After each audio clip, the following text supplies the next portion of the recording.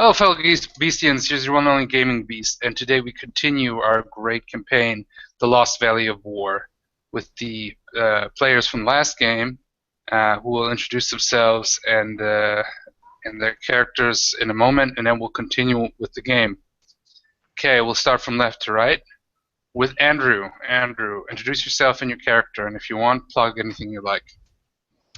Hi, I'm Andy. Today I'll be playing Avelius Garanon, the War Mage, 4th class, ICA, class of 52, second son to Lord and Lady Garanon, currently on exchange secondment to the court of the Sultan, the Grand High Poobah of the Southern Kingdoms, who sent me off to the Lost Valley on my first field mission to find magical shit.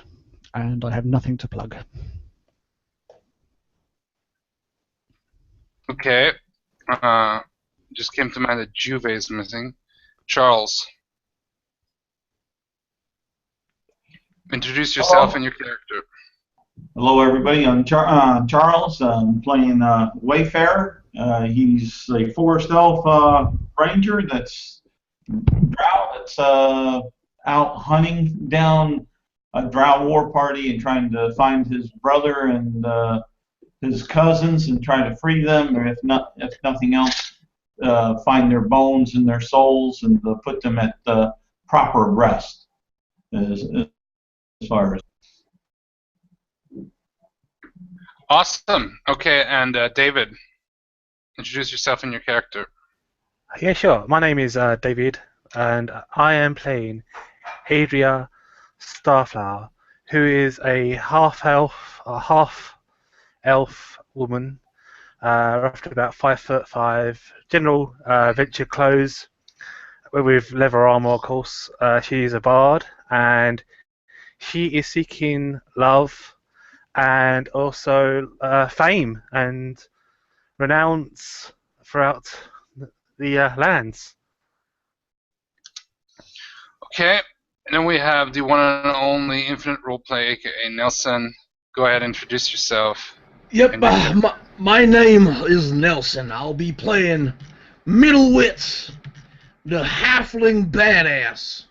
So all you need to know is that he's a badass and he does badass things, but he doesn't get any recognition because he's a halfling, because everybody always overlooks the short guy.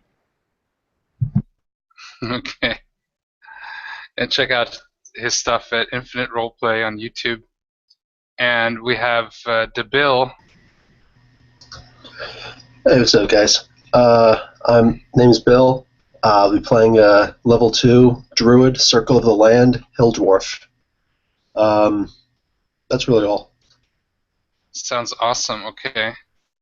Just question, Bill, is that HB Media Smart Webcam, is that supposed to be showing? Yeah, it's really weird. Don't know what's up with that. We have to try and fix my camera. Okay, don't worry about it. We'll figure it out. But we can hear you good. That's all that's important at the moment. Mm. And then we're good to go. I'm gonna check one more time. Okay, I haven't gotten any info from Juve yet. He'll come or not. If Juve not, never actually wrote that he was coming in. He never accepted the invite.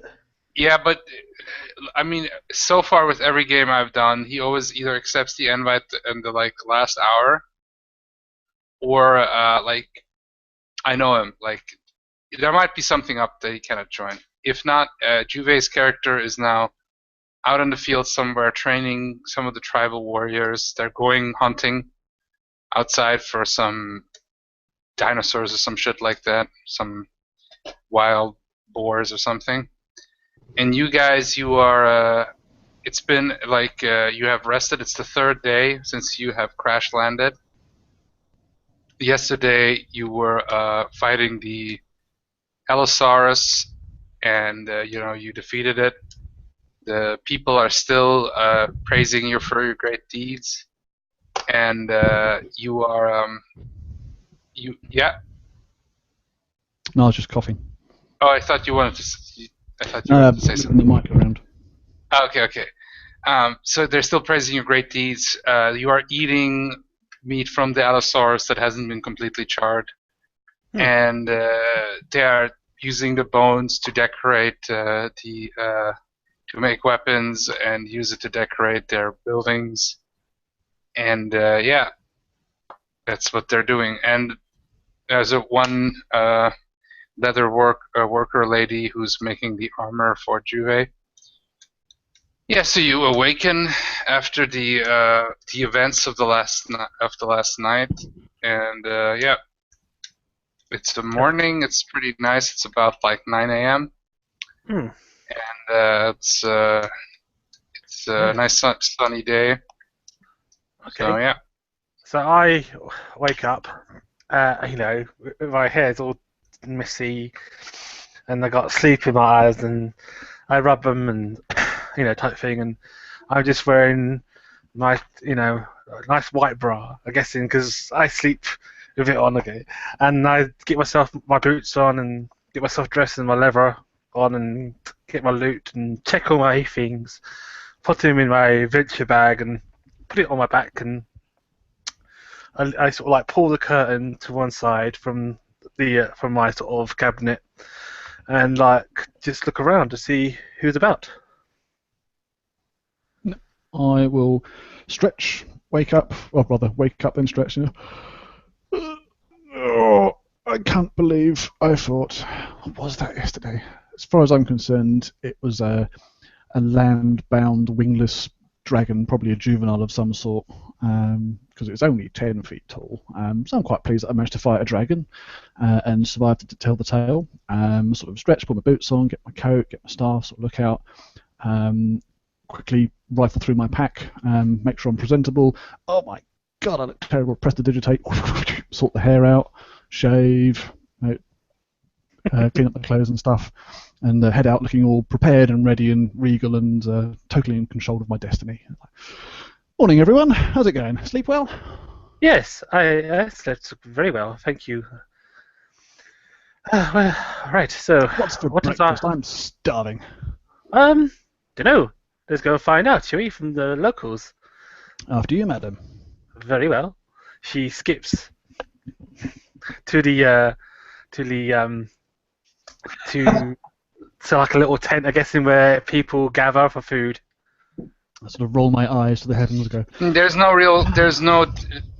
no tent where they gather for food. If you're looking for food, you see in front of your tent there has been fruits and dried meat prepared for you for breakfast. Oh, I grab some and like take it as rations. fruit, This meat. would do. Is there bacon? Please tell me there's Oh some yes. bacon. I don't know. It looks yummy. There is no bacon. I'll sort of carefully pick up the closest substitute and pick it up, give it a sniff. Oh well, when in the jungle. Don't be so fussy. Wayfarer, Press the Wayfarer digitate, make it taste a bit better, a bit warmer. Num num. Well, I'm going to see if there's a place to freshen up. You can go and find the others, and I'll catch you later, okay? Yes, of course. Take your time. Thank you. And then I just stay there and eat my fill, and pocket a few bits and bobs for if I get peckish later. So she tries to go to I guess in I guess in the ladies of the village do go to the watering hole together, don't they, to wash like linen or furs or something like that, don't they? There Like is a not proper- a. They just there is a small river on the side there they wash their clothes. Or they wait for it So to yeah, rain. so you could go there, and there's some women washing clothes, also some men too, some children helping too. Cool. I sort of like go there and like say good morning to them and say, "Oh, good morning, my local villager people. How are you today?" Good morning. We are doing fine. We are washing clothes, as you can see. You don't mind me just freshening up here, do you? No, Okay. So she but just I would recommend going upstream, not downstream. downstream, huh? Why not upstream? I mean I meant to say upstream Oh, because downstream, because we are washing clothes. Oh yes, yes, yes, So yes. I Oh understand. yes, yes, yes. So she goes upstream a bit more, so it's like sort of like secured and a bit quieter. So there's a small waterfall, just a small one. So and with a little small lake, almost like a extended pond, but it's pretty Hmm. clear. So Yeah, she would like just unravel herself and just step into the waterfall. okay. I will back at the camp, having got a good supply of food. I'll start wandering around and checking on the others. I'll start off and head over to. Did we have one big tent for the lot of us, or they got separate? There you are in two Whichever way it tents. is, I'll Like head over to the other you're tent about like and. three people in three tents in two tents. I mean, Okay, I'll head over to the one that I didn't come out of. I'm going to assume that they were split between the people that were here originally and the new arrivals, so I'll go over to the other one and look at them. Uh, Go to knock on the canvas and hello, anybody there? Breakfast's ready if you're hungry. And this will be towards Ogham and Ruby if they're still there. you don't hear any reaction from Ruby.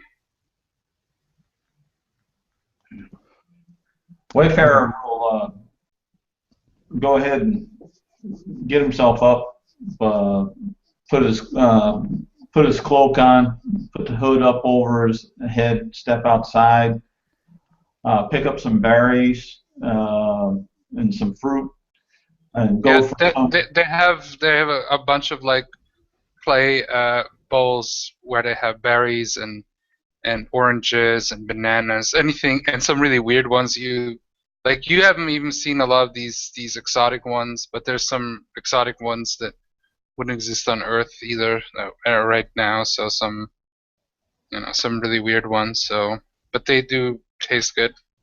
When Wayfarer take try he'll try to sample a little bit of everything on that, but then he'll go and get some fresh water, and then sit down and go over his arrows and go over his bow and make sure that it's wiped down nice and the bowstring is waxed, and Okay. and then he'll look after his daggers and his short swords, just tending to business to have his mind focused so he's ready for the next battle. Okay. Where is Mittelwitz and Bill? Where's your character? Who wants to go first? Either or. Feel free to Whatever, I'll go interject. first. I come out of the tent. Ogum, he's been trying to brew together a healing salve of some sort that he can use for the party with the different berries and herbs that he's finding outside. And he'll come out and have some breakfast. Sort of waiting for everyone to leave so he could make his grand entrance. Letting everyone do what they have to do, counting down the time. Middlewitz then bursts through the canvas of the tent. You can see the jacket in which he was wearing before wrapped around his head. He swings the bone club, his new momentum from this creature that was slain in the night, now cleaned of all meat and tendon, high up into the air, and just screams, "I've arrived!" Oh, do you start every morning like that? That was quite loud. Morning. Did you sleep well, my friend? Starts scratching his head with the bone. Just trying to fit the part. Jungle and all. One Doing of the kids, marvelously. there's like almost no reaction just from like the wizard, but from the other villagers, except the children's point at Nelson and they say, "Hey, it's the Thunder Midget! Look, the Thunder Midget!" And then the parents come and take them away, a bit worried. Were they pointing at me while saying this? Well, there was some, but the parents told them not to. All right. So in whatever language they actually said Thunder Midget, I point back at them. Whatever one's pointed at me, I point back at them with the club. But I'm looking at my allies, particularly at Avilius. I'm like, I'm, and then just repeat the same words very Okay. ignorantly The as if it was a title. I'll words are- surreptitiously send off some sparks behind him so he gets a little sort of shower of mini fireworks behind him. The words were umdaka. Oh, you see that? I'm the Umdaka. Umdaka. That's right. They know me. People around are chuckling a bit. And then he takes a pause to sort of call. Oh, that was hard to say. Oh my goodness, the sound from down below. It's a good name for you, my friend. Umdaka. What does it mean? Does anyone know what it means? Master Dwarf, you must know what it means. You've been here a while. Yeah, the people who have been here, they speak the language. So after I had wash and everything, I get myself back, clothes back on and everything. Now, whilst I'm in this quiet area, I'm going to pull out that awesome headdress that I got from the chieftain, and I'm going to put it on.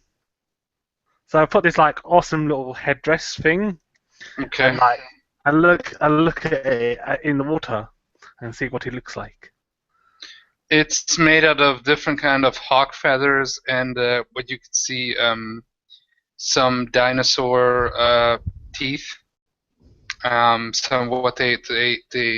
It's made out of different things that they hunted, and in front it's got like a hawk beak going down to the nose part. Okay. And it goes about here up. Mhm. And then there's like two bones attached here, and then there's like a thing holding it down. So it's like it's goes up here with feathers, and then different bones from dinosaurs and stuff. Ah, so that's the Amazon sort of headdress.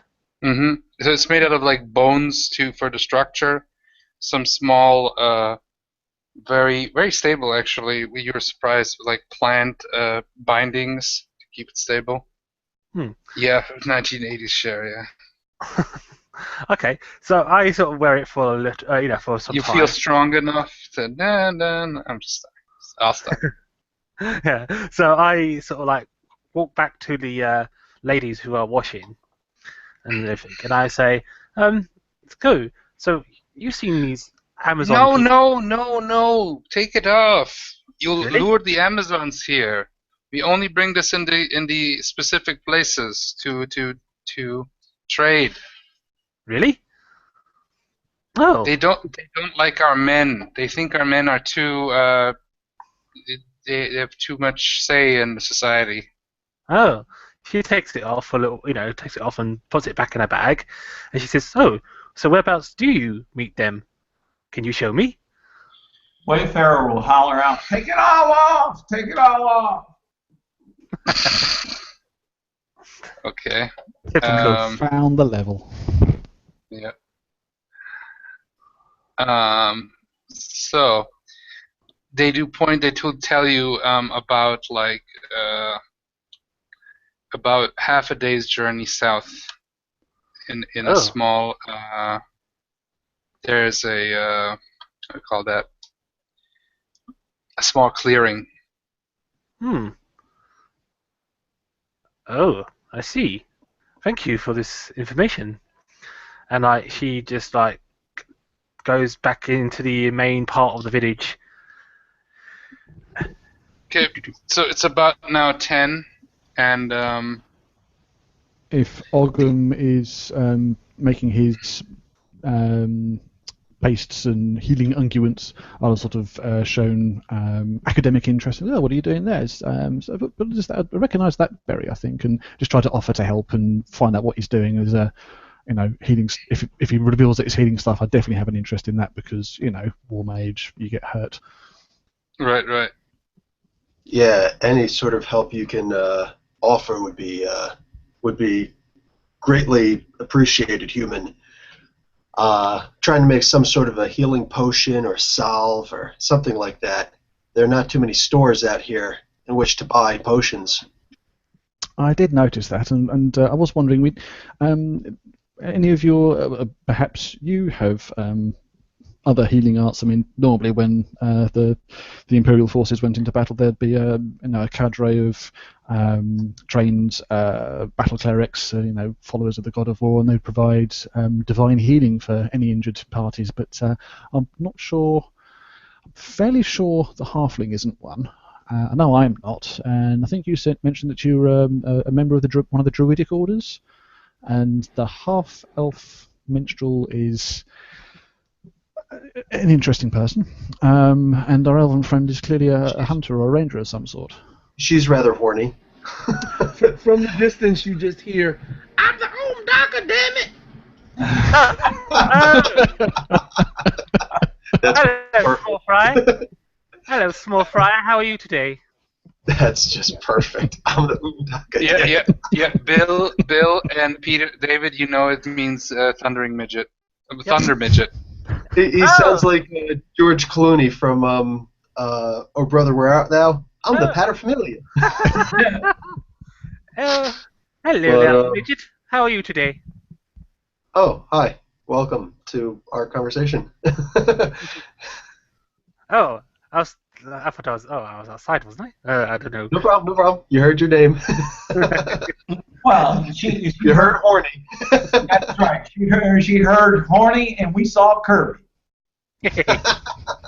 Yes, well, thank you for the nice compliment. I don't know what to say. Thank you. I was chatting to the Master Dwarf here, Master Ogham, and I was just trying to figure out how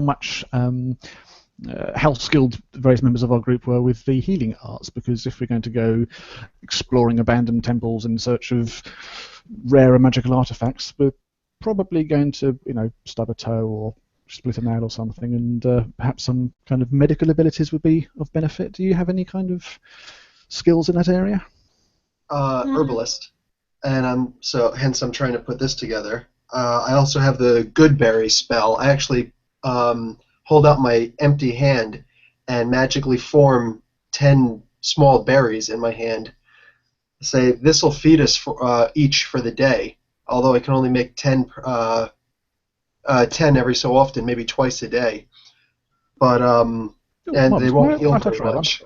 However, our bard here, she does have good magical healing properties.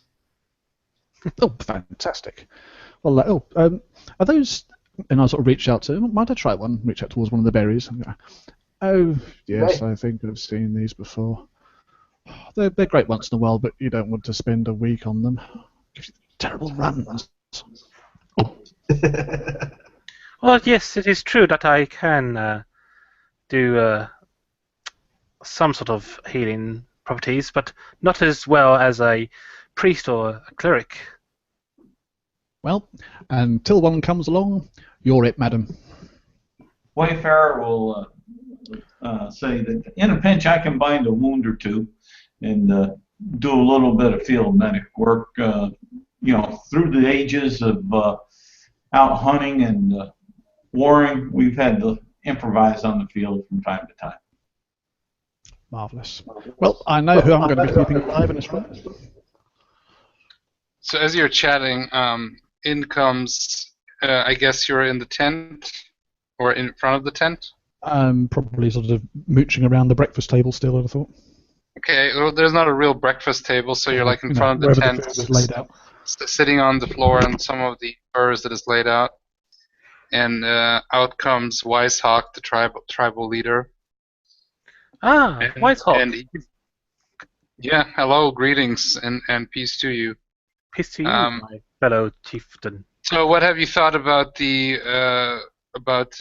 going to fight the spirit of Alulu? Yes, we will help you. Thank you very much. Can someone translate for me? I have no idea what this chap is saying. Yeah, he's just like. Wait a minute, my good chieftain. I sort of like say to my friends, gather around then, come and sit down.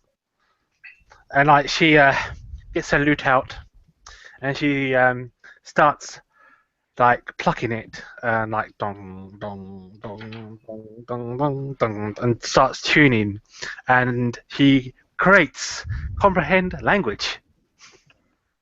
Okay, so now you understand also. I see you use your magic too for speaking. Nice, very very interesting form of magic. Well, yes, Um, it is. It is.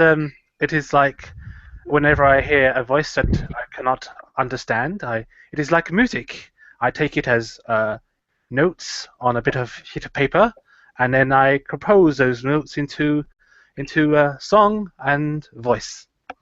Very nice, yes. Well, so as I told you yesterday, that the spirit of Alulu has been cursed for many, many in the ages of my ancestor, in the age of my great ancestors.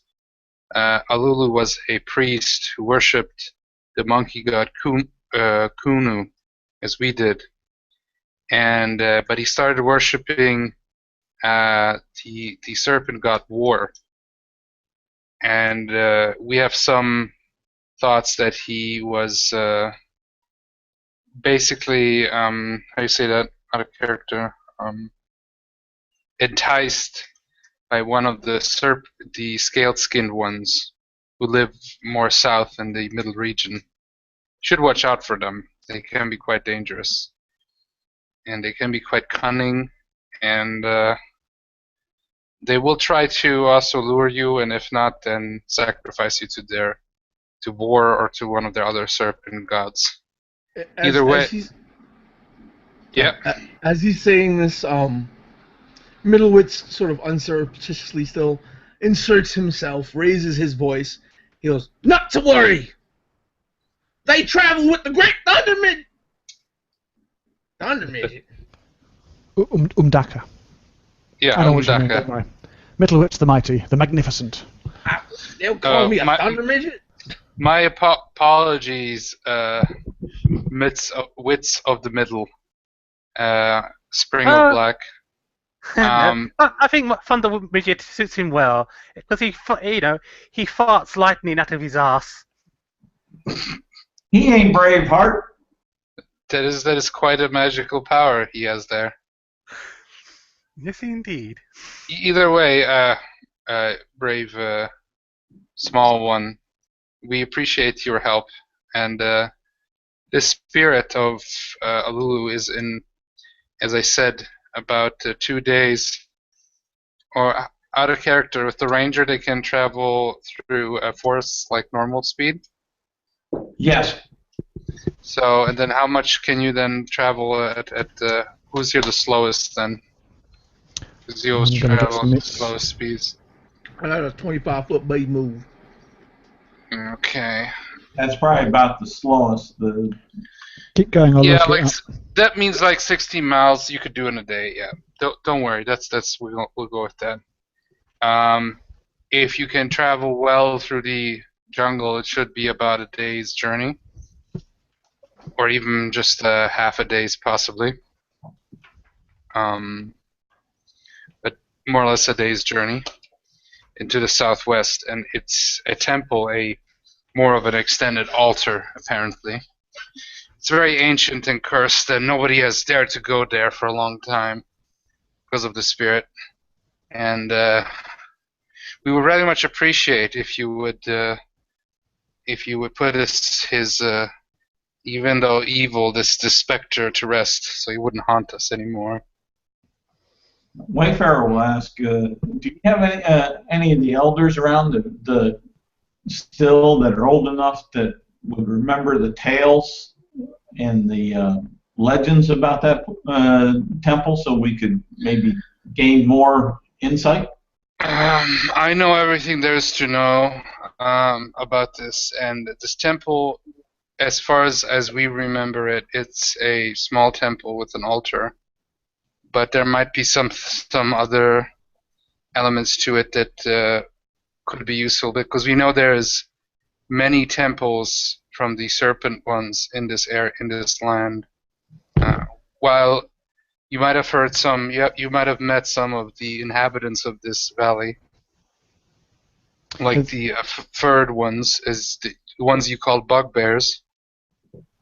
We call them the furred ones. There's some other uh, species living here with us. Have any? I'll ask someone to translate for me. Have any of your tribe explored these temples? What did they find? Did they come back? Is there any guard There, looms? there was some. There were some brave ones that went to the various temples, including the one where the specter was, but most of them haven't returned, and we haven't for a long time. They have been taboo for us, so we try to avoid the scaled ones and their ancient buildings as much as possible. Because the scaled ones, they want to be the one and only tribe and race here in These this scaled land. ones. I take it they didn't look like. Oh, was that draconian fellow gone? The red one with Some look a bit like him. That's why we were a bit worried about him. But as we look closer, he looked different. Your one. The scaled ones I talk about, some of them look very much like us humans, or human-like ones, and but they might have some features like the serpent, the one you talked with, Bill, the serpent talker. And we were a bit worried you might be one of them because you've been talking to serpents. But as the shaman has said, it's just a type of magic to talk to animals. Although I would not trust necessarily even the serpents here. There's some of the scaled ones that have. Yeah. I didn't at least I didn't think I was a snake. Well, my the other tribesfolk here might be a bit superstitious, but once it's explained, they understand.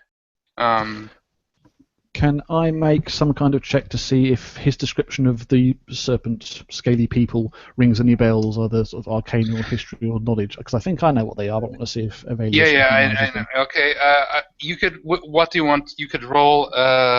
Nature? History would Or work. history? Nature would work. Which ones you're thinking of using? I'm just kind of racking my brain to see if I go. But history would work. Nature would work, and Arcana, maybe more or less. I would say history or nature. I can give you advantage with history or nature. Oh, sweet. Yeah, 7 and an 8, so it's a total of 13. You have a high suspicion that he's talking about UNT. Snake people. As he says, basically some of them are very human looking, but they have some serpent-like things with them. Arms? Oh, those are the very dangerous ones. We know of them, and some of our great heroes in legend have fought and defeated some of those, but most of the times we try to avoid them. And the ones that look like humans, but they have sometimes scales and maybe weird eyes, snake-like eyes or tongue. They try to seduce our men or women, and they try to bring them to, and sometimes have brought them to their side and converted them to their side of thinking. I think I know the creatures you're talking about. I've not encountered any myself, but in my readings, I believe they are fast and strong, and they use poison and magic, and they have a tribal structure and priestesses, I think. Probably best if we just kill them on sight, I think. You say? If you can. You have to be careful because there will be a lot of them that will be try to. Probably best if we avoid them completely, and if we have to, kill them on sight. They're definitely a death enemy of ours. We try to avoid them, and if we have to, we fight. But usually, sometimes we talk with the Amazons and, or maybe the other people who live in this valley. Although some of them are quite vicious and have their own culture and their own way of thinking. But most of the tribes here and races, they agree that these the scaled ones are the main enemy since they are against everyone. And this priest, Lulu, sort of worshipping a snake god. Was the Yes, priest one of your tribe originally? Yes, he was from our tribe. As I said, the serpent, our people's territory was much bigger, but it has been diminished also by treachery from people that were basically who were traders who went over to the scaled ones and became ones themselves. Mm. Sounds very interesting. Do you know how many are there of them? I don't know exact numbers, but they live in the center area around their temple in various, and they live also in the jungle, hidden in different small pockets. I know that because they like to strike down on So unknowing victims. So this sounds like a sort of tribal war. If there is many of them, it's going to be very hard to deal with such a threat. Well, the thing about this valley, that there's many different folk here, and they haven't yet been able to defeat all of the different folk. We haven't really held together, but we have also not completely joined. I mean, there's different kind of folk living in the swamps in the west, and then there is a great lake in the south. There's different folk living. Some human, some definitely not human. So Great Wise Hawk, do you know of any other tribes that could that you contact or sort of know in this area that could help us in this situation with this? The most contact we have is with the wild women who live in this jungle. There's some other races here, but they either we don't have a lot of contact with them, or they are also enemies of ours. But do you think there's a mutual kind of thought of just live and let be. So do you think that we could ask them for assistance? Wayfarer will say that sometimes a stealthy small group can be just as effective as a large army. True. Reconnaissance. Yes, indeed. We stealth around. Have a look at the lie of the land, see what we can find out, and then if it turns out there's too many of them, we come back here, maybe enlist the aid of the Amazons to... These UNT, as you call them, they haven't yet pushed out for a long time out of their territory with big force. We have also not have contact. We have stayed in this area in the jungle, so a lot of that we know. A lot of what we know is from our ancestors. So I cannot give you exact. Very long time then. Well, that's slightly more reassuring. Well, I think that's definitely something we could do. I mean, like Master Wayfarer says, we should very carefully and quietly approach the temple, have a good look at the lay of the land. I have a few tricks up my sleeve that might help on that score. And once we've had a look at it, we could then, if it's been the era of these people's ancestors before, and these snake people encroached on their land, then sounds like they're keeping pretty much to themselves, and all the more glory for us. What did you say, Mitz? Well, don't forget, we got the mighty Thunder Midget, too. Exactly. So are there any other supplies and things that we might need on the way there? If it's only a day's travel or so away, I'm thinking tents, rations, water. All I've got is one question. Just one. Yes? The floor is yours. You yours. knew they were calling me a thunder midget, and you didn't say anything. It's a term of endearment, Mitz. We can give you to drink and to eat, and but we also cannot give it unlimitedly. We have to have enough for our people. So, but definitely for a day should work out. A day there, and between You'll have Ogden, everything that you need most likely, especially if you go between Ogden into and Wayfarer. yeah. If you fight the Spectre of Alulu, we will we are free of it. We will gladly pay any price. Excellent. Well, yes, I suggest we gather all the necessary supplies, and between Ogham and Wayfarer, I'm sure we can forage for any other provisions we might require. But it helps to have some, backup just in case our things don't pan out quite so well. Everything we find is poisonous, for example.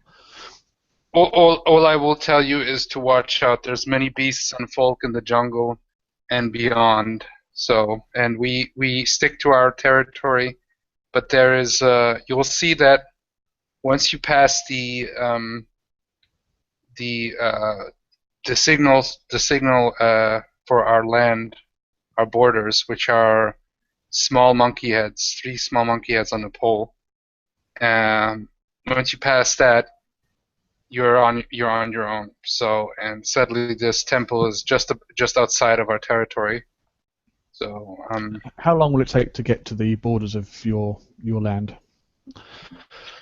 About well, basically it's just outside of the border, so it's about less than a day's travel. If you travel with your friend here, who told me he can, your ranger friend here, who told me he can travel through these jungles just through like any normal territory. Excellent. Well, assuming we get all the food together, lady, gentlemen, unless there's any other preparations you think we should take care of, I suggest we take advantage of the daylight and get there before it becomes too dark. Well, I don't mind the dark. I don't mind the dark either. I can see in the dark, but I don't know about our little midget friend. His probably eyes are so small that he can't even see beyond his nose. When she says that, he sort of turns around and he turns around and looks her straight in the eye, shaking, like his whole body sort of tensing. But instead of like normal eyes, you see just fully black orbs with a small color shifting pupil in the center. Oh, I say. Very interesting. Wayfarer say, well, mighty things come in small packages. I traveled on that magic carpet with him, and he set it afire, put it out, and then reused it. That's a mighty task for a small little guy. Yeah. Some of the most fearsome war mages I've known have been gnomes, admittedly, but they're well, we used to have this belief that eating midgets will give us magical powers. Of course, we have changed that for a long time. So. Ever since we encountered more and more people from above the wall, beyond the wall, although you have been the first in a long time. So. Wayfarer look over in the middle of the woods and say, they haven't come by with some salt and pepper and oil and tried to rub me down for a special massage, have they? No. If they try to eat me, I'm going to blow up their face. Something tells me he'd be just as dangerous on the inside. Well, Weishawk is very pleased, and then he's also smiling, and then, well, you can leave whenever you want. I would recommend to go sooner than later, so yes. You can reach the place. I'll stand up and go after the tent, grab my pack, make sure everything's tucked away in it, and all the straps are firmly attached. And then step outside the tent, wait for the others to gather, and I open up one wing of my coat and come along, Poe, time to come out. Stamp the staff down in the ground, and this big-ass raven flies out the shadows of my coat, circles around me, and lands on the top of the staff. Okay. Poe, we're going wandering. I need you to be my eyes and ears. Stay close so I can see what you see. And just, up there, make sure I can see if there's anything coming. If there's something is coming which I don't see, do come and let me know, won't you, old boy? Thanks so much. And the raven flies off into the jungle canopy. People look at you in awe, and the medicine man says, "Aha, you have a spirit animal." Yes, I do. Poe. He's very friendly. Well, we all have spirit animals, but few have the spirit animals in their life in the material plane. There's been some medicine men in the past in our tribe who had one such a that, like a turtle or a monkey. But very, very nice bird you have there. Thank you very much. And I sort of head off towards what I guess is south and wait for the others to join me. Okay, it's like southwest, so. The direction that the headman The indicated. direction, yeah. It's 16 miles southwest, so. Wayfarer will grab his belongings and his bow and his quivers or arrows and stretch a little bit and step forward and head in that general direction. Very nice. What about the others? Yeah, Minowitz is heading out there, not so proudly brandishing the thigh bone of the creature anymore. His head hanging sort of low, mumbling to himself. Midget. Just a midget. I killed them. The thunder part I can understand. Midget. Sounds so much better before I knew what they were saying. And, carry on as he's leaving to join the rest. The disappointment. If I notice or overhear Metalwitz, I'll sort of clap a hand on his shoulder and go, "Don't worry, my friend. I was very impressed. I shall be sure to stand behind you in any future battles. Don't shoot me."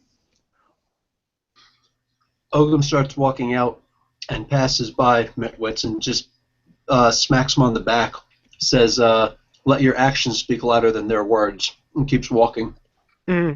She just like I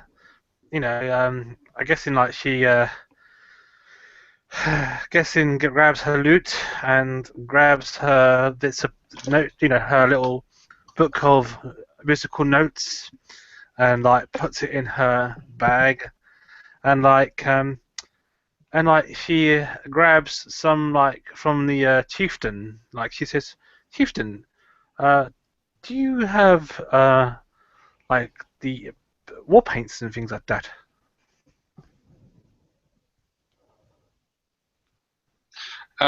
Yes, I have war paints. Is that alright if I take some? Well, you have done great. If you would like to, you would have to be anointed in part of our tribe. You definitely deserved it. Would you like that? Well, I was hoping to get honor from the Amazon women, but we'll see. Well, I'm sure you are a female. As long as you're a female and not one of the serpent people, I think they will accept you. Well, yes, but I gotta find one first. And she just walks out and she sort of skips over to the rest of the party. Okay, let us be on our way. And she just says to the strongest person, "Lead the way." Master Wayfarer, I suggest you take the I believe it's called point. You suggested right. Probably be the best way to mitigate any traps and Precisely my thinking, sir. Well done. And other long shortcuts to minimize our travel there. So Wayfarer will be traveling along. He'll stay easily 20 feet ahead of the party. Okay, this is actually good to know because Charles, you're going to be ranger. You're going to be leading the way. Yes. And okay, 20 feet in front of them. And how are the other people standing then? What is your formation, so to speak? I'm going to be somewhere towards the back because every 20 or 30 paces or so, I'll sort of stop, pause, close my eyes, focus on Poe, and then look through his eyes and just trying to get an aerial view just to make sure we're not having any dinosaurs sneaking up on us, or basically I've got a portable drone giving us aerial surveillance on the way, and I just sort of stop every now and then and go, nope, all safe, and carry on. And with thinking that his compatriot, his friend, his traveling buddy, Avelius, is compelled to stop and listen to his plight from time to time, Middlewitz is back there with Avelius. Dungeon Midget, the long shortcut. Is that supposed to be a joke about me being a midget? That's a short joke. Like the long shortcut. I can't. And it's just continually carrying on, more so whenever Avelius does stop to look through his Fortunately, Raven's I eyes. can't see or hear anything when I'm focusing on Poe. My senses get transferred to the Raven, so it just cuts out. And then when I come back to the real world, it just says, no one respects me. What have I got to do to make it in the family? Everyone's haters. Well, once in a while, you do hear Middlewitz tell you, like he'll just lay a hand and he goes, you know what? You're a good listener. Why, thank you. No idea what he's talking about, none whatsoever, but I play along. It's like, yeah, well, no, he seems to be cheerful, and I want to keep the powerful spellcasters on side. Very nice. So you've been traveling for about, I would say, 4 hours, and I want you all to roll a perception check. Okay. I'm going to roll for Poe as well. Yeah, you can roll for Poe. You're Raven. I like the name now. No, I get it. Poe, of course. That guy, Poe. And the Raven poem, of course. Perception. Right. I get a 12 total. Okay. Poe I got a got- 13, I got a 16. I got a 12. Okay. Wayfarer This- got a 15. So Andrew, Avelius, you're looking around, kind of, talking to Poe, just in a sense, with your familiar speak, and looking around, and you're in this ancient jungle, and you can hear the sounds. All of you can hear the sounds of all kinds of animals, and like all kinds of exotic animals. You can see movement left and right from all kinds of small animals and everything, and it's just sounds of them, like wild cats and monkeys and everything, like a jungle. But there's something that Avelius, when you like kind of look around in the top of the trees, just catch a glimpse of something, like a silhouette of something. I'm not quite sure what it is. And basically, you can see this almost like humanoid figure, but it's like really, it's like about like almost like 7 feet tall, but it's really got really skinny legs and arms. And at first, it's just a silhouette, but then there's like a small glimmer of light from the sun, and it's hiding in the trees really well, almost moveless. The others don't even notice it. It's just like almost standing still. You can notice it's got this. It has this almost this carapace, kind of like a bluish tint, bluish grayish tint, and it's very skinny, like almost like a insect kind of shell, kind of, but it's like still like an arm and the legs and everything, and it has this. Then suddenly, out of nowhere, this head kind of moves towards you, really like inhumanly. So And it has just I'm this- thinking, yeah, it's a statue in a tree. That's weird. Oh, no statues don't move. It almost looked at first like a branch, but then it starts moving, and its eyes are these iridescent, bug-like, like a dragonfly's eyes, and it has some kind of weird kind of dressing armor made out of the trees, and it just camouflages so well. And then out of the back, suddenly the four like dragonfly wings appear, and it just looks at you like still, and you have this weird connection, and it unnerves you very much, and it just flies up into the sky, and it's even your definitely raven not a naturally occurring creature. It's some sort of aberration or paranormal. You don't know. Can I make a nature check? See if I know anything You about could, it. But this is all like a new area for you here. Yeah. So, but go I ahead, have do a no nature idea. check. I've got a 9. No, you don't It's know. This a could be a giant natural flying creature. insect This man. could be a aberration, a mutation of some sort. This could be an extraplanar being. It could be you're going insane. And not that, obviously. I It's catch a there. glimpse of it, and I say it looks at me. You say it's flying off. I grab Mitz's shoulder and point with the staff. Mitz, everyone, and point up into the. Okay. It's Can already I? gone, with my and staff. it's gone. As soon as you look back and say to the others, it's gone. Ah. Well, I send Poe up further up just to see if he can see which direction it went. Paul could barely see it. It just flew up, and then it just kind of it flew up for a fraction of a second, but then it dived back into the jungle. And it And was that's the last I saw it. human-sized, or just humanoid. It was going in a western direction, you could say. Its It size. was How big was it? it was humanoid. It was humanoid. But human size, so a man-sized It was about 7 feet tall. big one. Okay. Still. We're not alone, everybody. There's flying insect men with bug heads and sort of silvery armor and dragonfly wings. Went over. I think it went in that direction, but I've lost it now.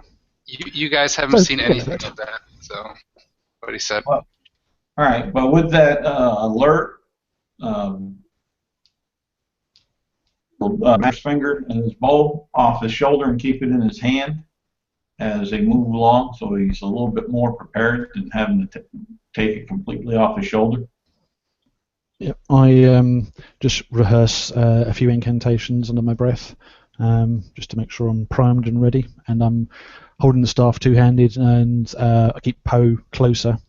And assuming we carry on our journey, I'll probably stop and take a radar bearing off him slightly more frequently than I was.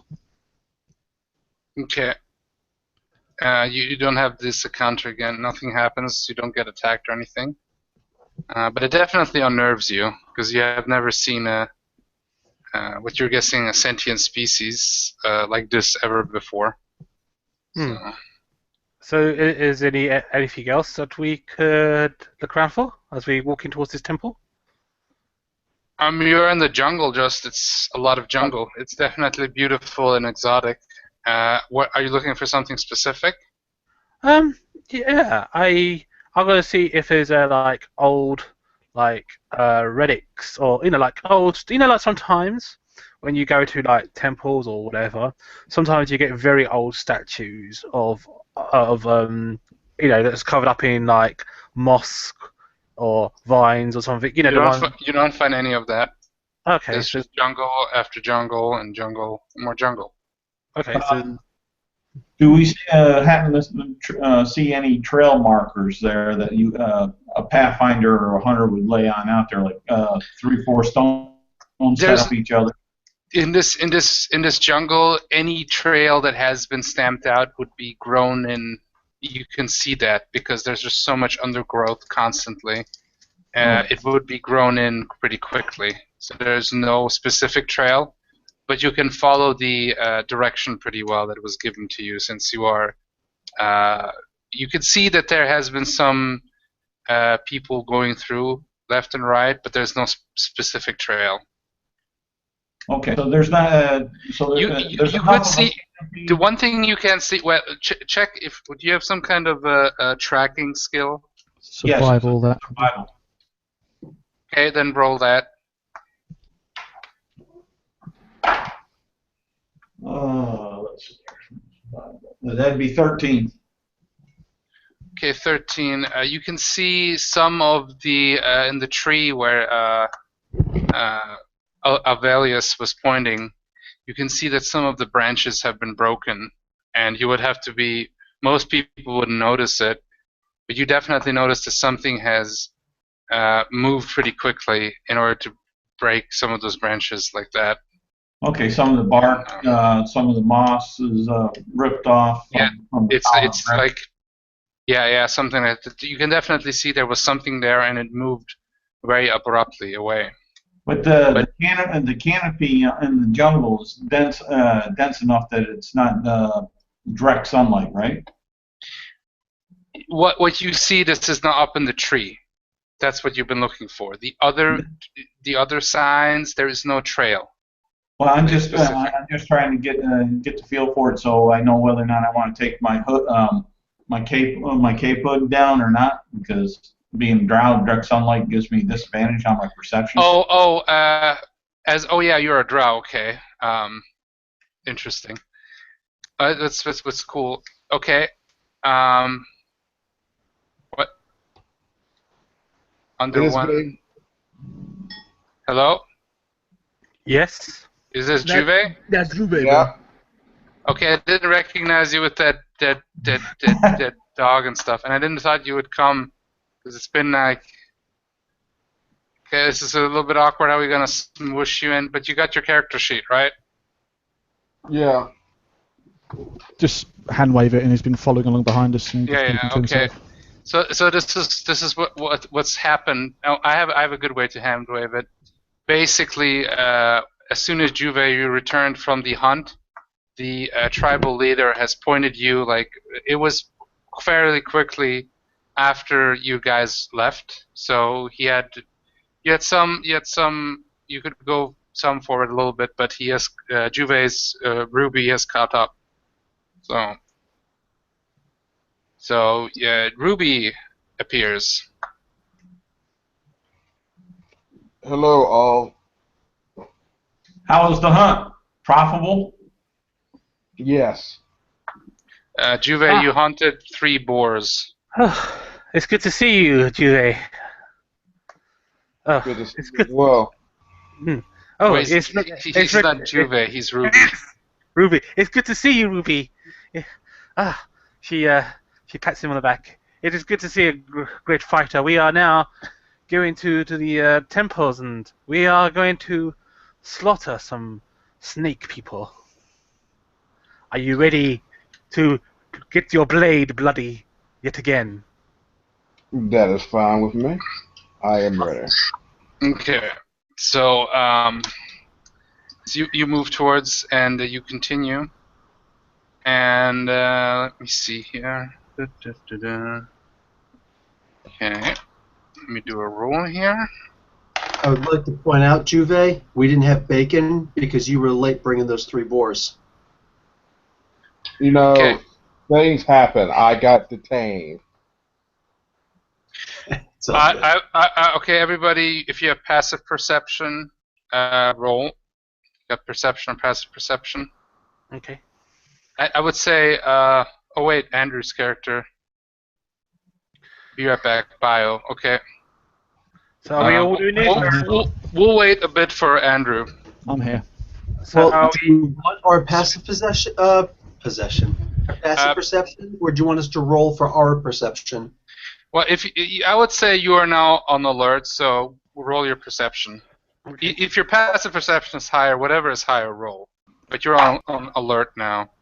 And what I wanted to say, Andrew, you can roll separately for Paul. Okay, I got 15. I did Okay. poorly. I got a 10. Poe got 6. And Wayfarer got 25. Okay, Wayfarer, good. Who else? What do you guys got? I got an 11. I put it in I chat. got 15. Okay, Yeah. you got 15. 15. Bill, 15. Juve, 17. okay.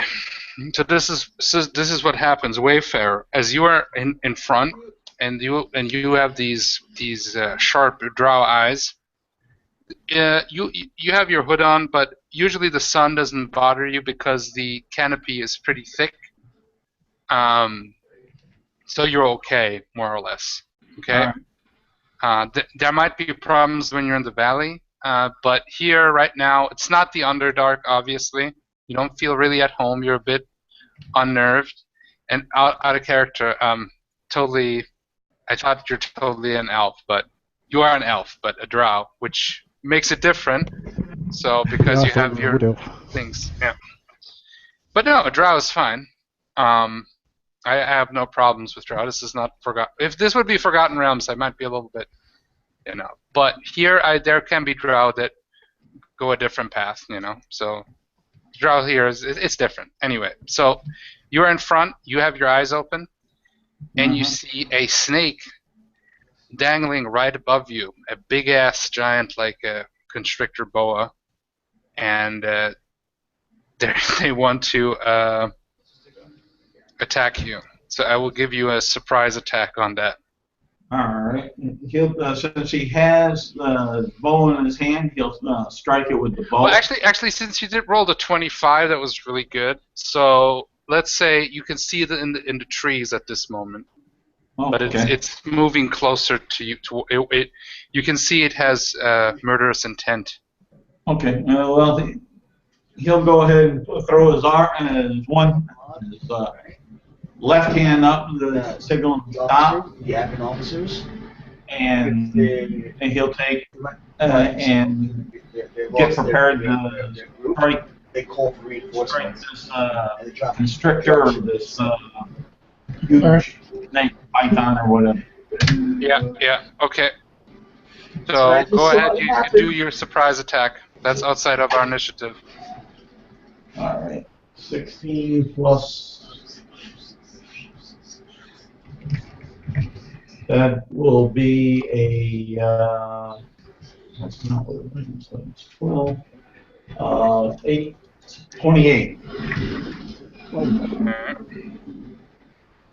28. To hit. Oh yeah, that hits. No problem. Roll damage.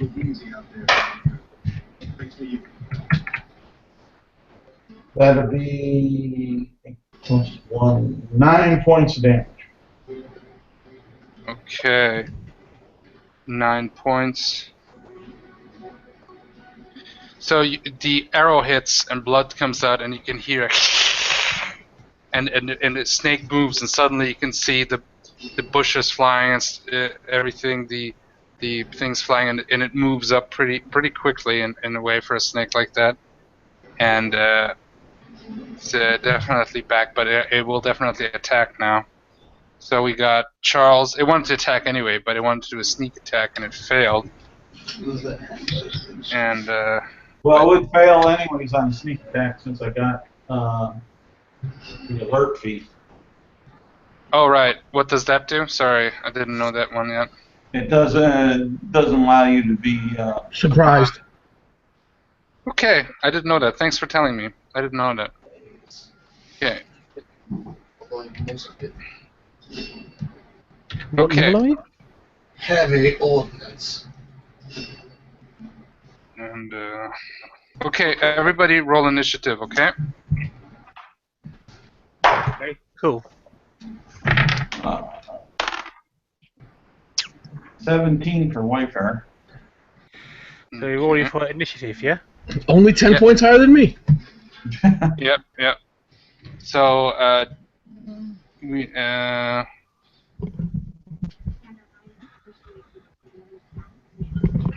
Nelson is 7. 12, 13, 15 I got. Okay. Juve, what? 18, Juve? Okay. Andrew is 11. has 11. Okay, good. And Bill is 15. Good. First person who goes is Juve. Now you are like 20 feet away from the snake, but I think you got like 30 feet walk speed, so you can move and attack it. Okay. Then I will attack on it and try to use my long sword to chop it in two.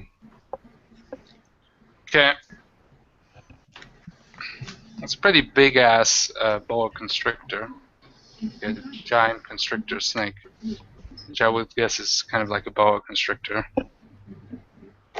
Anaconda.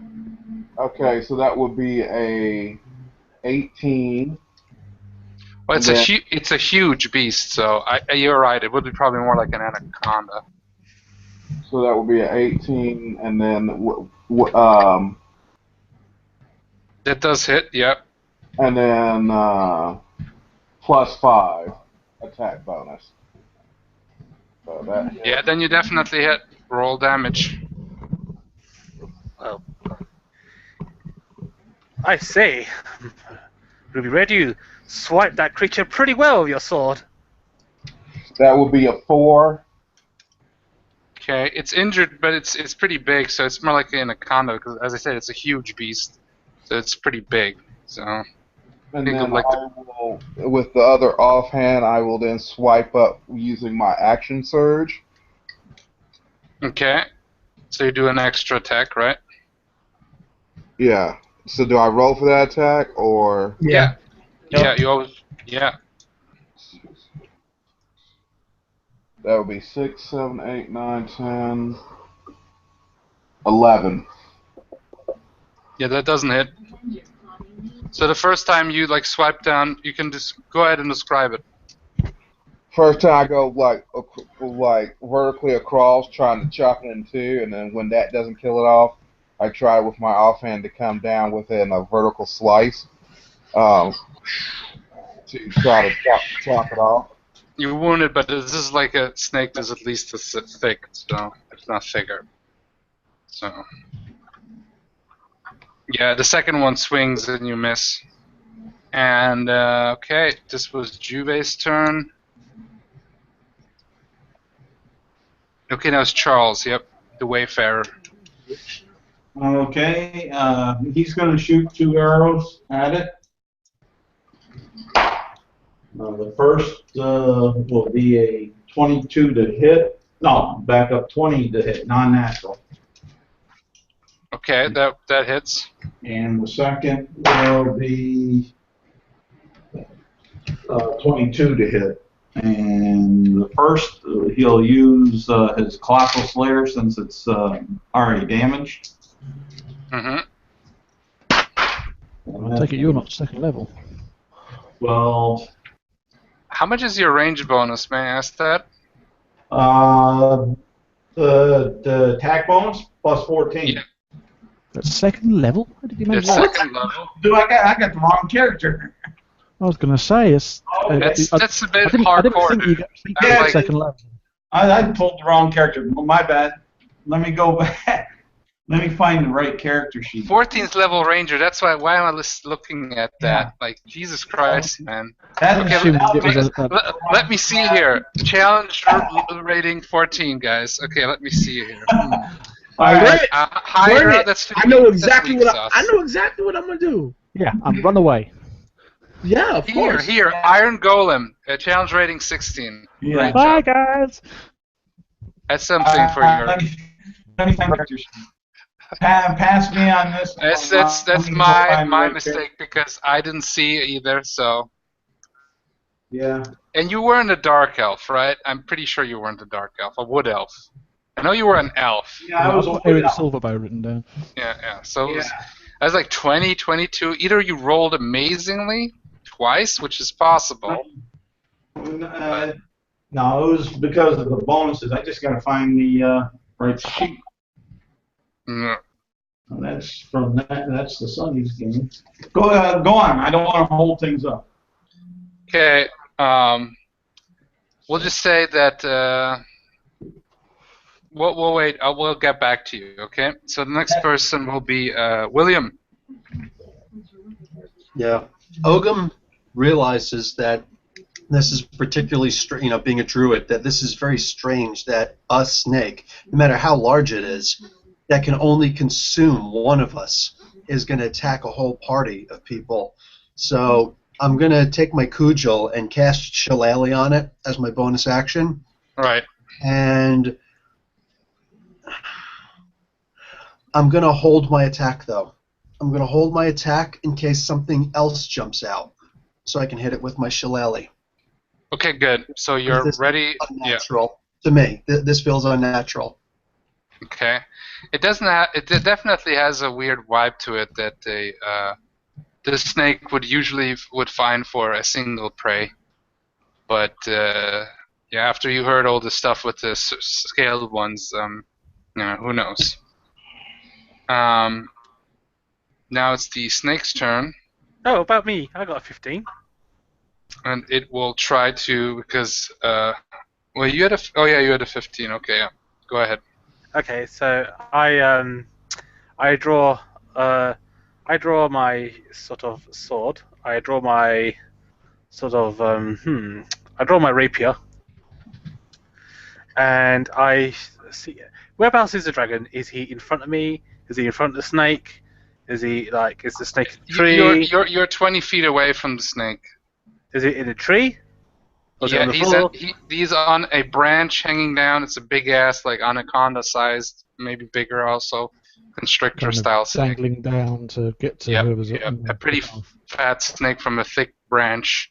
He's like wrapped around on the tree, and he's got an arrow inside of him and a wound. I shall run towards the dragonborn, run up his tail. Oh, he hasn't got a tail, has he? I forgot dragons don't. Did they have tails, dragonborns? I think so, right?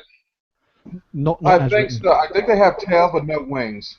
Okay, yes. So I run They up. have no wings, definitely. We're not dealing with flying characters just yet. So. Okay, so I run up his tail, up his no back. Aracocras here. So. Yes, Like I run up his tail. I run up his tail, run up his back, and then jump off his shoulders and attack the actual. Okay, roll an acrobatics check, and then just separately for that stunt. Okay. Because you can reach the anaconda, but obviously you're not a rogue, a bard. You want to be flashy. And if you put it off, you should get inspiration for cinematic effects. Yes, I do inspiration to myself, of course.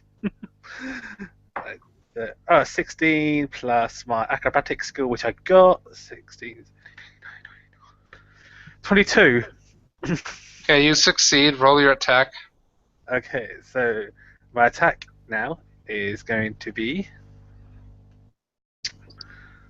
15 plus my weapon proficiency. So that is. What's my roll? 20. Okay, roll damage. Okay, so that's D8 for a rapier. So 1d8. So I do 7, 8, 9, 10, 11, 12. So I do 12 points of damage. Okay, 12 Yes. points of damage. Nice. Okay, so you definitely injured. Please describe it. And yeah, you know what? I'll give you an inspiration point. It's pretty flashy, and please describe it in detail. Okay, so I sort of like take out my rapier, and I see the Dragonborn just scratched it a little bit. I see that the Dragonborn has got some sort of scaly, sort of steppy tail on him. So I run towards him and sort of like quickly with my nimble feet go up his spine and onto his sort of like armory, sort of muscular back, because he's bigger than me. I'm just a small, just an average sort of half elf, very light on my feet, and I get to his shoulders, and I jump off his shoulders, and then I attack the snake hanging from the tree and slice into its gut area, and I land just behind it. So to give the Dragonborn a flanking bonus when he attacks it.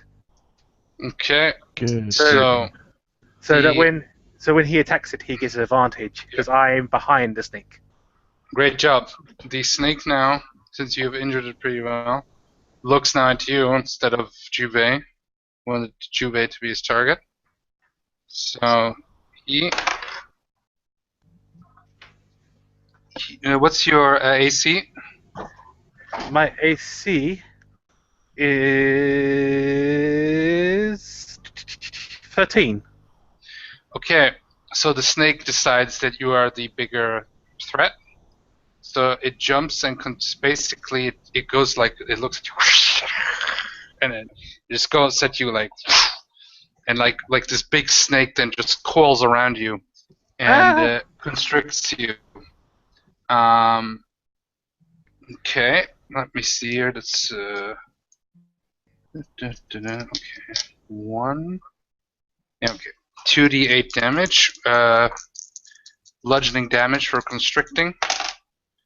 That's 2d8 plus 4. So that's so you have suddenly this gigantic anaconda basically around you, and its head just looks at you, just waiting to swallow you. And it's 6 plus 4. That's 10 damage of bludgeoning damage, and you're grappled.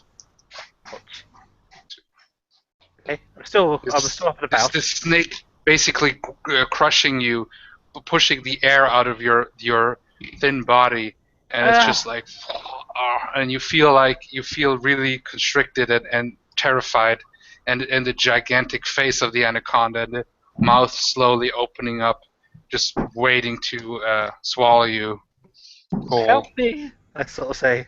Okay. So next person. So, Charles, are you ready? He's not there. We'll go with the next person. Charles, is it okay?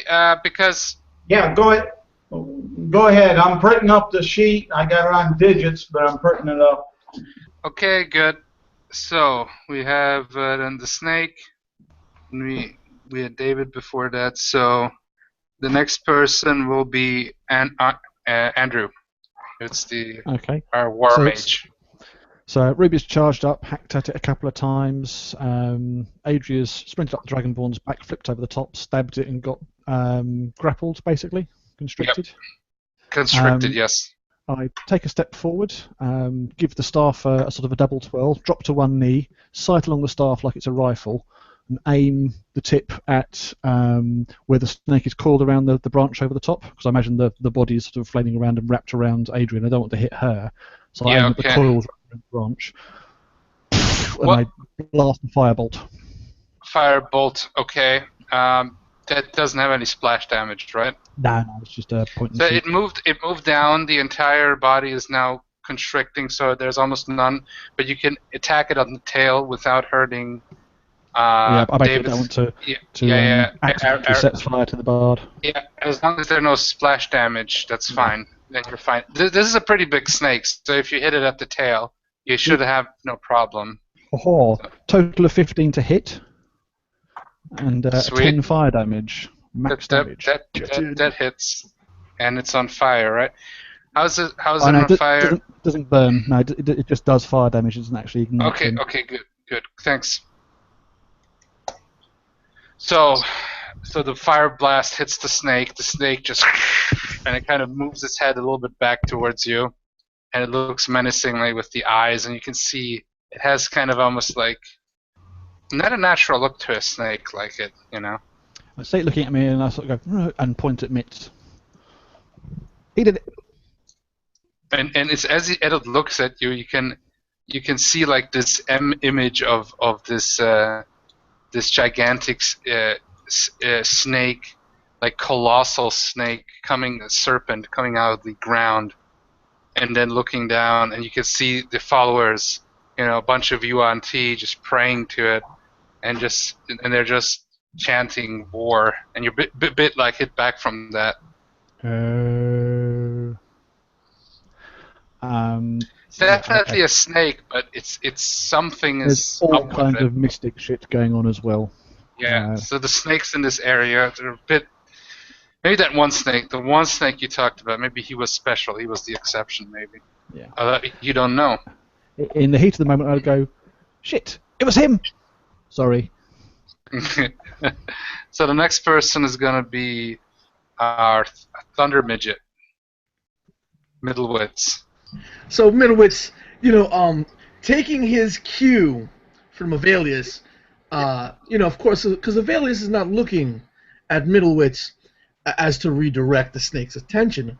Obviously, he's looking for me to it's my turn to follow up in his action. Give him the old 1-2 point. So Middlewitz does the same thing. He flourishes not a staff, but the thigh bone of this creature they had slain the other night, twirling it around as if it was, some special weaponry, then ducking down and slamming it into the floor by the snake, it would seem like another snake's head tried to grab it, but just barely missed it as it did so, and then the spectral snake splashes and disappears back into the brush. What spell was that? It's just me reflavoring the descriptions of my spells. That Oh, that's particular good. spell was Eldritch Blast. Eldritch Blast. Okay, good. Because if it's like an electricity-based spell, I don't know if there's a specific rule for electricity jumping over, but No, it's 5e is not big on what's the word? Simulation. It's all okay. flash. Okay, Eldritch Blast, I know it's more of an energy, so that works. So roll. I think do you roll with that, or does the creature have a chance to dodge? I Although rolled. I okay. rolled and I got like an 8. So 8. Yeah, you don't hit. The Eldritch Blast misses. The snakes fail their target as it's wiggling around. What? You were muted. Nelson? I said that's why I narrated it as my snake missing. Oh, yeah, okay, yeah. Thanks. So I figured that. Yeah, okay, good. Yeah. I like your descriptions. Please describe it as fanciful as you wish. So, okay, so that was Middlewitz, and we're back to I think Wayfair is ready to take his action. Juve. Juve's Alright. your turn. So if I'm hearing this correct, he's wrapped around one of our people, correct? Yeah, the snake is wrapped around Arya Starflower, David's character. But the snake's on fire, so would it let go? It's not on fire. We established firebolt. It singes, but it doesn't catch enemies on fire. I think Stormtrooper Blast is Question. splashes over it. I would like to try to grapple towards the top of the snake's head. Is it going towards the bottom or the top of his body at this point? The snake's head is in front of Arya's head. Now grapple. I have actually never done grapple, so with a character. So I would have to check that. Fucking grapple rolls always, right? Is it just a normal attack roll? Grapple, it's your strength modifier. Strength modifier, okay. Versus strength modifier. Okay, that works. Opposed athletics check. Okay. Then, yeah, let's do this, Juve. Wait. That would be a 16 plus 3 for my strength bonus, so that's 17, 18, 19. Okay, and I rolled a 16 plus 4, and that's a 20. So, okay, describe how you almost able to manage to grapple it, but the snake kind of shakes you off with its enormous strength. Okay. It tries. I grab it. It proceeds to try to whip me back and forth. I then try to do it again and fail again, and it just whips me all over the place. But I'm trying to grapple. That will be my next action, is to try to subdue the head. You get a bonus action every turn? Yeah, right? Yeah, bonus action per turn. Per turn. Okay, go ahead, yeah. But only actions that take a bonus action to do. It's not like... Yep. Yes. I know that. Yeah, thanks. Can I pass on my advantage to Juve to give him? I'm gonna pass on my inspiration that you give me to Juve so he can roll another d20. Yeah. So Juve, if you fail, you can roll another d20 as an advantage roll. Okay. That was for this turn or the next turn? For this turn. You gotta roll again. Roll again. Okay. Then I got a total of 12. I got 12, and the next roll I rolled was 12. Plus your strength. Actually, it's okay because the AC is 12 of the constrictor snake. So you hit. Alright. then I'll try to chop it with the long sword yet again. Go ahead. Roll damage. 1 point. Well, you Wait, get your plus you get your strength bonus, dude. Yep. So that's +3, so that's 4. That's 3, and is there? Yep. Yeah. So 3 points of damage. Your modifier is 2. Juve. The modifier for is 1d8 plus 3. So total Okay, 4. well then it's a 4. Yeah. 4. My bad. No worries. Okay, good. And you hit it pretty well. Go ahead and describe that. So as it's being distracted, I proceed to take my longsword and chop at it, and trying to kill it or sever it into, or in twain. Yes, I like the word in twain. Okay. You injure it. You slice into it. Blood comes out, but it's pretty wounded, but it's not dead yet. And it will be Charles. Are you ready to? You got your character? Yes, I do. Then go ahead, do your action. And once again, I apologize. I don't different. No worries, man. No worries. You just like your skin changed and you're like a little bit less badass. But that's okay. It bothers me. Don't worry, man. That'll be for let's see here. That'll be a 15 off his bow to hit. Yep. And it will be. Let's see here. Yeah, you hit. Yeah, +5 to that, so that's 12 points of damage. Wow, you hit it pretty bad. Go ahead and describe that. As Ruby is wrestling with the snake, the anaconda, he sees a large area opened on up that he can make a good target. He draws back for all he's worth. He lets loose of the arrow, and it goes flying straight and true, and it goes right in between the arms of where Juve had it, and got shoved loose in that big piece, and it pins it solidly. Okay, nice. The next person's gonna be David. Okay, so can I have I got any arms free or hands free? No. You can try to break free. It's escape. It's a DC of 16. Either you can use your strength, I'm pretty sure, or if you have escape artist. Okay, I'm gonna use. That's still a skill. There are escape artists in this. There is a Acrobatics. Acrobatics, which So, yeah, she's gonna try and wiggle free from the Adacona using her 16 or higher. Yep. Yep. And I'm gonna inspire myself, so I get to roll 2 advantage. Yep.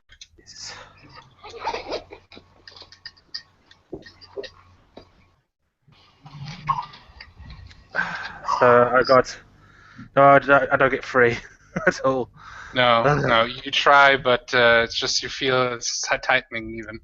Can I spit at it with my spell? You could spit at it, but it won't have any effect. Okay, so I'm gonna it's cast. a free action. Can I cast a spell or not? What kind of does your spells need your hands to be free? Like, is that one of the things?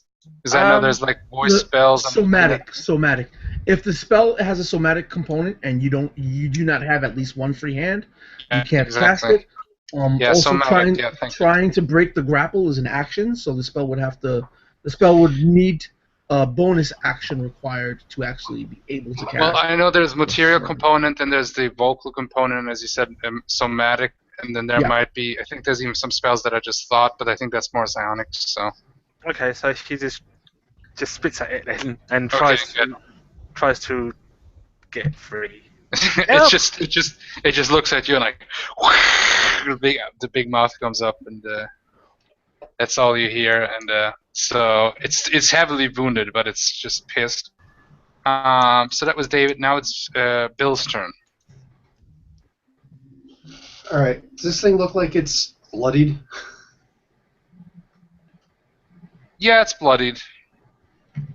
All right. I'm gonna change into a giant badger, and I'm gonna roll to hit this thing. I get 2 attacks, Okay. and my first attack was a nat 20. Oh wow. Wow. All right. I'm gonna hang these dice up or something because I actually rolled 2 nat 20s in a row. Frame them. I'm not joking when I wow. Yeah, I believe you. I'll question it. I'll question it if it's 5 nat 20s. That's I'll all good question because I'm questioning it myself. Holy shit. Fire Anyway, it happens sometimes, dude. I guess so. Okay, so I just rolled 2 nat 20s in a row. 2 nat 20s in a row. Jesus Christ. This thing is pretty much dead, Yeah. but please roll damage anyway. How do you do crit damage in your game? Do you just roll double the dice, or roll the dice once and then double it, or what? It's double the dice. It's double the dice, yeah. I'm going at pretty cannon right now. Before I start house ruling it, there might be some things I'm thinking of house ruling, but for now we're just going cannon. And for a claw. Hmm. What? 23 damage total. Okay. Da-da-da. So It's going to be a mark. it's basically an about like Marma minus 10, so you rip it to shreds basically. Had like 9 HP left. Whoa. And 23, right? Yeah. So it's at minus 14. It's Chunks dead. flying. Please describe how you just utterly destroy that thing as a badger.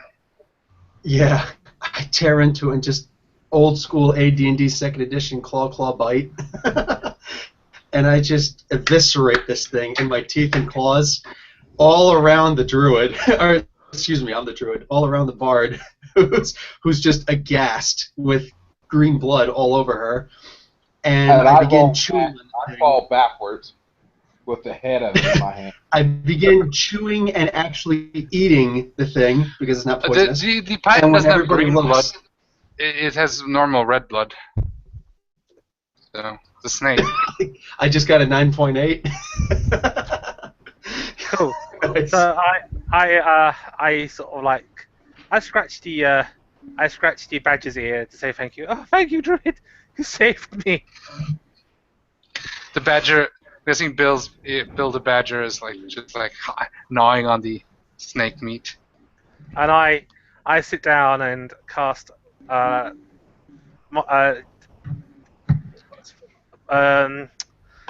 healing on myself. Okay. How much HP do you get back? I get 1d4 plus my charisma bonus, so I got roll it. Nice. Okay. So yeah. Uh, Everyone gets 75 XP. Sweet. And please write that down because you benefit from it, you know. So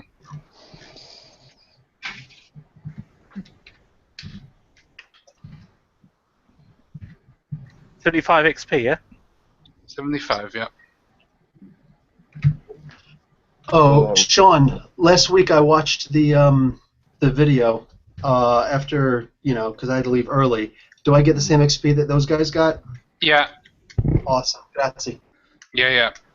You have to leave because of real life. I mean, you got children, so that's always priority number 1. It should be. So, and yeah, of course you get the same XP. I rolled for you your attack with the Shalala or Shillelagh. It's just like that. I know the club, and it's a classic D&D spell, but it's like. It's all Anyway. good. So okay, so how much did you get healed, David? Okay, so I got 10 hit points back. So I gained what I lost. Okay.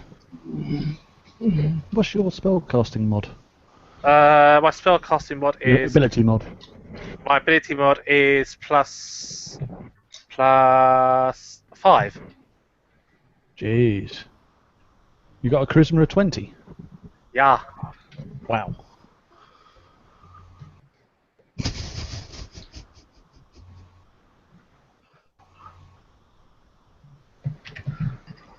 Anyone else damaged? Only I my don't think- pride. Only my pride. Mhm. Okay. Say So, again. My stats are my actual stats are strength 13, dex of 15, con of 12, intelligence of 9, wisdom of 10, and charisma 20. There you go. You get. okay. So yeah, Actually you get can 10. go Never in mind. RP. What? It's alright, doesn't matter. I'll save it for after the game. Okay. We can discuss it after the game. Yeah. Okay. So yeah, you can go in RP. You kill this big snake.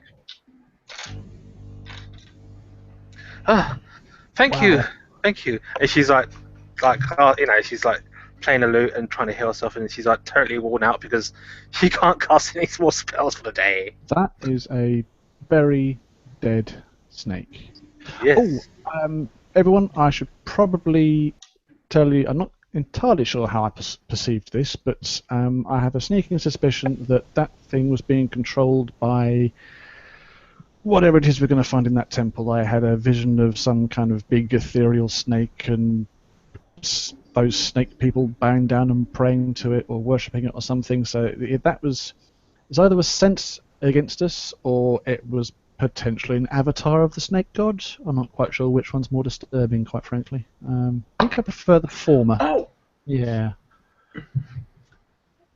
I forgot to ask. Did the snake look magical?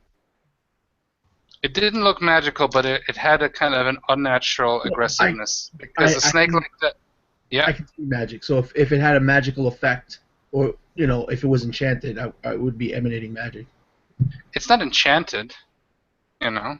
All right. Not that you can see, and That's but it it's not magical. So all right. that's you see. So It is. Is it alright if we rest here? I feel pretty drained. Are you wounded still? No, but I can't do any more magic. Well, I suggest it's, what is it, sort of midday-ish, early afternoon now? well, it's early afternoon. It's you've been traveling, as I said, for about 5 hours, so it's about 4 p.m.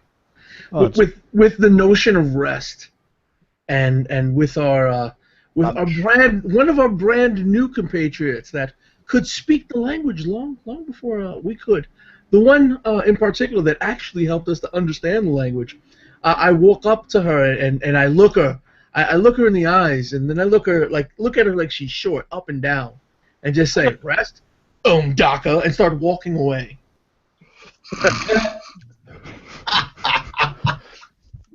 You're the undouble, my friend, not me. I'm Valius taller than you. Hydra laughs and yes, quite. I suggest we find somewhere to stop and have lunch. Maybe not right here, because who knows what is going to come out of the jungle looking for fresh meat, scent of blood and all that. Isn't that the sort of thing that scavenging creatures do, Ogham? Oh, sorry, you're a badger. Master Silverbow, is that the sort of thing that scavenging creatures do? I think we should move on a little bit and then stop for lunch. Generally, that's what they do. They smell the blood. They smell the rotten carcass. Some of them, it takes time for the smell of the dead meat. They like it to marinate that way. Others like the fresh kill. I think it'd probably be better if we weren't here when they come to eat whatever's left. If you'd like, I can cast Purify Food and Water and I can make this snake fine for everybody to eat. Well, we're not shy of rations. Maybe preserve your strength just in case there's another one just down the It's a road. ritual. Either way, Andrew, I'm going to cast Goodberry again, so I've got 19 now.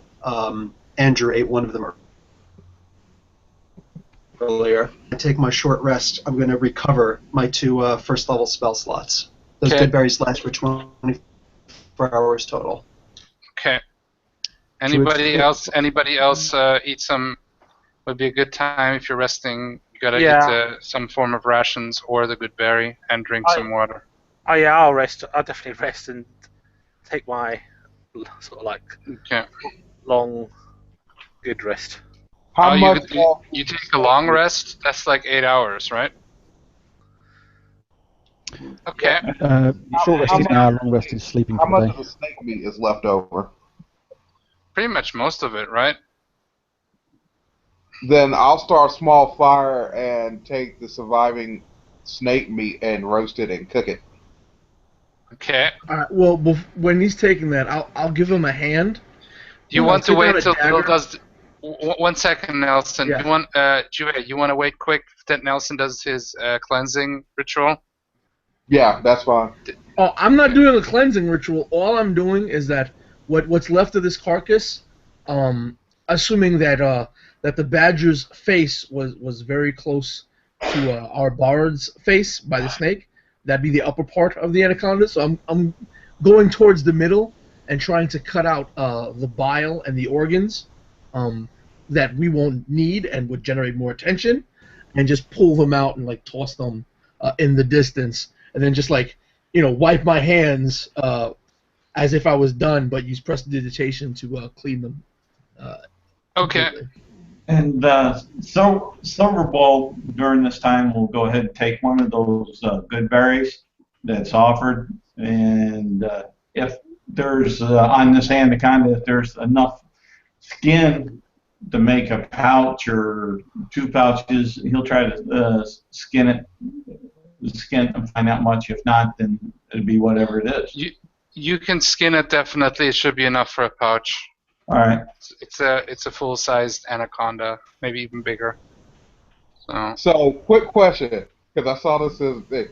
So, does that mean that he's like gonna heat it up and like fill it with water and then like harden the skin and all that, like you see in the TV shows? If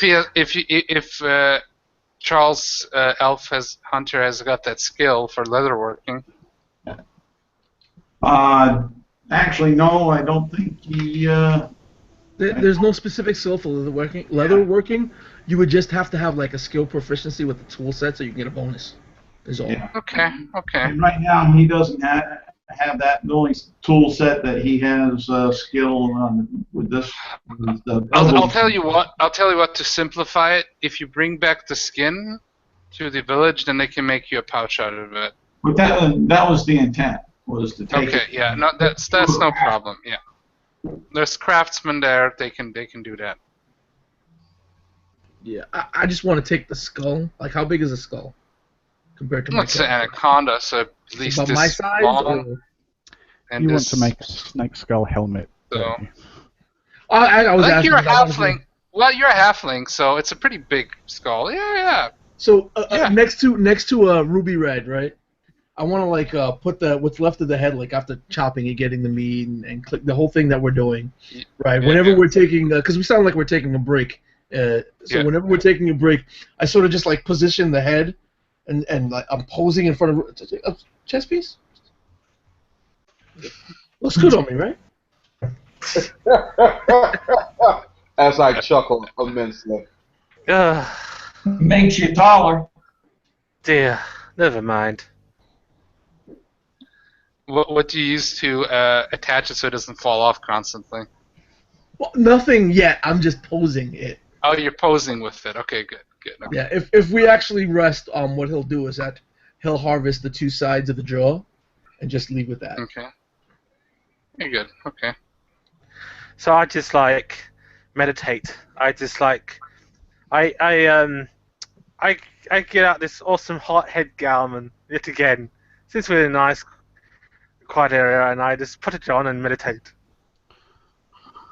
Okay, so are you resting for then a long rest, 8 hours, right? Yeah, I have to because I have to get Okay. my spells back. I'm just meditating. So I'm sort of like you see you see me put on this fancy, awesome headdress on.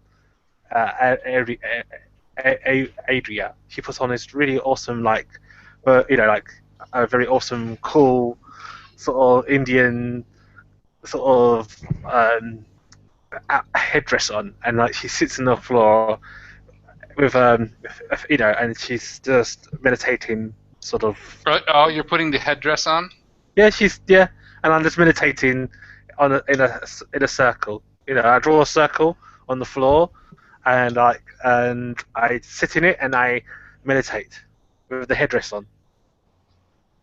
Okay, so this is what happens. Anybody else want to do something before I fast forward just a little bit? I'm just sitting quietly off to one side, nibbling on some rations and feeling. Okay. Everybody then remove a ration. Yeah. If you eat either a good berry or ration, please remove it, and also. I would like to eat a good berry. Okay, then remove a good berry. I will also remind you, I'm not going to be super strict on that, but eventually, food that you've gotten raw or something will get banned. I'm not going to be super anal about that, but just saying. I took the survival skill. Okay, you can cure the meat and stuff like that, and then I won't bug you with that anymore. Okay. That's why I was talking about removing the bile. Okay, good. Okay. Are we salting it, or are we just? I'm sorry, I know way too much about this stuff. Well, you can use ash. Do we have salt? You can use salt. You can use smoke. There's different ways of preserving meat and fruits and stuff. So. I mean, Okay. if we're talking about actually doing it, what we could do is to cut a couple little holes and take the staff, right, and then position the staff so that it's by the fire, all right, seeing what direction the wind is blowing, if we're getting any wind, and putting it downwind of that wind next to the fire so that the heat could blow into it and slowly cure and dry the meat. Is this a short or a long rest, or several long rests? Because I'll say that you're curing the snake meat, okay? We're taking a long rest, apparently, but... Yeah, you're not using... I don't think our war mage would like if you use his expensive staff. Hell no. For such things. I was like, it's about survival in the field. There are plenty of trees around. There's wood and branches all around you, so... Chuck a rock, you'll hit She says, please, I'm trying to meditate here. So what I do is I get down a couple of limbs, and I cut in like a Y formation, and then proceed to take another stick and pin it to there in front of the fire and blow smoke it. Okay, basically you have now 10 rations of cured snake meat that is cleansed. It's a bit chewy, and it's not the best tasting meat, but it will sustain you. Reminds me of my childhood.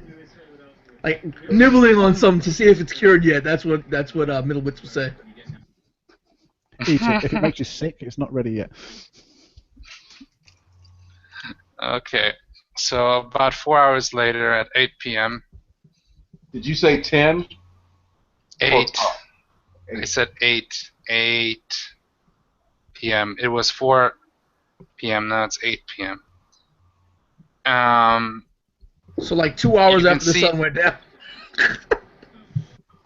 Yeah, so the sun went down. Yeah. Rests? Well, that's 8 hours, right? Yeah. Unless something changed in 5e. No, it's 8. 8 hours is a long rest. So. No, unless you're an elf. Yeah, elves are special snowflakes. I know. They get like basically everything is. Eladrin are the extra special ones. They just meditate and I'm cool. And 5e, all of them just meditate 4 hours long rest. Yeah, that's All of them? that's I that's a thought only the long. Eladrin could do that. No. But I hate to make you repeat yourself, but did you say it was 8 pieces of snake rations or 10 pieces? 10 total. 10, and also eventually you cannot like carry like I'm not going to be again super anal about it, but there's going to be a limit to how many rations you can carry and how much stuff. Okay. Yeah. As I say, I'm just gonna like just tell you how much and okay. So, but 10. So, yeah, you can see a woman approach the camp. She is in a tribal outfit. She wears a big. She wears like feathers in her hair. She has like war paint. She's got also dark skin, although violet eyes, and a black hair embroidered, and she's all kinds of all kinds of bones in her hair and stuff, and small skulls. And she's wearing a not very much basically loincloth. Is there anything Very vaguely reptilian naked. about her? No, she looks first glance she looks human. She's holding a spear and a shield, like a big looks like a stone wooden spear, and like a leather big shield like the Zulus have, kind of, if you have ever seen one. Yeah. And that's why Who she's not hasn't wearing seen Zulu armor, Christmas? because she has the shield instead. She comes up to you all, and she looks at Arya Starflower, and she says, let's see here, what was it again? Yeah, she looks at you quizzically and asking, and she points at all the other all the other characters, so the men, and says, and she asks you, koala, Koala. and then okay, and then she says, Ubnaba M Shaba, and it's a different language, obviously. Oh, I guess after a long rest. Have we done a long rest? No, you haven't. You have done 4 hours. Ah. When Camp approaches the party, and being a gentleman, you don't sit when a lady approaches. So I stand up and sort of straighten my clothes and the staff, and take a few steps forward. And then she, as you take a few steps forward, she likes, Kuvantu, did I do something wrong? Kuvantu. You better not. Let me do this later. I tell her to pat the ground and see if she will sit with me. She puts down her spear, and she looks kind of round. She's not sure of it, and then she sits down. Okay, I'll just sit down and continue to meditate. Hopefully, that she and like to say, and I sort of like tell her. I guess I'll say, I say, me, you sit. Maybe. Do you want to try to speak in the villagers' language? Yes. So I try to speak the villagers' language to say that I'm trying to rest. Oh, I see. You speak the Kunu tribe. You speak Kunu. Good. Yes. I speak Kunu not too well. I see you are resting. Yes. So I see you are the matron of this party. These are all your husbands, right? They all serve you, right? Yes, they serve me, but they are not my husbands. I am not a married woman. I do not. Then why do you surround yourself with all these males? They don't serve you. They are part of my. They are friends. We are a party of adventurers. We are friends. We are travelers from the outside world of this island. Oh, you are from beyond wall. I might have guessed. But she looks around at the others. I'm like, They are not my husbands. I do not dabble with men, she says. Well, woman can take should take whoever she pleases, Yes. unless it's other woman. Yes, that is the idea. Then she should ask, obviously. Yes. That is my goal in life, I say to her and wink. I see. So, I thought you were here for actually trading. No, I wanted to see if you actually did exist. I was told by the great wise hawk of the tribe that I come from that you were in this jungle, and he said put this head garment on and you should appear. So I thought I put him to the, I thought he was deceiving me, so I thought I put it to the test. You know, I am my name is Wild Mongoose.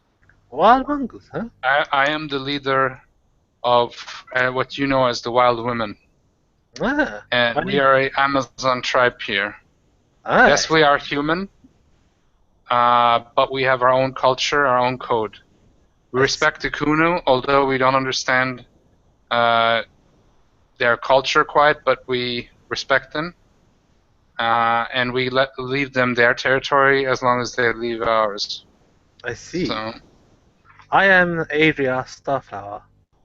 These are my friends, like I said. That red dragon, his name is Ruby Red. We have Wallowitz. yeah, I was worried he was a scaled one, but I see now he's some kind of other folk.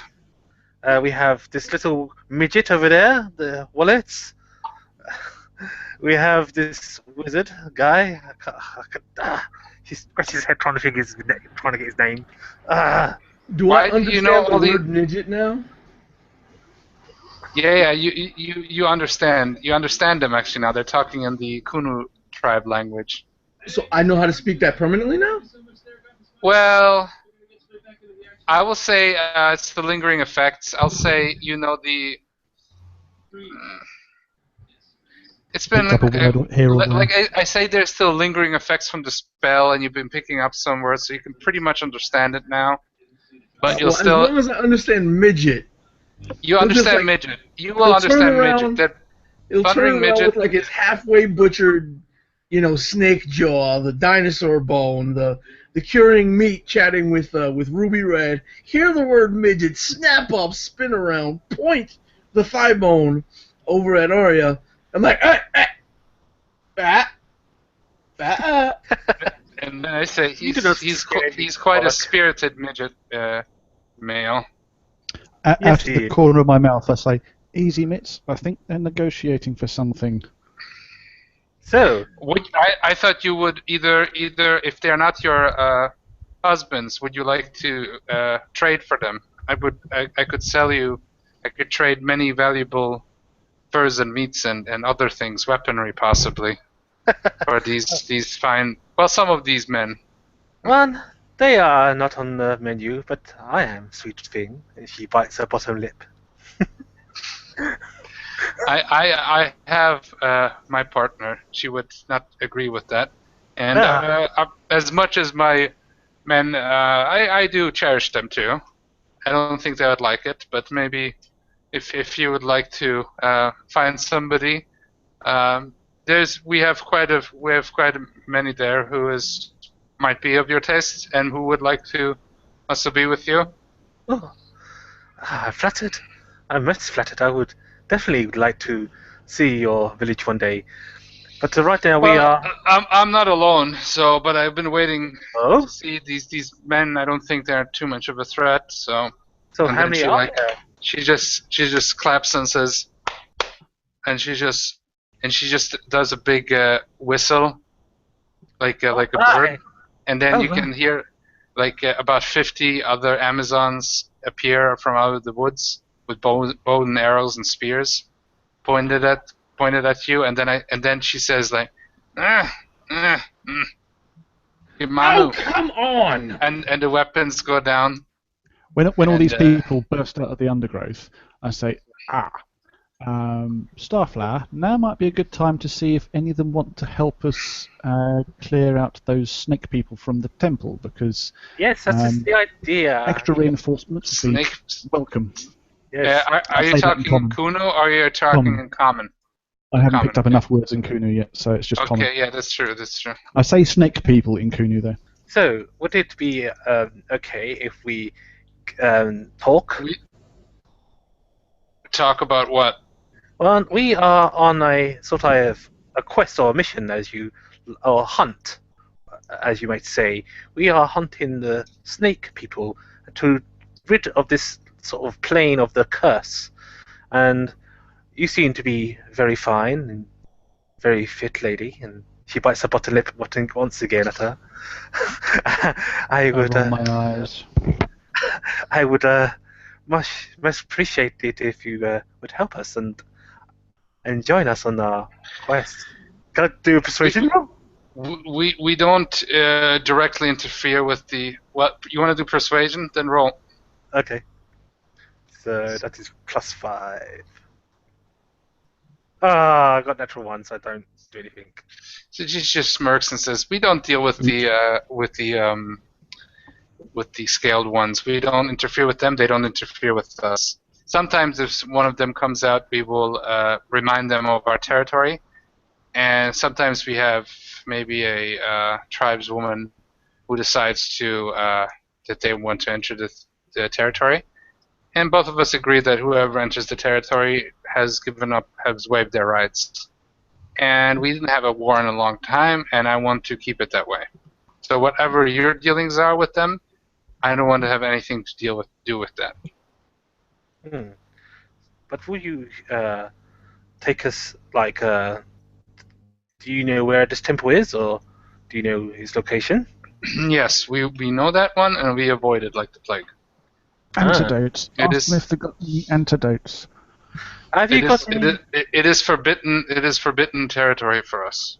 Have you got any antidotes for the poisons? We are going on a hunt there, and we would like some supplies if you have got any. What will you give us? I'll give you myself, if I could. She bites her bottom lip. As I said, it's very flattering. You are definitely very pretty. No question about that. But as I said, I have a wife, and I have my servant man. What about this? She goes in her bag and pulls out some gems. What about these shiny pebbles? Do they interest you? She picks out one of the gems and looks at it like, they are pretty, but well, imagine practical. Can I surreptitiously press the digitate so that the handful of gems just sort of sparkle gently in the angling sunlight through the jungle canopy? And look Yeah, you don't have to roll for that, right? It's a level 0 spell. Press digitate. Yeah. Okay, yeah, they sparkle. She definitely says, "Well, yeah, they're very pretty." Yes, perhaps you could turn these fine pearls into like something for your mistress. No doubt she will appreciate such a wonderful gift like this. She would appreciate probably a new spear or a new bow. We are very crafty. One of the other women just says, "But they are really pretty, aren't they? I mean, they would be." And then the chieftain says, "Shush." So what else do you have to offer from me? When she said spear, I don't know if I understood the word or not, but did you sort of gesture with it? Because I can see they're trading. And if I pick up that they're talking about a spear... Roll intelligence check. Basic intelligence check. Basic intelligence. 5. Bonus. No idea. So how much did you... you didn't pick up the word spear, but you can see that there's some form of trading going on. And I can see that their weapons are stone-tipped. They're flint rather than steel. Well, you can see they're stone-tipped. You can see they're like the leader. It's actually now you can see that the leader's is not normal stone. It's obsidian. Okay. So I pull out. And you can see that she has a what you can obviously see a steel-made knife that you don't think they made. Okay. So you're guessing possibly it's from the people beyond the wall or something else. So I pull out I pull out the actual short sword that I got from the cave, the one that I sort of made quite nice and sparkly new, sort of thing. So I pull out this long sword from like its sheathed, and I say, look, this is proper steel, proper metal, and I sort of like, Yes. and I make a cling sound like cling, cling, cling, sort of thing. And she looks at the sword. Yes, this is definitely. She kind of inspects it. We haven't been able to learn yet the iron shaping as you do it, or some. There's only very few of folk here that do it, including the wretched scaled ones. But we haven't been able to learn the secret of steel. The riddle of steel. No, I'm just kidding. Yeah. Anyway, so she says, yes, this would make an. We will give you anti-venom for the. What is that sound? What's that? Charles is making noises. Yeah, thank you, Charles. It's like some dramatic music or something. Sorry. Yeah. I will provide you with anti-venom and a guide that will lead you safely through the jungle towards the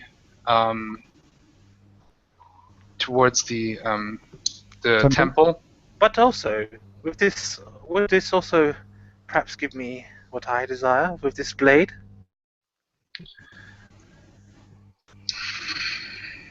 We don't do prostitution. We don't do these kind of things.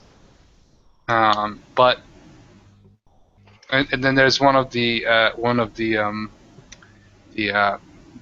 woman says, "Well, I think she's pretty. I'll guide her there." I bite Take the deal. And you can see, and she can see she is a 7-foot tall, very muscular, attractive, but a bit butch-looking Amazon with shorter hair and yeah. So she smiles at you. I bite my bottom lip and wave my hand like fanning myself a bit and like, oh, she seems very, very fine flower. I say, and I give her the blade. I say, yes, that is a fine deal. Okay, I will then prepare as you say. Okay, fine. And she looks at and she says, "So,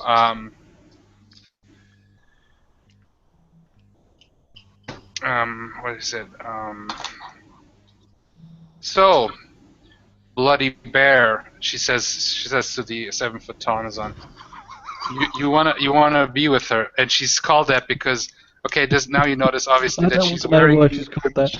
She's wearing like a bear helmet made out of a bear fur around her, like a bear skull, and it's all bloody. And she says, "So, you like her, huh?" And she says, "Yes, yes." "So you want to do the ritual then?"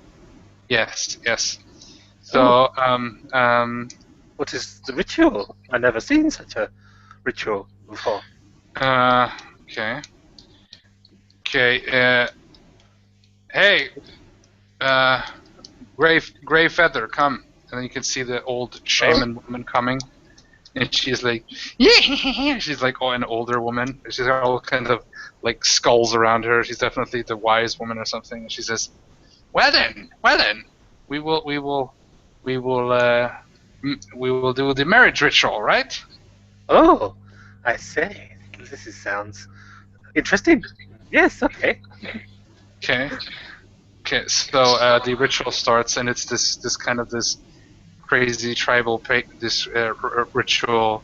They bring out some animals and sacrifice it to their great god, who's basically like you can recognize it's a tribalized version of Artemis, and so they call her. Let's see here. God damn it, this pen is sucking. Sorry. Artona. and they're chanting her name, and she's the great huntress in the sky, hunting the great beasts, and uncontrolled by any men, basically. And they do the big ritual. They sacrifice many animals, and then they basically they have a great celebration. And you're like, they basically paint you in with all the different blood and painting and stuff. And of course, strictly, they took you away to a secret area because the men are definitely not invited. Oh, can I keep the head garment on? Yeah. They personalize it, and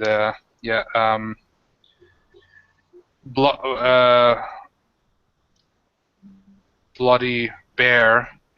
Basically, after a wild party, you get your full rest. Don't worry.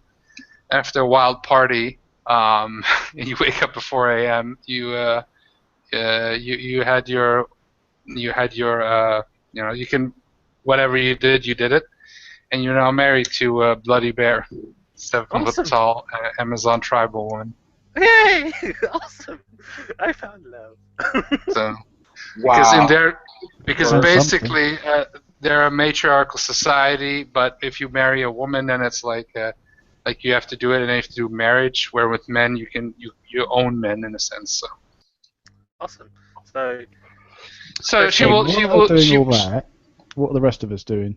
Yeah, go ahead. What you're doing. So apologies. So we got to focus on David now. Go ahead. You have about 6+ hours to do stuff. So it looks like we've lost our bard for the evening. Ogham, is Ogham still in badger form? And if not, I offer to assist him with the preparation of more healing salves and the like. Just to see if we've got some, just in case our primary healer doesn't come back or is otherwise disabled, we have an alternative. Don't know if. I think she's gone for good. And it's just how good the wedding night was. The honeymoon may be long.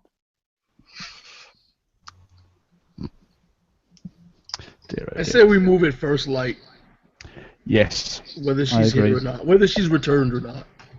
In which case, I will talk to Mitz and just start talking about arcane stuff and professional talk, swapping stories about where we got our spells from, and basically trying to figure out if he knows any spells that he could teach me and vice versa, and just exchanging arcane small talk. Okay, everybody roll perception check again. All the males except David, of course, because Arya is doing her deed. She has no time or. I see it. What did you roll? I rolled a nat 20. It's a 21 total. Oh, okay, fair enough. I rolled another crit, but it's a crit fail. Aww. I guess the balance of being a druid. Well, you did well as the badger, so. Aaron rolled a 22. Okay, nice. And 18 for Valius. Okay, so this is what happens. As you're waiting, you can see. I rolled a 4. Middlewitz, you see him first. What did you roll, Juve? I think I rolled a 4. Yeah, you definitely. You're just doing your own thing. You're like curing the meat and focused with that, and remembering all the things that your father has taught you in your village in the north. And so one of the you can see now from the sky, basically, the night sky. You can see in the sky the humanoid, the insect humanoid, reappear. And but this time he's not trying to hide. He basically shows himself to you, and he comes and he's a bit like he's got like a spear in his hand, but he's not holding it threateningly.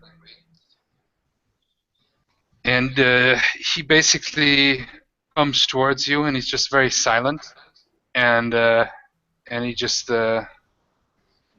looks at you, and he has a little bag, and he puts it down on the ground, about like 7 foot from you.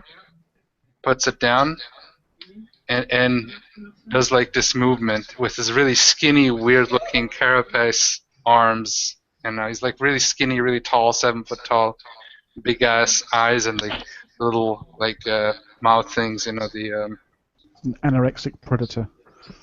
Yeah, he's kind of like that because he does this movement like, and then he like, How's and he then talking, Cliff?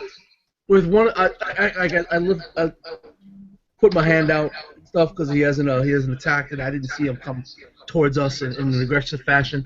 But I'm still holding on to one of the giant constrictors, half of the jawbone, as if it was a dagger. I look at the bag, and then I look at this creature, and I slowly raise an eyebrow.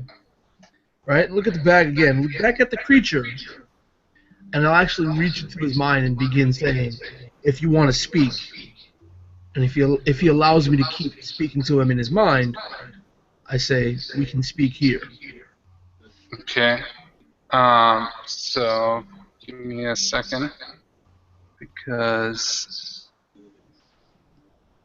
okay, no, I gotta check this here. There's something. Awakened mind is my awesome ability. Echo. Okay, so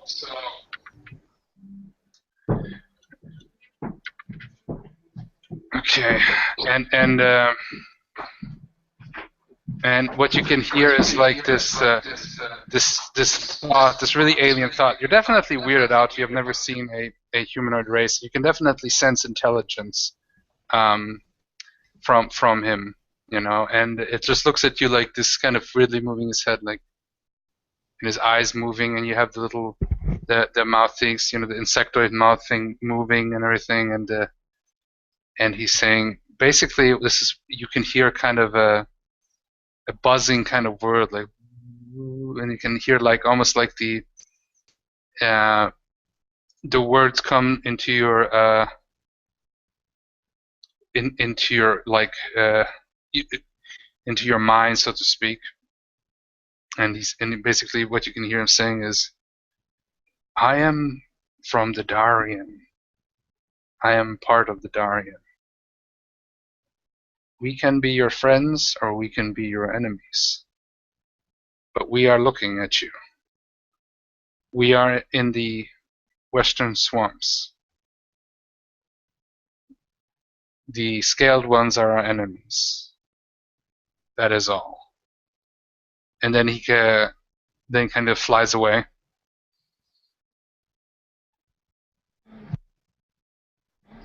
I can't. What? Can you hear me? Yeah, I can hear you. All right. My mic light for whatever. As the thing is flying away, I turn to Aurelius and I'm like, at least that one didn't freak out.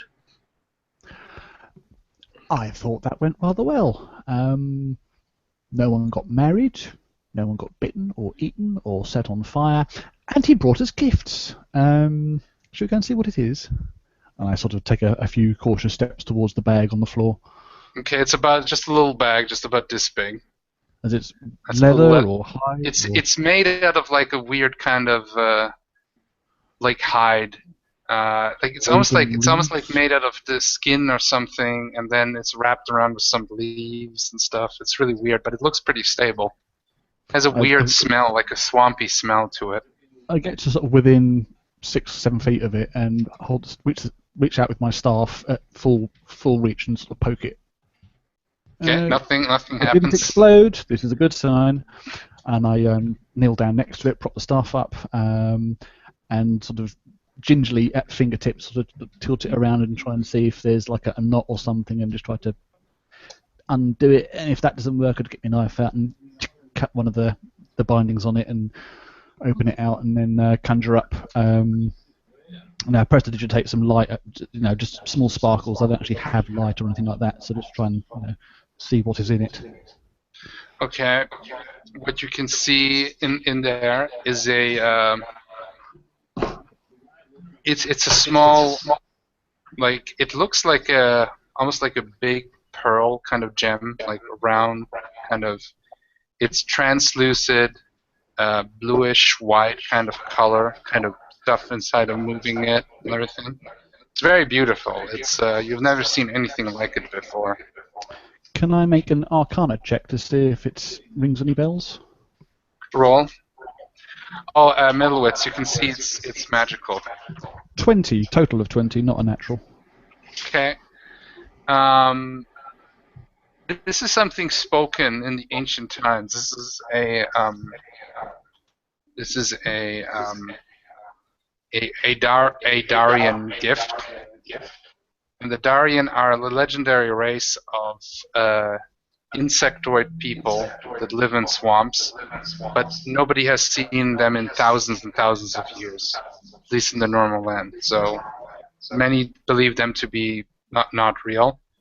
But a Darien gift is something that they only give to people who they wish to be friends with, which is not many, because either they give you a blue gem, blue white gem, or a red gem, and a red gem would be like where they want you they want your death. You are their enemies.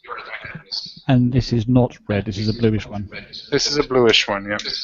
And you only remember this because you happen to read that in a forgotten scroll in one of the libraries in the southern land, in the Caliph's royal arcane library, and it was like a half forgotten, half destroyed, many thousands of year old. So I'm sort of peering in scroll. and then conjuring the sparkles over it and go, oh, that's good. That's very good. Gentlemen, this is quite... Yes, things are looking up. That gentleman, if my studying serves me right, is... it's from a race that hasn't been seen on the other side of the wall for centuries. And he, going by this, he wants to be friends.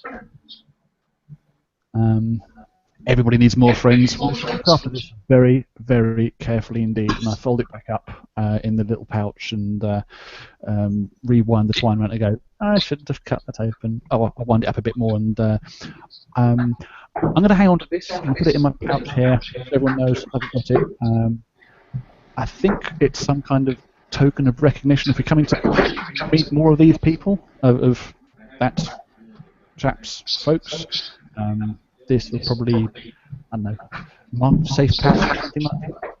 So I've got it if we need it, and I'll tuck it in the pouch. Yes. Thanks for muting Charlie because it was getting also. But yeah, have you actually touched the gem, Andrew, itself, or did you just open it up and look at it? I gingerly opened the pouch with fingertips, looked in and went, oh, and then wrapped it up again and tucked it in the back in the pocket. Okay. So since you did roll a 20, one of the other functions of the gem is that it does serve as a marker, and like that it will help you find the Darien in the swamps, and it's like kind of like a beacon for you to them, and the other way around too. And the red gem is like almost like a cursed object, because this is all you heard, that there's people who got the red gem, they tried to throw it away, but it was always reappear, and until the die, that person was slain. So it's like a GPS marker so that they can find us and we can find them as well? Yeah, kind of. It's not 100% exact, but it is definitely helpful, especially if you're, because they live in swamps, the Darien. I'll keep that particular nugget of information to myself. Okay. Until such time as. So, but that's all the info that you know about the Darien that even exists. So. It's like the okay. D&D as he's explaining everything, I'm like, oh yeah, yeah. You know, you could have just asked me, and I would have told you that, right? I wanted to contribute. All right. Yeah. He also said that they weren't too friendly with those serpent people. I didn't know that. That could be very useful. Yeah, and You rolled the same. How much did you roll, Nelson? Before I don't want to interrupt, but I think you rolled pretty high too. no, I didn't roll. This was just the communication. Okay, good. Sorry. Remember, we were talking mentally. I'm mixing up. Yeah. Okay, good. That is very useful information. Well, I think we should stick to our original plan of go and scout out the temple and get the lie of the land, see if we're horribly outnumbered by evil snake people, and if that's the case, then we call in reinforcements and go and kick Scaly butt. As We're a bound to be barbarian outnumbered. of my acquaintance would have put it. I can agree with that. You don't hear that, Juve, I think, because they're talking in mind speak. No, I'm not talking speaking out in loud his, to Mitz. Yeah, I'm not speaking in his head. I was speaking in the head of the insect dude, and the insect dude was speaking in my head. But when I'm speaking to Avelius, I'm just like, the insect dude has communicated to you all. You're not quite sure if it was telepathic, but you did speak to him mentally. It was kind of weird because his mouth didn't move directly, but something was going on, and you don't quite know what. And that is something that the Darian have a mysterious way of communicating. That's something that is unknown. They're basically the aliens of the D&D world. We've encountered little green men. They fly, in a sense, they yeah. talk to your brain, they have weird magical marbles, and they're on our side. Win. No anal probes for us. Well, if they would be the aliens, it would be very different, and you don't want that. No xenomorphs here. No. Little green men. Little grey men, even. Yep. They're definitely a more alien race, for sure. Okay. So yeah. So I guess we chat about that for a bit and make camp and make ourselves probably slightly off the track and then wait for the wedding nuptials to wrap up and then head on in the morning, would be my guess. Yep. So any kind of final words before we continue to the morning? No, I guess not. I'm doing my thing, so. Okay, so you awake and Jesus Christ, it's all in your head. Can't beat them, join them. This is not fatal. We will not roleplay that out. I don't care Or what you Alpha say. Blue. Or Alpha Blue, yeah. So, David, Arya does wake up with a hangover, and Oh dear. because you've been like in this trance, basically drinking and doing all their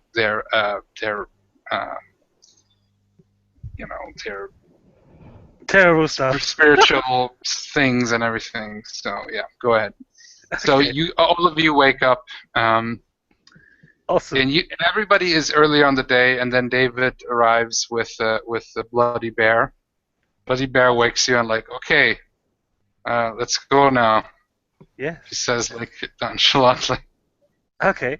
So I sort of hold onto her arm, type of thing, her muscular arm, and like, okay, let's just go, my wife, and then skip her, and then and literally the way. Okay, yeah, and she kind of looks at you kind of weirdly, but she enjoys it. She likes it. Anyway, so you continue on, and I'm just going to fast forward a bit, if that's okay. And you arrive at the temple because Bloody Bear knows the lay of the land, so you avoid, for now, all the creatures and everything, and you can actually you reach the place at like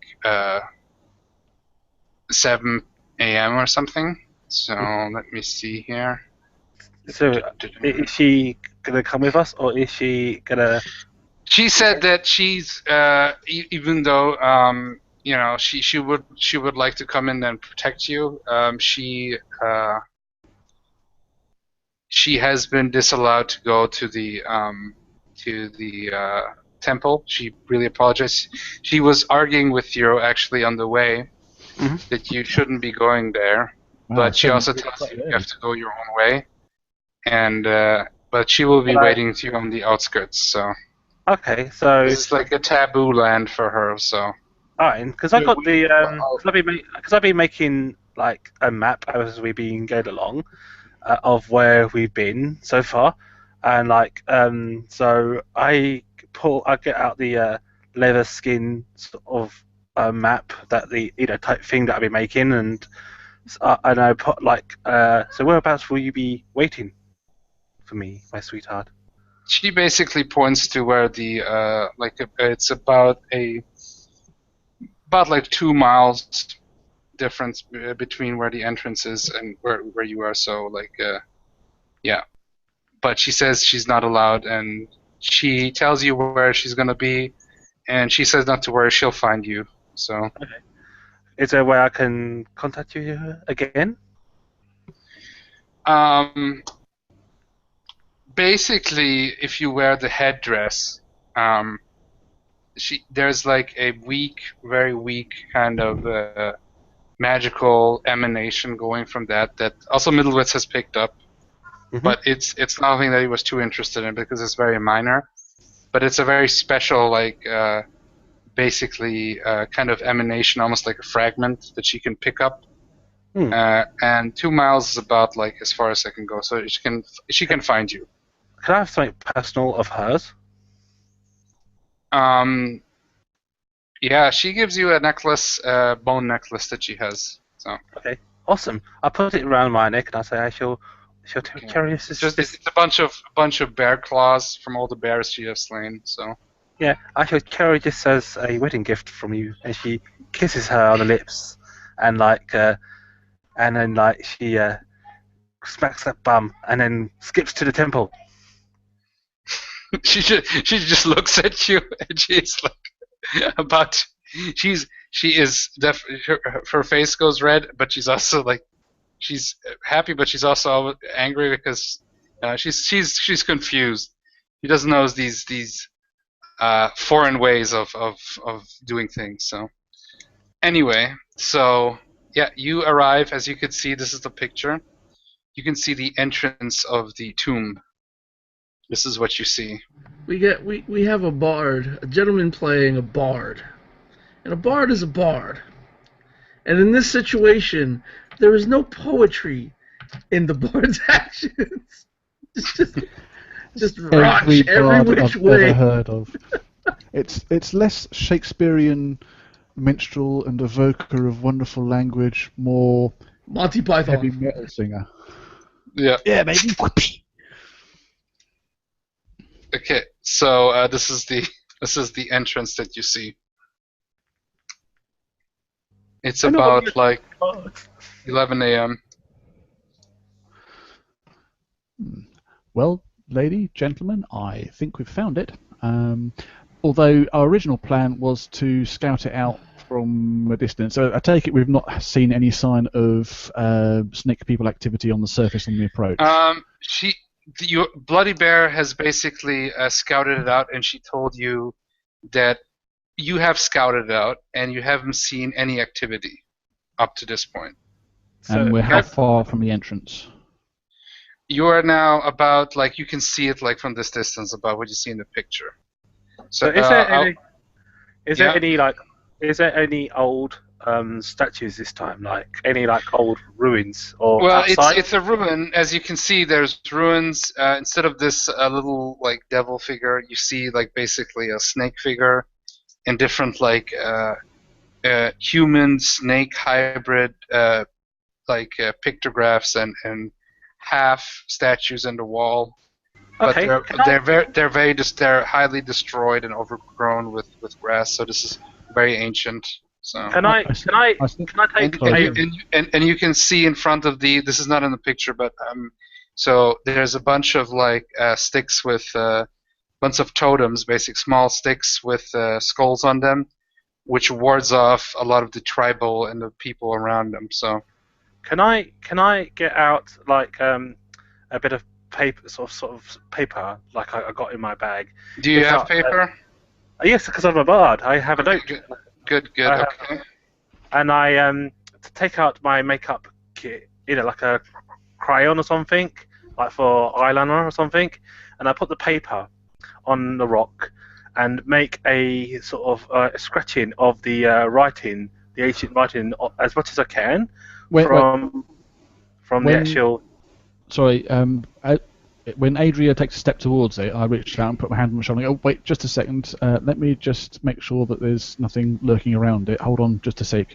And I'll send Poe up to do a sort of a flyby around the temple, and I'll focus and get as much of a good overview of it as possible, just to make sure there's nothing lurking around corners waiting to jump out on us.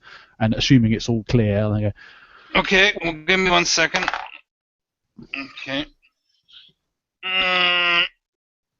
if he spots anything and he's out of range for me to see, I'll get him to come back and communicate with me when he's within range. Aaron would also like to look around, see if he sees any signs of fresh tracks or movement on the ground. Yeah, I think I wanna help out. But what he's actually looking for, what Middlewitz is looking for, is that you said the ruin was overgrown, correct? Yeah. I want to look towards the side of the ruin, the walls, the places that would naturally be less disturbed, and use that as a basis point to compare the overgrowth there with the actual overgrowth on the steps and the passage towards the entryway of the temple. So you want to see if anybody has entered the temple in recent times, right? Correct. Okay.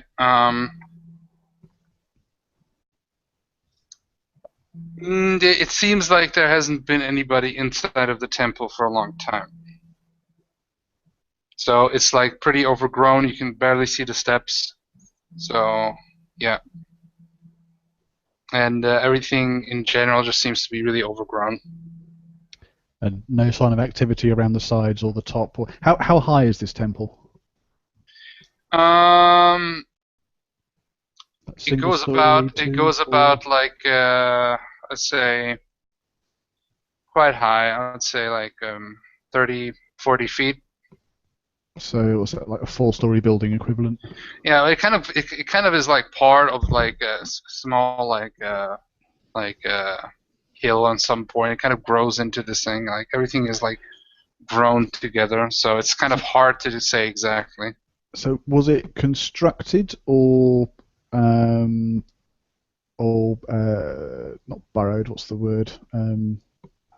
Quarried out of an existing natural feature?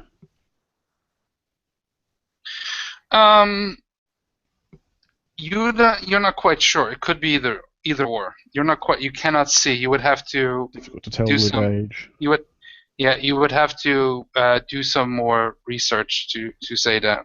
Nothing It's definitely very ancient. That's all you can say at this point. And Poe, just to clarify, Poe didn't see any movement around the outside. What potency? What? I sent Poe to basically scout around the entire structure. Poe hasn't seen anything. Nothing lurking. Anything Poe comes yet. back, tells me that, well, it doesn't appear to have any guards or lookouts on the outside, so I think we can approach safely. Ruby or Master Silverbow, perhaps? Aaron will, Silverbow will go ahead and say, why don't you get with that precursor of Poe's insight and like that, let me sneak on up and see if I see anything there, and then if I don't notice anything, then I can signal to the rest of you with a hand signal to come on. Sounds like a plan. Okay.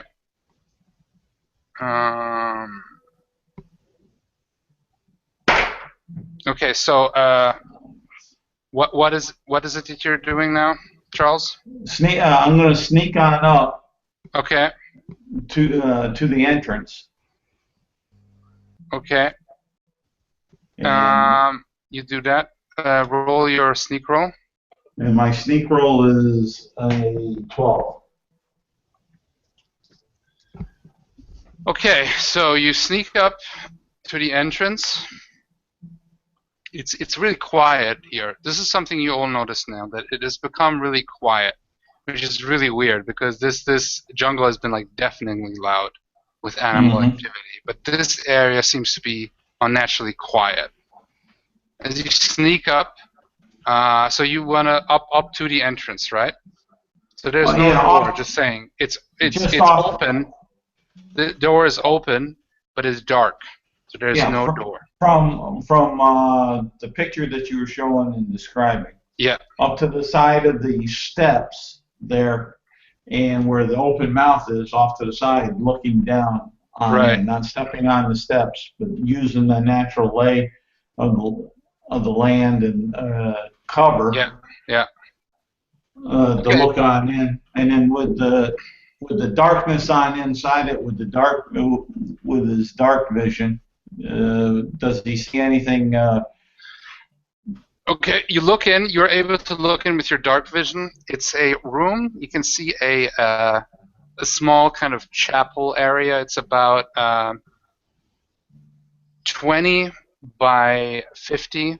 Like it's 20 wide and 50 feet long. Okay. It's about, you cannot see quite the top of the roof, but you're guessing it's about 40, 50, like 40, like high or something like that. Okay. And But I don't. you could see all kinds of. There's still some kind of hieroglyphs, and there's some kind of altar at the end. There's no Okay, chairs. but I or don't see anything. I don't see no heat signatures like from bodies. No, it's Okay. it's empty. Okay. It's empty. But you have you have kind of a bad feeling about this, like Indy would say, Okay. or Han, or whatever. Well, going with our plan, I'm going to go ahead, or my plan, or our plan.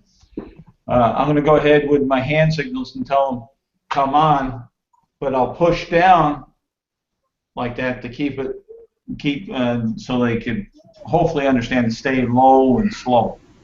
Yeah, I do a stealthy roll as well. Then see if I can be stealthily sneaky, if I can. And I will have my weapons ready and crouching, approaching as well. Okay. So I'm gonna roll my stealth.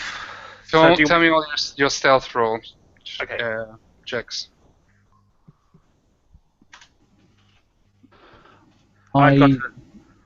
Sorry, go on. I got an 8. I didn't do this well. I was like, I messed it up. I am waiting until the majority of people have gone past me, and I'll be either last or second to last. Okay, 19 stealth for William. That would be an 8 for me, and I don't think I have any bonuses in stealth. Is your dex 10 or 11? I'm actually pulling that up right now. You had Plus, dex if you're wearing metal armor, then you're going to be at disadvantage. point. But while the rest of the party's coming on up,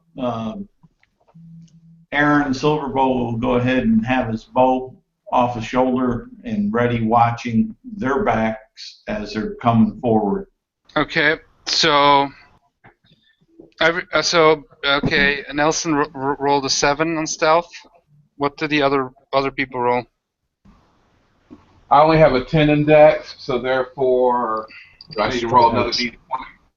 Yeah, it's just a straight up d20 with no bonuses. Disadvantage for 8. metal armor. For heavy armor. Yep.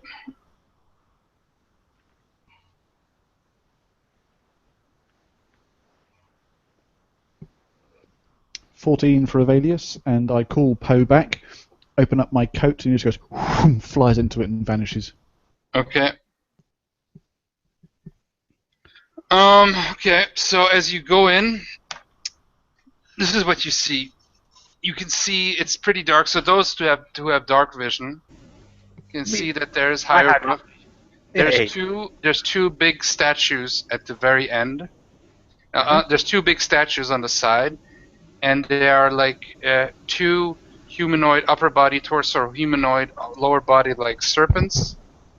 And they're like holding the roof up, so they're like the pillars, and their heads are like snakes, and their upper torso is like a human. Okay, I wish They're to holding up the roof. traps. And on the end you can see. Wait, let me show this. You can see two other statues. They're two female statues with serpent head. They're holding on their shoulders an altar, and on the right behind the altar on the wall, there is a small, like, you're thinking metallic, possibly golden kind of thing, and I'll show it to you. It's two snakes. You cannot say. I don't know if with dark vision you could see color. I think you see it in black and white. Yeah, we do. Right. I see them in black and white. Faded But you grey. can see it's metallic of some sort, and there's two little candle holders. I'm going to show you how it looks like. This is what it looks like, basically. Okay. And there's these two Okay. candle holders, and you're guessing there's some kind of incense put in. Okay. And Can I? this is what you see. Okay. Can I? I sort of like step forward a tiny little bit, and I'm going to check the floor to see if there's any booby traps. I'm going to check for traps. Roll. Okay. So what do I need to roll for checking for traps? Is there a skill for checking traps? I would say it's I think intelligence, it's right? a straight dex. If Or you dex, yeah. have, Is it perceive in it? oh yeah, no, perception, yeah, Yeah, just roll No. perception then. or No, investigate. It's investigation. Investigation. Yeah. Okay, good. Investigation. So there's no trap search skill anymore. Okay, No, good. Well, they simplified it down, so yeah. So what is my investigation? anyone can check the traps basically. That makes sense. The difference between the rogue is that he has got already a higher dex anyway, so.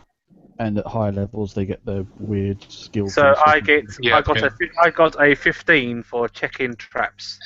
You cannot find any traps. It seems to be all cleared around here. And as you get, so how much how you're all now inside of the temple, right? I'm lurking in the doorway, waiting for the others to go in first, because I go splat when things surprise me. And Aaron's been covering them as they've come on up. So Is Aaron even in there yet or no? no, he's out at the entranceway, like where our sorcerers are. Yeah, Okay. I'm sort of like near the entrance as well, sort of thing. So this is what you. So basically, so is everybody at the entrance then? I Yeah. guess. I'm not taking Okay. it. I'm hanging back with my compatriot, you see. I don't want to separate from my friend. You know, Fluffy's like at the that's when back. trouble starts. I want him to know that I'm here for him. All the smart people are at the back, and all the meat shields are at the front. I'm not a meat shield. I'm just a typical bard. So who will actually go into the temple? I guess Or you're just gonna stand there in the door of Okay, the so temple? once I check for every time, like what I gotta do is Well, pick up. checking for traps. Okay, if you're checking for traps, you gotta You tell don't me have also to exactly do that. how, because you cannot Okay. just because this is Alright. just like you're looking for traps with your eyes. So Alright, you so what I actually do have is to I focus. actually I get a stone from the floor, like a stone or pebble, and like I toss it forward to see if it it's quite a sturdy stone. Perhaps Yeah, the weight. nothing happens. You throw the stone, nothing happens. It's just clink clink. Okay, so I get a sturdy bit of wood, like a bit of a broken bit of wood, and I poke the first tile in front of me to see if it like moves or wiggles, like if you would like a pressure point or something like that. So like I poke it Nothing. to see if it does. It's a very stable build. Okay, and I do that every time I step forward. Aaron watching this, he gets frustrated, and he kind of wiggles his way around this overcautious, voluptuous newlywed, and he'll take his full movement action and move to the I guess altar. Okay, you move to the altar. I get really quick in the back, staying back there with Vilius, right? I'm nudging Vilius with my elbow, I'm like, Despite last night, she can't help but giving it a little poke. Metal wits. So now, That is hardly behaviour appropriate of an adventuring party. So Even if you're in right. the actual the chalice part of the altar, Jesus Christ, like the innuendo session. Okay. Yes. There you can see an actual skull now, and you're not quite sure because you're not quite sure if that skull was there before, and you're kind of weirded out. But the skull starts moving up. It turns up slowly and floats up. Excuse me, what skull? Hello? Sorry? Yep. It just was suddenly there. And the skull then turns towards you and then looks at you. It floats there, and the skull starts changing and becomes ethereal, and it changes into an energy, and a form changes. And this is basically what you see. So just to clarify, we were poking around and chucking rocks, and then an ethereal skull materializes in the middle of the chamber, the back end of the chamber? No. And you remember the altar? There's like With a chalice where they would put the thing. Shapes and the snake candle. thing was on the background, right? Okay. Like And the a chalice little on the prayer altar. corner. And there was a skull. And what I'm saying is, he wasn't quite sure if that skull was there or not. Kind of a mind fuck. That's what I'm saying. Okay.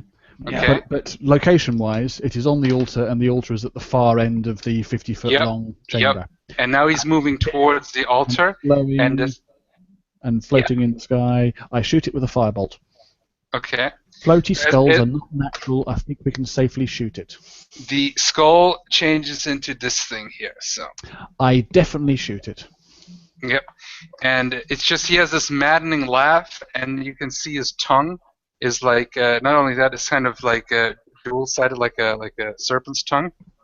And you're guessing it's most likely a Lulu. Okay, and we do initiative order. Then you can throw your fireball.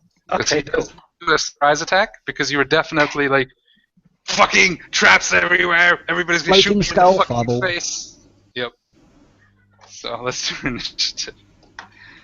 Okay, so Andrew, how much did you have for initiative? 17. 17. Okay, Charles. 14. 14. David. Okay, I got a 9. 9. Now I'm at the back because everyone went forward. Everyone pushed forward in front of me, so I'm at the back now. Okay, so one person went in front of you. Juve, what do you got? Front of you. Juve, what do you got? Or Nelson, what do you got? I got 18. Nice. William, what do you got? 13. Juve, what do you got? Senor Carmichael. Ruby. Earth to Ruby. Muted. He's got a 0. I'll say that roll is his initiative. 8. Okay.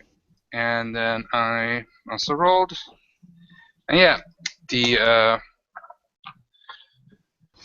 spirit of whatever this is attacks you. And Charles, you went forward bravely, right? Yes, I did. Okay, so it moves towards you, and it just moves in this way, and it's like this lower body is like you kind of see the legs, but it's just floating in this kind of swirling energy, and it's just like maddening and just like cackling, and it basically grabs towards you, his arm extending with his claws, trying to grab you. Let me see if he succeeds. What is your AC, Charles? 17. Okay, he does hit. That is...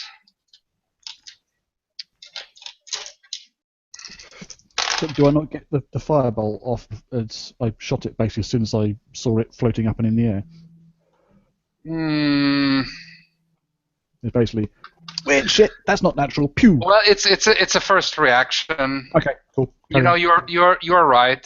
I'm sorry if I always do initiative, but I did allow previously to do a first reaction. It's cool. Carry on. Carry on. No. I did allow it, so we'll retcon this if this Oh. is cool with you, everyone. Do your firebolt then. 18 to hit, 4 fire damage. 4 fire damage, okay? That's not natural. So everything we saw, the skull floating, then it taking the form of what we might think is a Lulu. You know, everyone pushing forward, panicking, going, "Wait a minute!" Right? We're then greeted by the loud utterance. That's not natural. See a fire stream forward and get snapped back to the moment the skull was in the air. So the firebolt before he goes and tries to grab what's his name? Charles's character. The fireball hits it, but it goes partially through it. But part of its body kind of just flaps, just disintegrates, but just only a little bit. You know, it's like semi like how you say that? Shooting jelly with a fireball. Well, it's not jelly. It's not jelly. It's more like it's not jelly. It's jam. Ectoplasm or like spectrum. Okay. So it doesn't hit a solid object; it goes through it and disperses. Kind of semi-solid. Like, you know what I mean.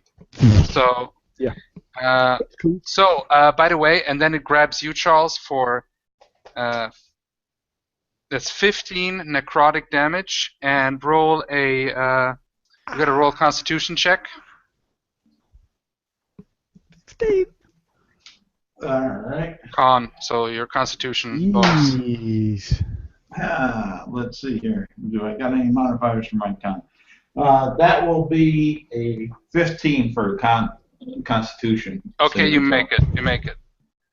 Good thing too. So basically, it grabs to your body, and its fingers kind of extend, and its face just gets more maniacal, and it grabs right into your chest, into your heart, and you can feel your body like it's aging and like almost like rotting, and you can see like black veins appearing, and just like it's kind of rotting and burning, you know, away at you a little bit. And then you just push back from the huge pain, but you resist it. You know, you still get the damage, but it could have been worse. So,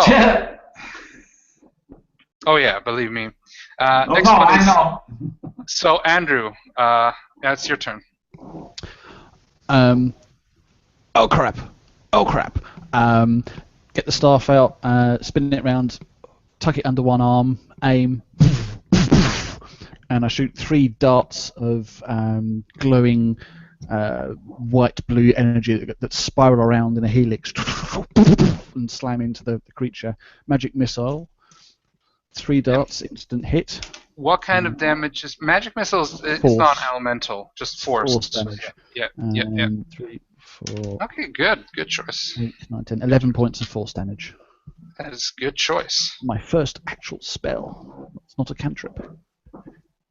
Now this time, please describe him getting like full damage. Like you shoot out the magic missiles, like, and it hits him, and giant parts of his body just start fading away like mist, and it's just like out of his body comes like another kind of darker purpley mist out, and he's just like.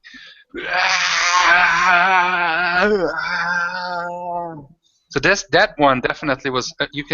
You realize that solid magic hits. missile was way more effective than the fire. Okay. Sweet. And that was your turn. And we have then. And I used my move to. Oh shit, Nelson! Sorry, you had 18. I thought you had less than 18. Sorry. Now it's Nelson. So next time it's Nelson and then you. Apologies, Nelson. Well, we could just go at the same time. Yeah. Just go ahead, Nelson. So, apologies. While he's spinning the thing, I'm sort of with the jaws of the giant anaconda, spinning them in my hand, also in very arcane and archaic motions. The orbs of force bursting into this spectral creature, bleeding off purpley mist as middlewits. I'm dropping my dice everywhere. Okay. I just rolled a nat 20 on it. as Middlewitz is spinning around, you see the mist coming off of the creature starting to twirl, and then as it's twirling, it's beginning to spiral and form a spiraling cobra. And as the cobra is forming, its hood flares out, and then it goes back down on this spectral creature, sinking its teeth into it. It's the Eldritch Blast. The first D10 is a 6. Okay. And the second D10 is an 8 for a total of 14 points of force damage. Nice. And does it has to like reach the AC, right? Well, I rolled a nat 20, so that's like a 20. And at 20, right? Okay. What kind of damage was it? I mean, Force. what kind of force? Okay. Yeah. Then how much damage was that in total? 14 total points of force damage. Yep. Well done. So the cobra's biting into him, and you can see the form of this serpent like shaking, like it's trying to pump venom. As it shakes, begin to destabilize it and turns back into mist and starts floating back up into the Okay, air. as it's like the cobra is choking the creature, and it's like you can see the creature grabbing the cobra, and you can see these two ethereal forms wrestling with each other, and like out of the mouth, out of the head, it also changes slightly to a snake, and the tongue, the two-pronged tongue comes out, and it's like wrestling with it, but then the eldritch snake then wins, and then kind of just enters the body of the ethereal form, and he just starts roaring and yelling, and then he explodes in a big mist and there's a big storm and stuff, and you can hear thunder and lightning from afar, and there's a random storm and rain coming down, and it's gone. The spirit is gone. Lulu has been banished. Yeah, awesome. Let me see here. And with that, as a pure reaction, throwing up his hands with the serpent jaws in them, Middlewitz screams out, "I am the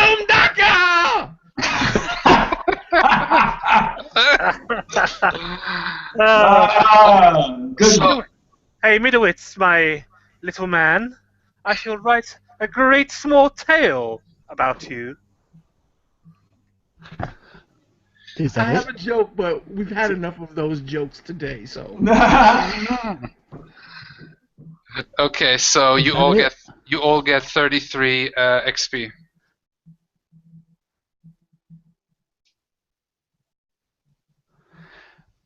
That was unexpected. Good job, everybody. No one died. I took this up as a win. Yes, excellent. Is there any treasure? I sort of peer around and rummage in my pack and get a torch out and light it with prestidigitation, because I can't see shit in here because I haven't got dark vision like you freaks. And I hold the torch up and sort of start looking around and going, there must be Screeching at the light. Ah! Okay.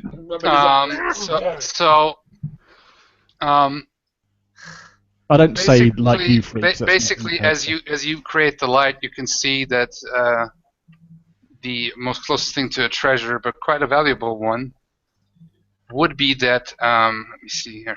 I'll share it again. The snake figurine, that is, it is like sealed into the wall basically, and you can see it's definitely made out of gold. And the eyes, they're not just golden. They're actually two small smaragds, and also these two candles. They are made out of gold and valuable, some kind of glass of some sort. Okay, awesome. Aaron's going to go ahead and cast cure wounds on himself. That's a good idea. By the way, just saying quickly, the Spectre. Well, I say it after the game. You'll see it. I'll tell you what was up with that. Okay, so I'm gonna walk up to the altar cautiously, and I'm gonna see if there's any like old, like in tombs. Sometimes they have like old paintings or old scribes on the wall. So I'm gonna look at the walls to see if there's any like old ancient paintings or permanent, Inscriptions and the like. inscriptions and so forth. Okay, the inscriptions, you can see them. There's a bunch of them in an old rune kind of pictographic language. Kind of reminds you a little bit like out of character. They look a bit like your character wouldn't know that, but you as a player, they kind of look Sumerian, Aztec, Egyptian, kind of a combination of that pictographic language with different figurines with snake heads. And you can see one figurine with a snake head, with a cobra head, stabbing what you can definitely see as a human, and taking its heart out and showing it to something that is coming out of the sky, which is a giant serpent, things like that. So, and more of that kind of hieroglyphs and carved in drawings. Yeah. Can I do like a religion check on this? Go ahead, do a religion check. Yeah? What did you roll in total? Okay, I'm gonna roll a religion check to see what I get. Okay. I got a 4, 5, 6. I got a 6. Yeah, you have no clue. I don't know.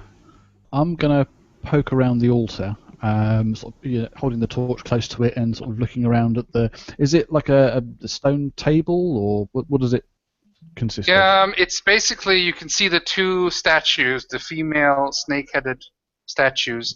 They have like human legs. They're holding the kind of it's like a stone kind of almost like a slab, but it's like it's. Let me see here. It's not quite a chalice. Like it's like they're holding it up, and it's like something. It has a little bit of depth.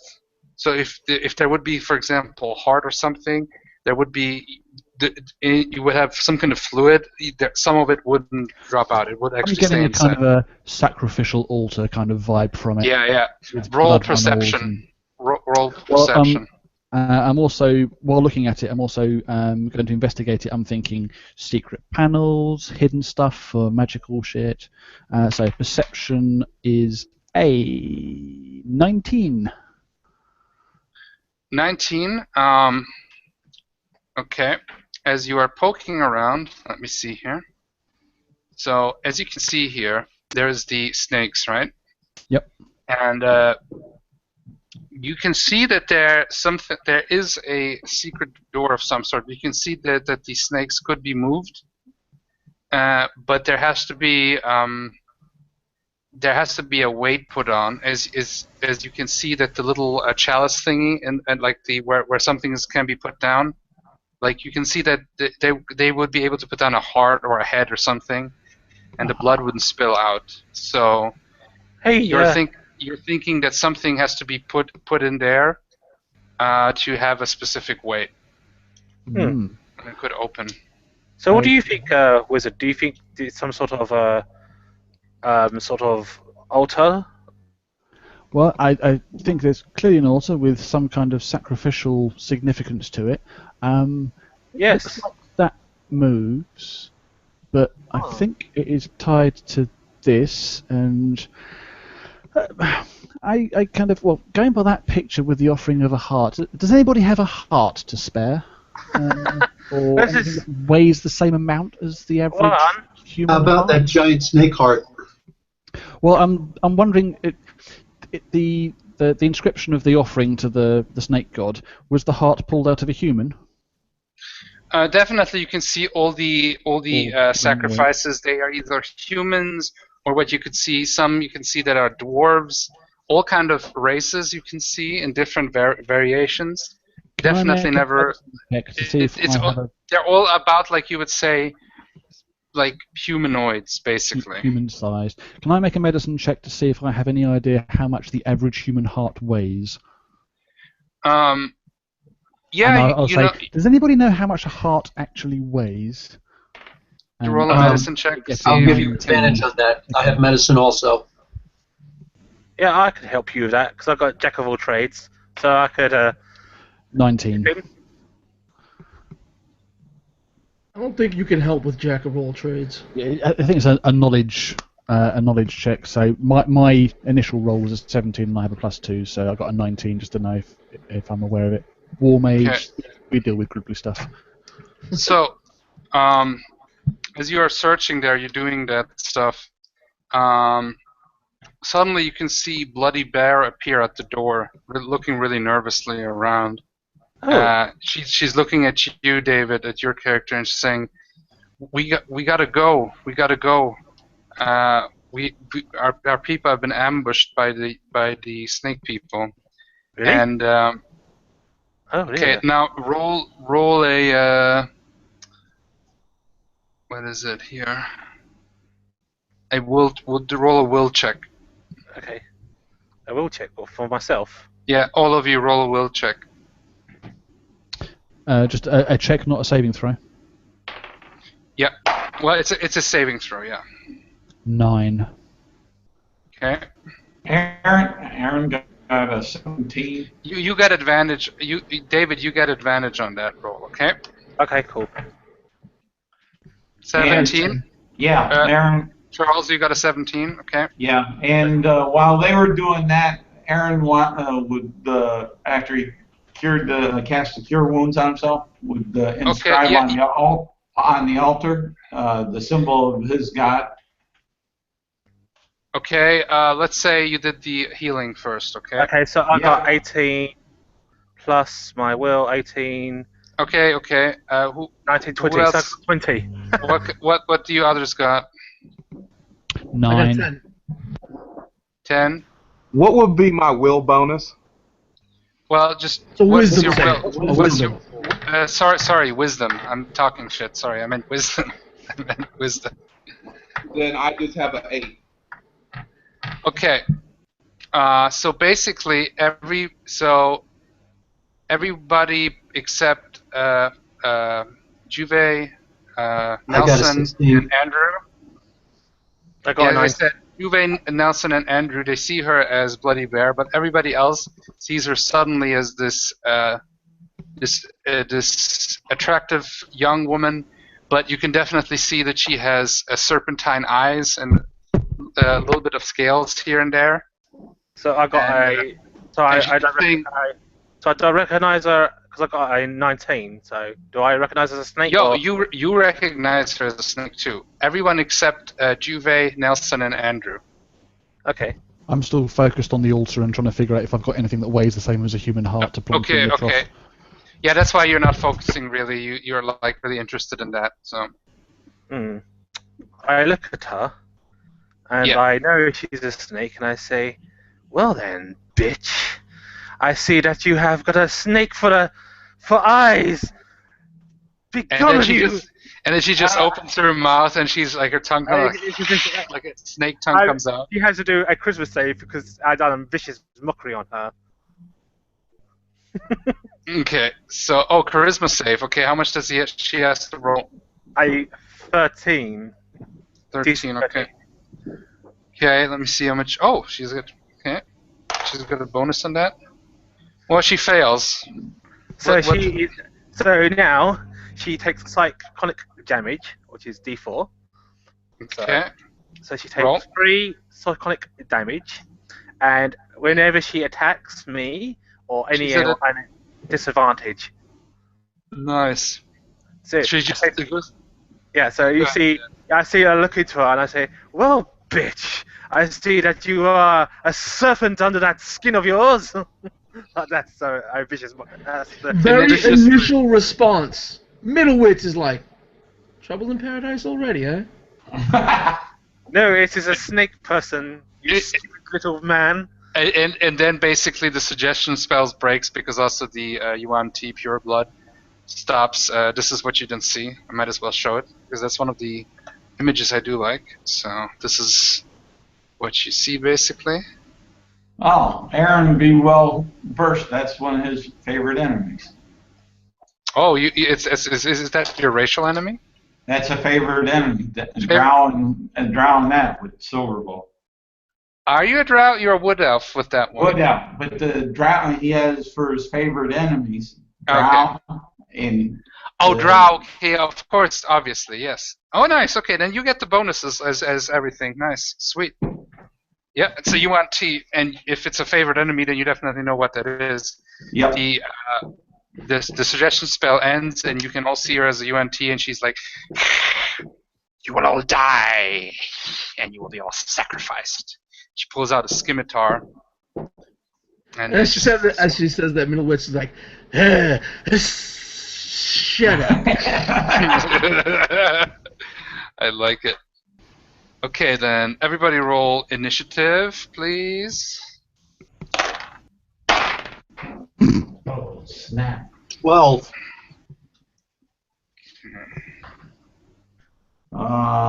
Let's see here. 8.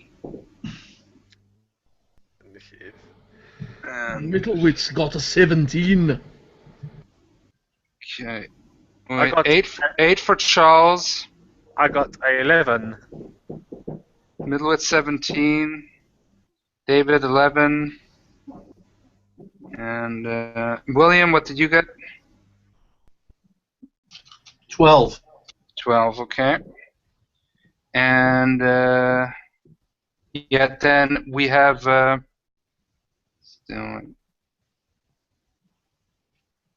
Avelius is still focusing on. I was talking the idea of voluntarily Juve. rolling badly. Yeah. And I actually rolled a nat 1. Oh wow. So 3. Is that your initiative now? My initiative is 3.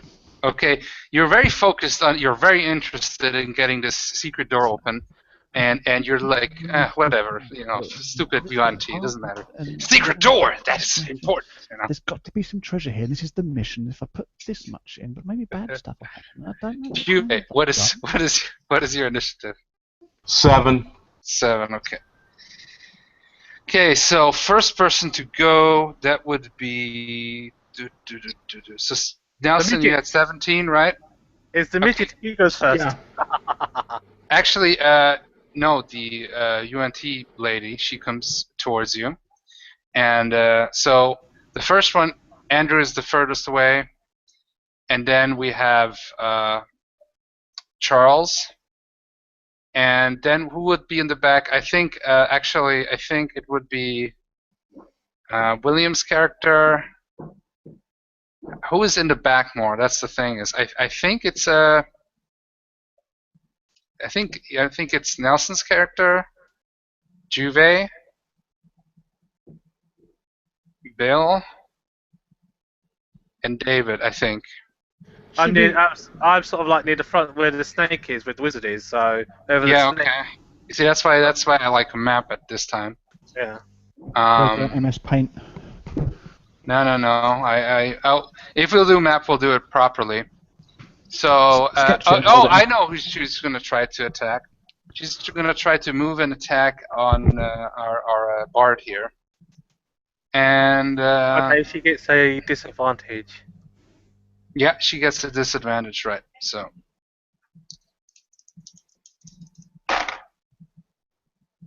Okay, she swings the scimitar. And with multi-attack, she can only do that if she hasn't moved, right? Multi-attack is an action, so yeah. She gets all her attacks if she does the action. Whatever is under multi-attack. Yeah. Okay, so that's a. Every time she attacks, she gets a disadvantage anyway. How much? Yeah, I know. How much is your AC? My AC is 13. Okay, so that's a. And she only gets disadvantage. First one fails. First one fails to hit you. The disadvantage is just on the next attack roll she makes. It's just the one, and then that's it. And then the disadvantage after the first attack roll. Okay, thank you. Okay, so that means she hits with the second swing. The scimitar hits you for 5 damage, slashing damage. Ouch. Okay. Yep. Okay, so the next person is Nelson. The fucking thunderous. Go, midget. go, Thunder Midget. With everything that's going on, the ow, you snake, ain't trouble in paradise. Oh, you'll all die. Ah, what? How much You know, is a Nelson harpoon is anyway? trying to spin out of the way and draw some distance between him and this Yuan Ti woman, this serpentine female. And as he's spinning, he's like twirling these the anaconda's bone jaws in his hands. And he flicks his wrist towards the Yuan Ti woman. And as he does so, what is that? 8. 13. Is a 13 hit? Yep, that hits.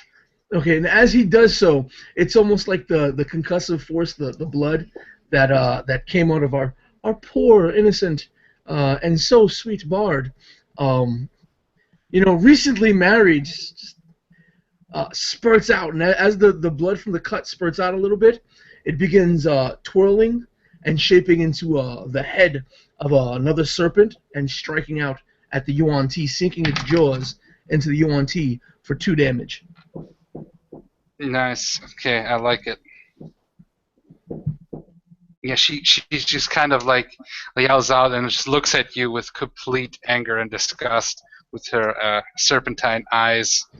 And again, my eyes are pitch black. The entirety is pitch black except for where the pupils would be.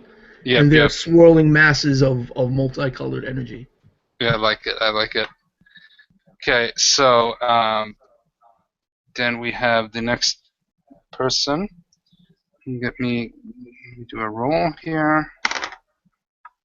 Okay. Everybody roll a quick perception check. This is not part of your actions. Just roll a perception check.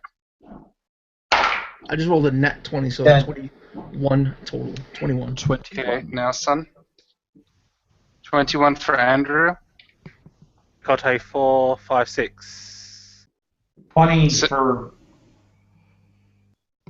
For you, 20 for you, Charles. Yes. Okay. Bill, 10. 10. Juve. Although, 9. Okay, so although So, I'm facing the wrong way, focused well, on the you- ultimate as I am, so voluntary disadvantage on the perception check, and I got a 4. no, I'm gonna say it like this. So you're looking around on the thing, but you just happen to glance over at the happenings for a quick second, and you see outside both you, Andrew, Nelson, and Charles. You see outside another pureblood, a male, Mm-mm. in the bushes with a short bow, aiming at one of you guys. And so you see him now. So he's outside, about like 20 feet from the entrance. So we're inside the thing. Yeah. There's the female Yuan Ti inside as well, just inside the entrance. And then 20 feet from that, hiding in a bush, is a male Yuan Ti with a bow. Yep. Okay, he's not a problem. He's an idiot. That's free action. Look at that idiot over there. Well, he's gonna try to shoot here at you guys with an arrow, and that's why a map would be good at this point. I'm gonna see here. I'm gonna determine it randomly. If you're okay with that I'm determining it randomly. I would just. I don't know. What? I'd like to. What? Okay, I'm You okay with it, have a unless problem it with hits me. that? That he's shooting No, inside not of not door? the random determination, but a shot of that nature should at least have conceal. In my personal opinion, would grant concealment. Depending on to, who he's hitting, there may be to the people inside. I should get some partial cover at least. No, it's not cover. It's concealment because Yeah.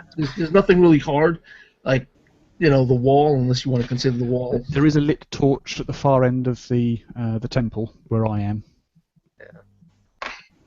You asked me what? I wasn't Well, gonna shut up. I I see never over there said pursing they your have dark lips. vision. They have dark vision. I don't see. I mean, they see inside. The gate is pretty big, so Not And not anybody concealment due to between lighting. Concealment due to the angling, the number of people, the fact that he has an ally in the front well, of the then he door. shoots us. Which is a Then he more prominent then target. I won't determine it randomly. I will just say who he can see clearly, and and that anybody will be between me and him will be silhouetted against the torchlight as well. yeah. So it's basically going to be then the person who is right in front of the door, which in that case would be most likely yeah, Charles' character, because he was going in front of the thing. And yeah, I was in front of the altar. Yeah, and you never. Yeah, so if you're in front of the altar, if you go straight, there's the altar. So Charles. No, that's So- what I'm saying. Yeah, so he doesn't get a he doesn't get a negative on that. Are you happy now? I'm I kidding. if you would like to turn this into a class on running Dungeons and Dragons, Okay. That's why everybody has a problem with theater. With nobody has. Everybody loves theater of mind. Nobody. I'm going to just say this quick. Nobody likes miniatures, but in this case, miniatures would be really good. I love I am a fan of miniatures and full. Okay. Tac maps in combat are occasionally helpful, but GM says so. GM rules. Yeah. I'm saying that Charles, he was healing himself. He was there, so he can be hit through the arrow with the arrow. Okay, so that's what I'm saying. What's your AC? 17. Okay, he hits you. All right. And he's definitely in range, so that isn't a problem. And hits you for 5 piercing damage and God damn it. Well, I'll let this count. It's on the floor. 6 poison damage. If it rolls on the Okay. floor, it's a 1. I didn't re-roll it, so. So, okay. That was the other UNT. And now, 15. There we have William. That's your turn. Yo. All right. I'm going to turn into an elk. I like this charge- stuff. Charge You're right in. like the Wonder Twins here, seriously. Somebody needs to have changed to water or something. By the power of heart.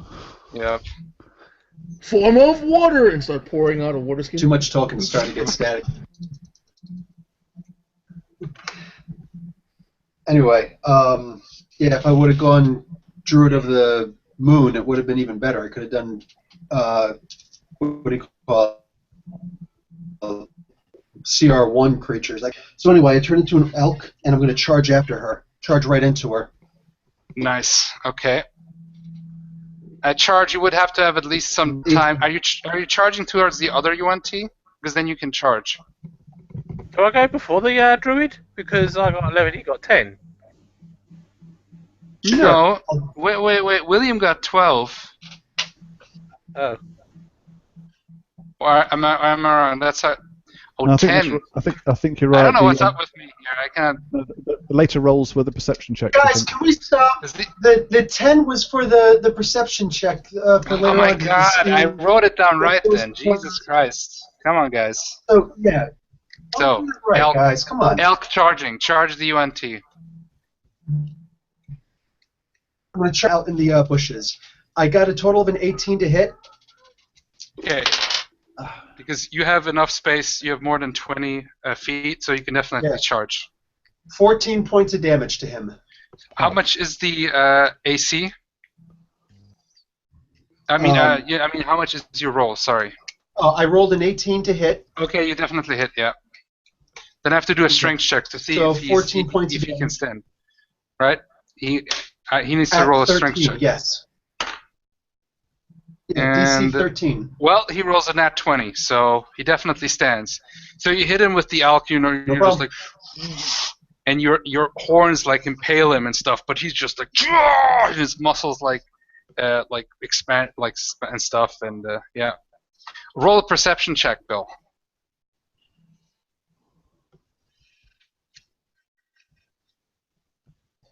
$13.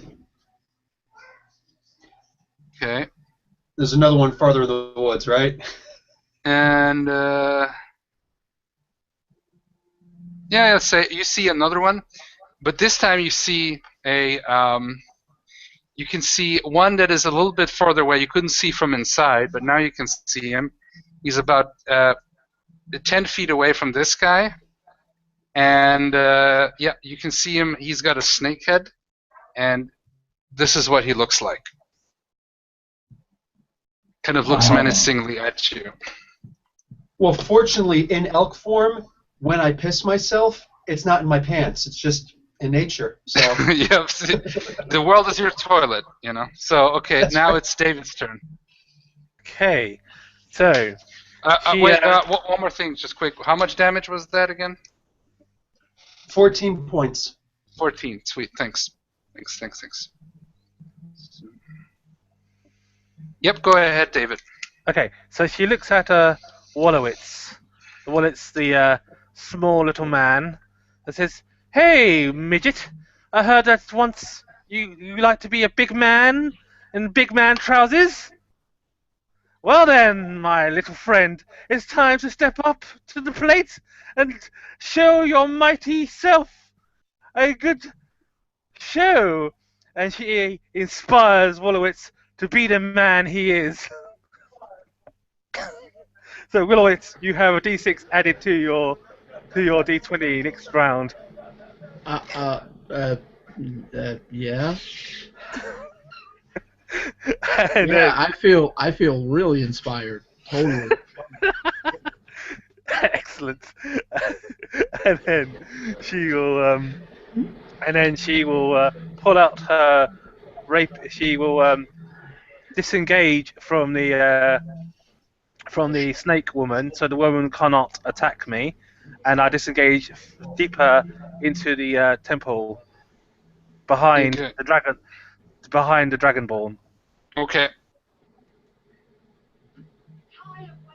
and that is my If action. you disengage, does she get an attack of opportunity? No. Okay, good. Right. Now I remember. Okay, good. Yep. Okay, go ahead. And that's what I do. I disengage and Okay. Then you're fine. Okay, next person is gonna be I go behind the dragonborn. right. And next person is gonna be Charles. Alrighty. Aaron's gonna go ahead and with his dagger carve into the altar the symbol of his god Uller, a good-sized longbow in the purpose of desecrating the altar for its intended purpose, hopefully. Okay. Is that? Do you have to roll for something, or is just a normal? It's there again. It's normal action. It's something. Okay. It's your call. Which god is that? Uller. Uller. Okay. Yeah, if it's a good aligned god, that's all you need. It's a chaotic neutral.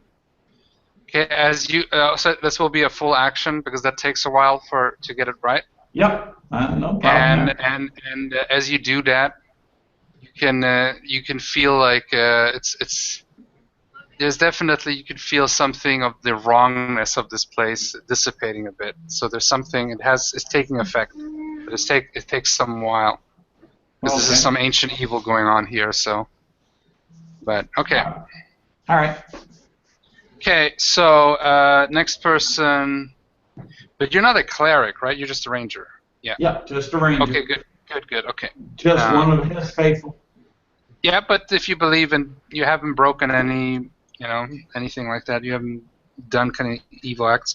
Anyway, Charles. Now we go with Charles, then Juve, right?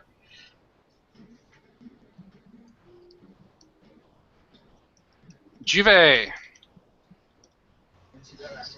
Yes. You go ahead. What's your turn? What do you want to do?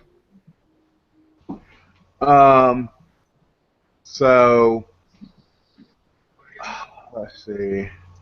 How far? Who's in front of the dragon? I mean, The snake lady. There's a snake lady where you are because you're inside of the temple, and yeah. outside there's another snake lady. You don't know it.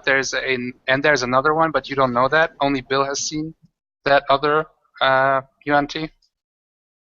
Okay. So you And can is at least anyone see in front one of enemy. me? Do I have But any collateral damage in front of me at this moment in time? right now, David is hiding behind you. So the enemy is in reach for you All easily. right. I will set it on fire. Fire Okay, breath. wait. Yeah, I would say. Kill it with Okay, fire. let's say you move in a way. I'll allow it if you do a move and then you do your breath attack, so that nobody's behind her or in the side. So okay, I'll Hello? allow it. So go ahead. How much damage do you do? Do me a favor. Can you go ahead and roll for me? I have an important phone call just come in. It's 1d8. With the fire breath, is there a resistance again? I forgot. I don't think so. It's a reflex save based on Reflex. Save. Yeah, right. plus your strength bonus, plus something else, I think. Plus your proficiency, or not. Hang on, I'll look it up. I'll just do dex bonus, reflex save. That's the reflex save is your dex. Yeah. Same. Yeah, but I don't know what they would have to roll. It's 8. So it's 10 plus con modifier, so whatever Ruby's constitution modifiers are range, I'm guessing it's a 2 or a 3, so that's I'll say it's 12 2 or 13. for now. I'll say it's 2. So they have to get a 2d6 on 12. failed Okay, save. they failed. And then 3 2d6 fire damage. 2d6 damage on a failed save. Yeah, it was 2d8. 2d6. Yeah, but on the normal hit. 2d6 on a failed save, half on a passed save. Okay. So Okay, yeah, 2d6. Yeah, okay. 2d6. Okay, then 8. Thank you. And we are at So she catches fire, and and she's pretty pissed. So that was Juve's turn, and now we move to. There's still one more. The other creature with the snake head moves to you, Bill, because you're the closest target. It was easy to determine. Moves toward you, and he doesn't even try to hide himself, so anybody who's looking outside at this moment can see this medium-sized monstrosity with the serpent head. And it goes on, and it actually doesn't move towards you, right? It just takes out his longbow and shoots. And what's your AC? In this form, it's 10. Oh shit, he hits you. And he hits you for... That's a 6 piercing damage. And a 7 poison damage. I still get my resistances as a dwarf in this form. Nice, okay. So if you have resistance against poison, then have it. Round it down. Do I get the Constitution save? It doesn't say anything about Constitution save with poison. Okay, so I just take half damage then, I suppose. Yeah, you just take half damage if you have resistance. Immunity doesn't affect you at all. Resistance is half. And whenever they say roll con, then roll con. So I took 6 damage, and then there was supposed to be 7 from the poison. From the poison. So that's 3 from the poison. So 9 points. Well, it's 2.5. We'll say. Let's say 3. Yeah, about 3. Yeah. Okay. And then that was him, and then Andrew, you're the very last on the bottom rung in initiative. You're muted. You're muted. I'm here. Damn, I was going to say I was going to hold my action. Okay, I'll shout out as a free action. Ogham, get back inside, and I will. So there's everyone's in front of me. Ogham's outside. There's a melee at the door with the female Yuan-Ti and Ruby's up there, and everyone else sort of like somewhere between the two of us. Ogham is in a disadvantage now, even though he did wound the other one. You can see that. You could see that arrow pierced him. You know, what you could see. So you're Are guessing. they within 90 feet of me? The ones outside around Ogham. They are 20 feet. The one guy's 20 feet from the entrance, and then the other guy is about 10 feet from the other guy. So he's about 30 feet from the entrance. 30 feet, 50 feet, so I can cover it if. Now I'm just double checking if sleep spell will affect allies. Creature with the lowest current hit point, but I have.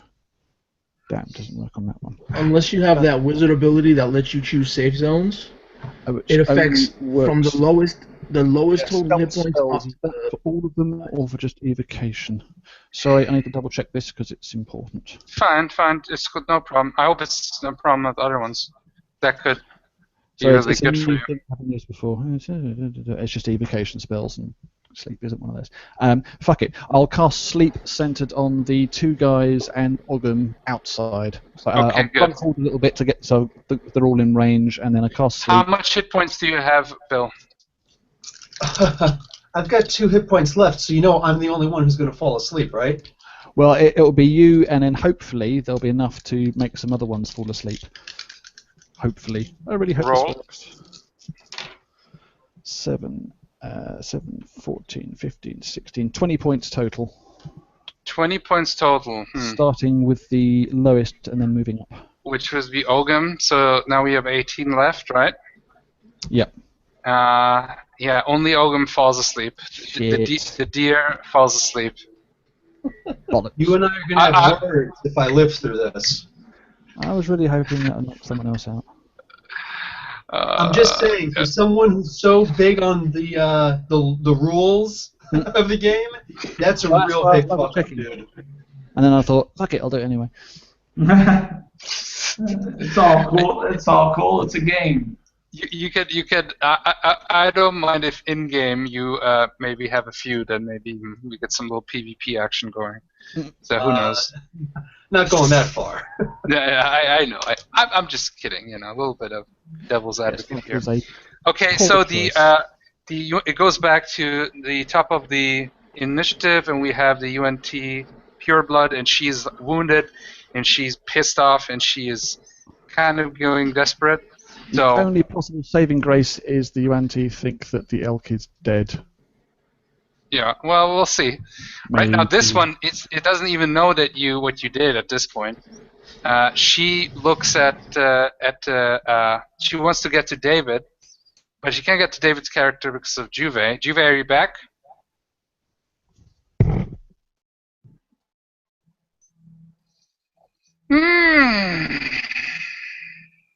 Well, I'll roll for him then. Okay, she's gonna do a poison spray spell, and it will be a Constitution saving throw, or he loses 1d20 poison damage. So his Con modifier, we'll say it's just 2 right now. And although, yeah, I'll do it for him. So let's see, 19. Okay. Yeah, 12. And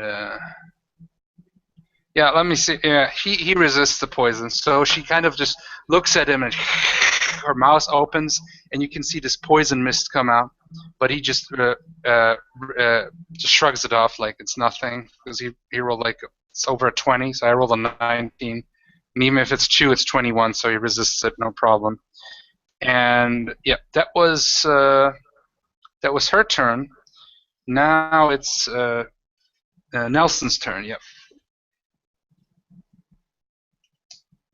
So she just rolls up a poison spray. Yep. And do that. And Ruby Red resist. Ruby Red resistance. Talk about alliteration. So our Dragonborn resisted the poison spray. So with the cloud of the spray, I'm gonna do so. I'm just gonna roll. It's basically what I did last time, and I'll just describe it depending on what I roll. Yeah, go ahead. Damn it! Damn it! Okay, 15. I think I have a +5. Yeah, so I get a 20 total. Okay, it hits. So as her poison cloud is coming up and it's parting on Juve's character, the momentum of the forward mist starts swirling around, and it becomes a pair of smaller, like green misty snakes, and they both strike at her, and the last thing that she sees before the snakes dissipate, after sinking their poisonous teeth into her, is Middlewitz's form, sort of like with one hand raised above his head, holding one of the jaws, and the other one forward, before standing back up and then twirling the snake jaws, and she takes 5 points of force damage. Nice. I like it. Okay. Sorry about that. I had a family emergency. No worries. You resisted a poison spell. So Yay! next person is. Oh yeah, that's me again, I think, because nobody has higher than that. Yep, it's me. It's the other UNT, who now sees you like it looks at the elk and it sees it like looks at you, Bill, and it's not a threat at this point. So he runs toward the entrance. So that's his move. And at the entrance, move. Do they have enough move? Yeah. Okay, he's now at the entrance, so he doesn't have any kind of visual thing. He's now right at the door, and he decides to shoot at Middlewitz because he saw you did some kind of spell, and he wants to get a better shot at you because I would have done disadvantage, but I'll just move them closer. So now he'll try to attack you, Middlewitz, with a attack of 17. What's your AC? I mean, do you really need to ask? Yeah, he hit you. Okay. Yeah. Well, I'm just gonna roll only a 17. Are you Okay, wearing plate mail, Middlewitz? Yeah. Okay. It's a more polite question. 5 piercing damage. Alright, cool. And 7 poison damage. Okay. That was the UNT's turn. The other one, the male one. And that was 15. Now we go to William. But he is sleeping. Is there a roll to, can you roll to awaken? Cons check? No, he has to be woken up by someone. Okay, then, yeah, you're asleep now. You're in dreamland. Fuck you, Avelius. Fuck you very Until it ends much. will take damage. Sorry. With a bit of luck, they think you're dead and they'll leave you alone. Well, right now that's what he thought. He's at least that he can. Maybe he thought maybe he can sacrifice you half alive still. So now it's David's turn. Okay, so she looks at the situation, and she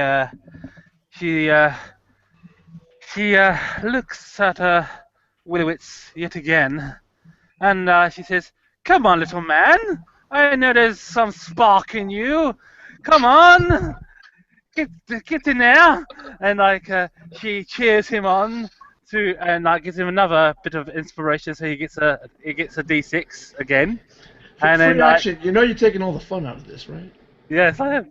And then and then she will and then she gets her wound, and and puts her wound on her, puts a bit of blood onto her her lute, and she says, and she looks at the two creatures at the doorway, and she says, "You foul creatures, you have wounded me, and now you shall feel my blade of wrath." And she plays a musical bloody instrument of blame cast upon the actual two creatures within the of the of the In the temple, yeah. In the temple, in the yeah. temple, and they both of the two snake creatures have to do a charisma saving throw of 13. Ooh, okay. Let me see if I can do that. 13, right? Yes, both of them. Oh my god. One got a critical fail, the other one got a 2. Okay, so now whenever they attack, I get to roll, or anyone that attacks, if they attack someone, okay, anyone can call out for a D4, and and you roll that D4, and it attracts the attack of the creature. Or you mean it attracts the attack of the creature? Subtracts from the attack Oh, roll. It equals the okay. bane. D4, it takes away from their It's a attack. Oh, penalty on their nice. attack roll. Ooh, okay, nice. Yes. So they definitely are more intimidated now and more like looking nervously at you after you doing your song and their music, and definitely intimidated them quite a bit, quite a lot actually. I'll say because it was a critical fail at the male one, because it was a critical fail, it's not only a D4, it's a D6. Oh, Okay. awesome. Okay, so for how many turns is that? That One turn? It's up to 1 minute. So 1 minute. It's a duration up to 1 minute, so it's 10 rounds. 10 rounds. Okay, good. As long as you cast no more concentration spells. Yep. Okay, then. Okay, so that was your turn. That was really effective. I like doing your bardic stuff. It's good stuff. And now we're going to Charles, our elf ranger.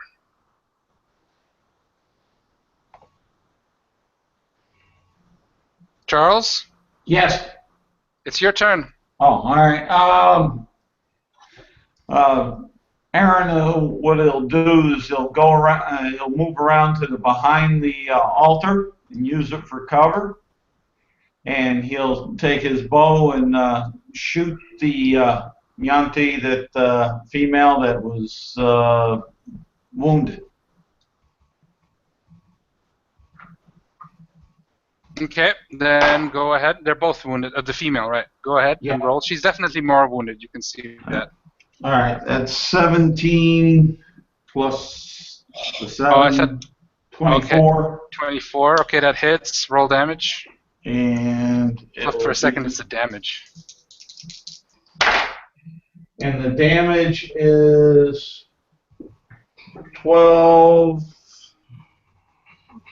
plus 4, so 19 points of damage. Wow, that's No, back that up. It's just 12. I'm getting mixed up. no worries. He's not high enough level for the Colossus Slayer. Yeah, 12 is still really good damage. You hurt her pretty bad. Please, she's definitely bloodied now. Please describe that shot. As he gets around the altar after putting on the holy symbol of Uller.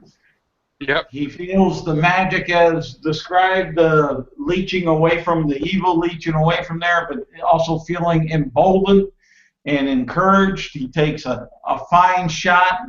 He looks down the avenue. He sees that she's going to spray his ruby, and says, "I think I got one for that mouth," but misses the mouth, but hits her up onto the shoulder by the collarbone, and you see the blood start dripping on out.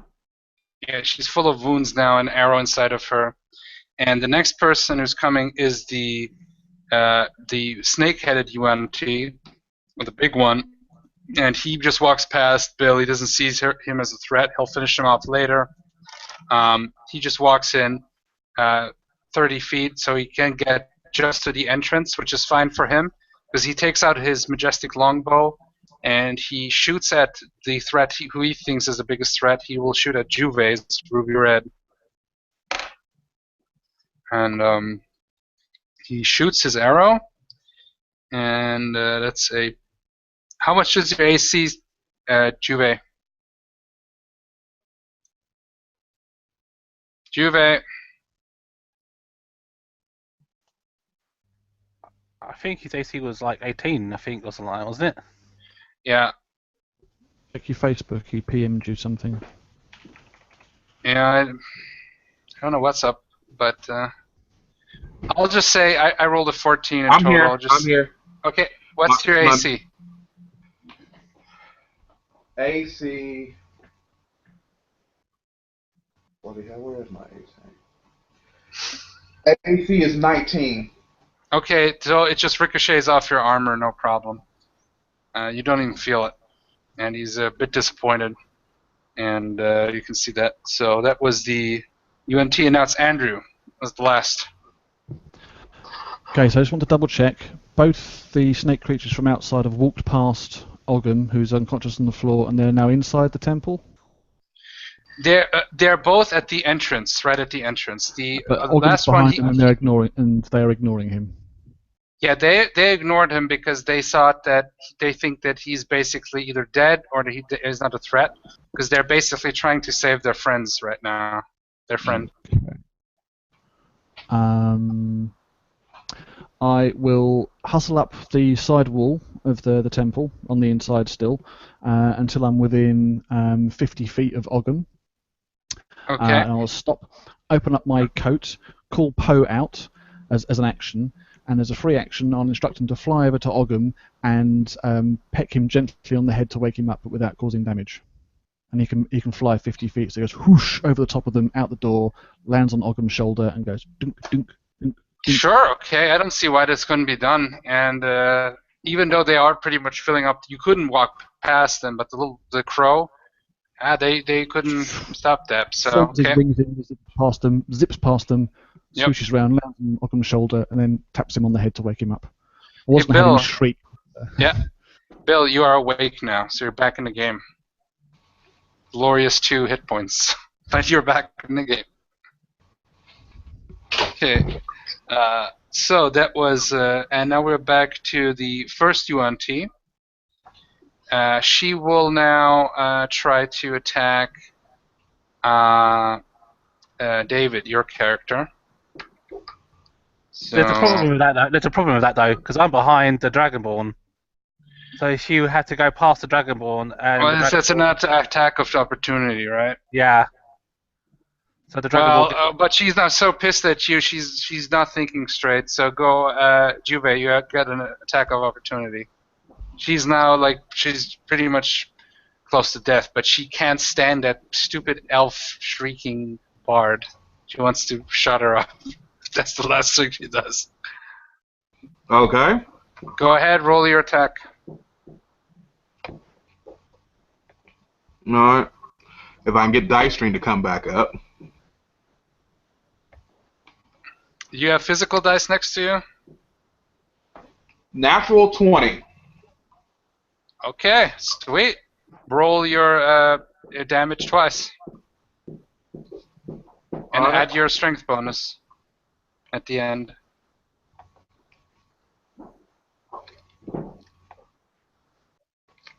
Yeah, she's like in a delirium at this point. She's losing blood left and right. She's not thinking straight. So that is 8 points of damage. 8 points. Did you add your strength bonus? No, I did not. So that 8, 9, 10, 11. Oh my god, she had 10 hit points left. She's at a -10. Please describe how you kill her. As she tries to come for my compatriots, I spin around with my long sword and cleanly decapitate her head. As you see it twirl in the air, as you see her still screaming, and her eyes slowly rolling up in the back of her head. Okay, nice. I like that. And A as my blood bonus source. action, I cut out her heart and give it to the wizard guy so he can put it on the bloody altar. So you basically do a fatality, chop, and like chop to the wizard, like just Yeah, pretty much in that realm of effect. 3-pointer. And there's Self for Doom. So you have you just like something Holy like that. I shit. don't know. Or I'll be a little bit more realistic. The heart just flops next to you. So Can y'all okay. hold on? I just had something explode in my house. Jesus Christ. Yep, that's the understatement of the freaking decade.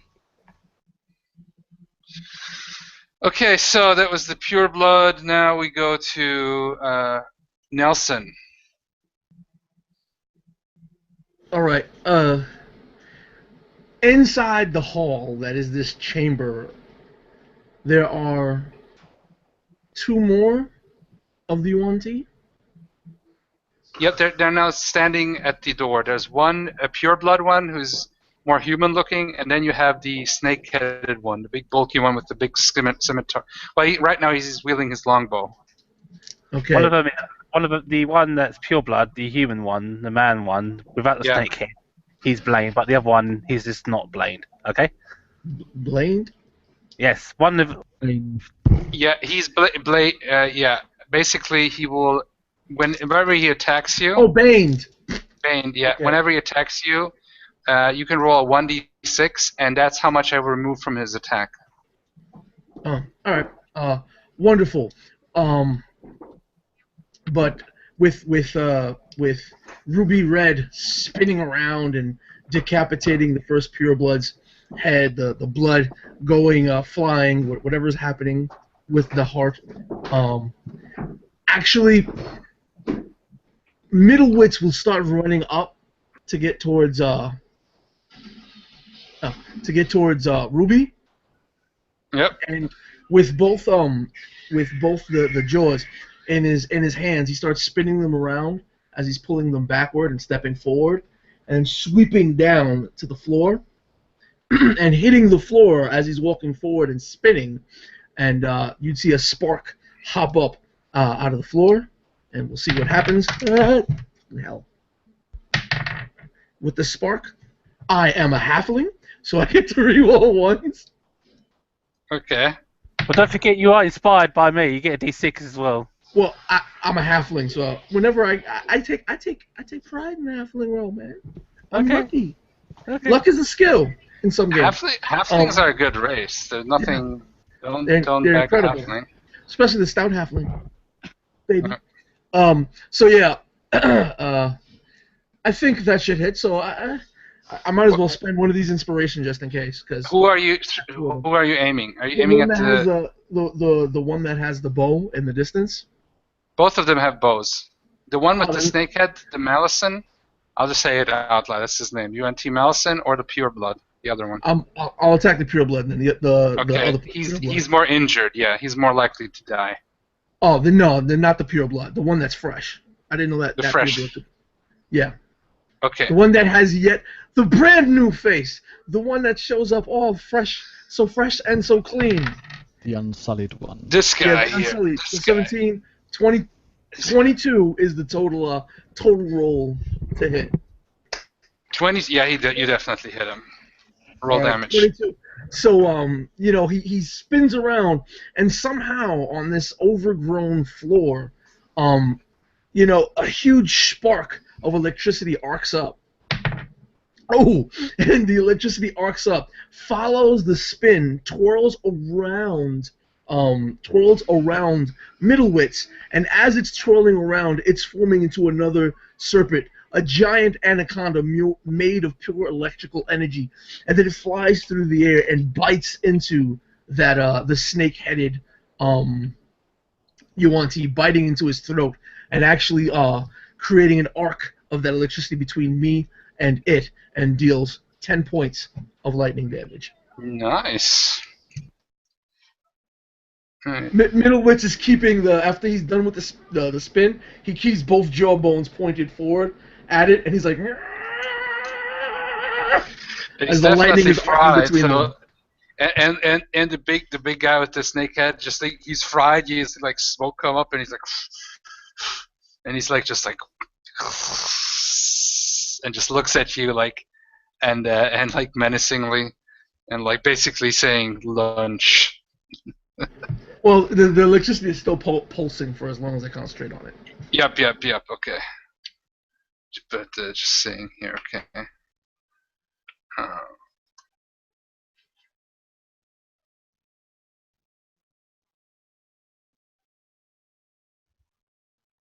okay. Basically, um, okay, yeah. So that was your turn, Middlewitz, and now we're going to. It was 17, 15. Okay, the second pure blood, and he's angered, and he switches to his scimitar, and basically he wants to run in and he wants to attack Middlewitz. Funny enough, he doesn't see the wizard, who is right next to the gate, so he doesn't see him. He's in a rage. So you got an attack of opportunity, Mr. Wizard, Mr. War Mage, Andrew. Sweet. Does Right, which if one you're get an running past me- attack of opportunity as well? What? Ruby.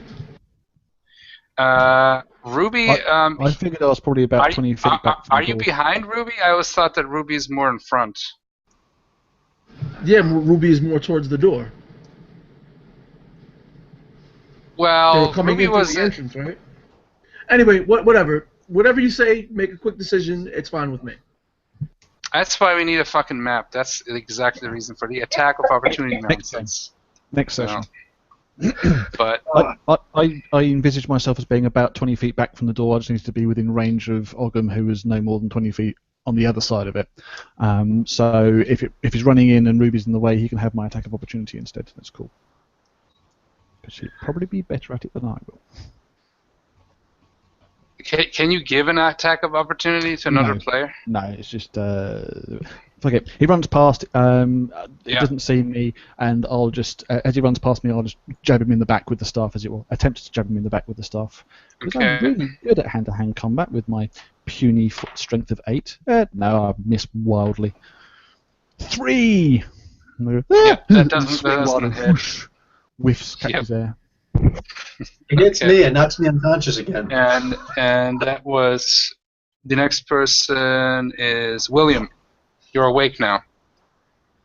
All right. How far are these two Wanti from me? 20 feet. Both of them next to each other? Yeah, the other one moved to the gate. All right. I'm gonna. What do you call it? I turn back into my human form. My dwarf form. Stinking humans. I'm back to full hit points. It's the way that it works because I wasn't knocked to below 0 when I was knocked unconscious. So at least this out of the way.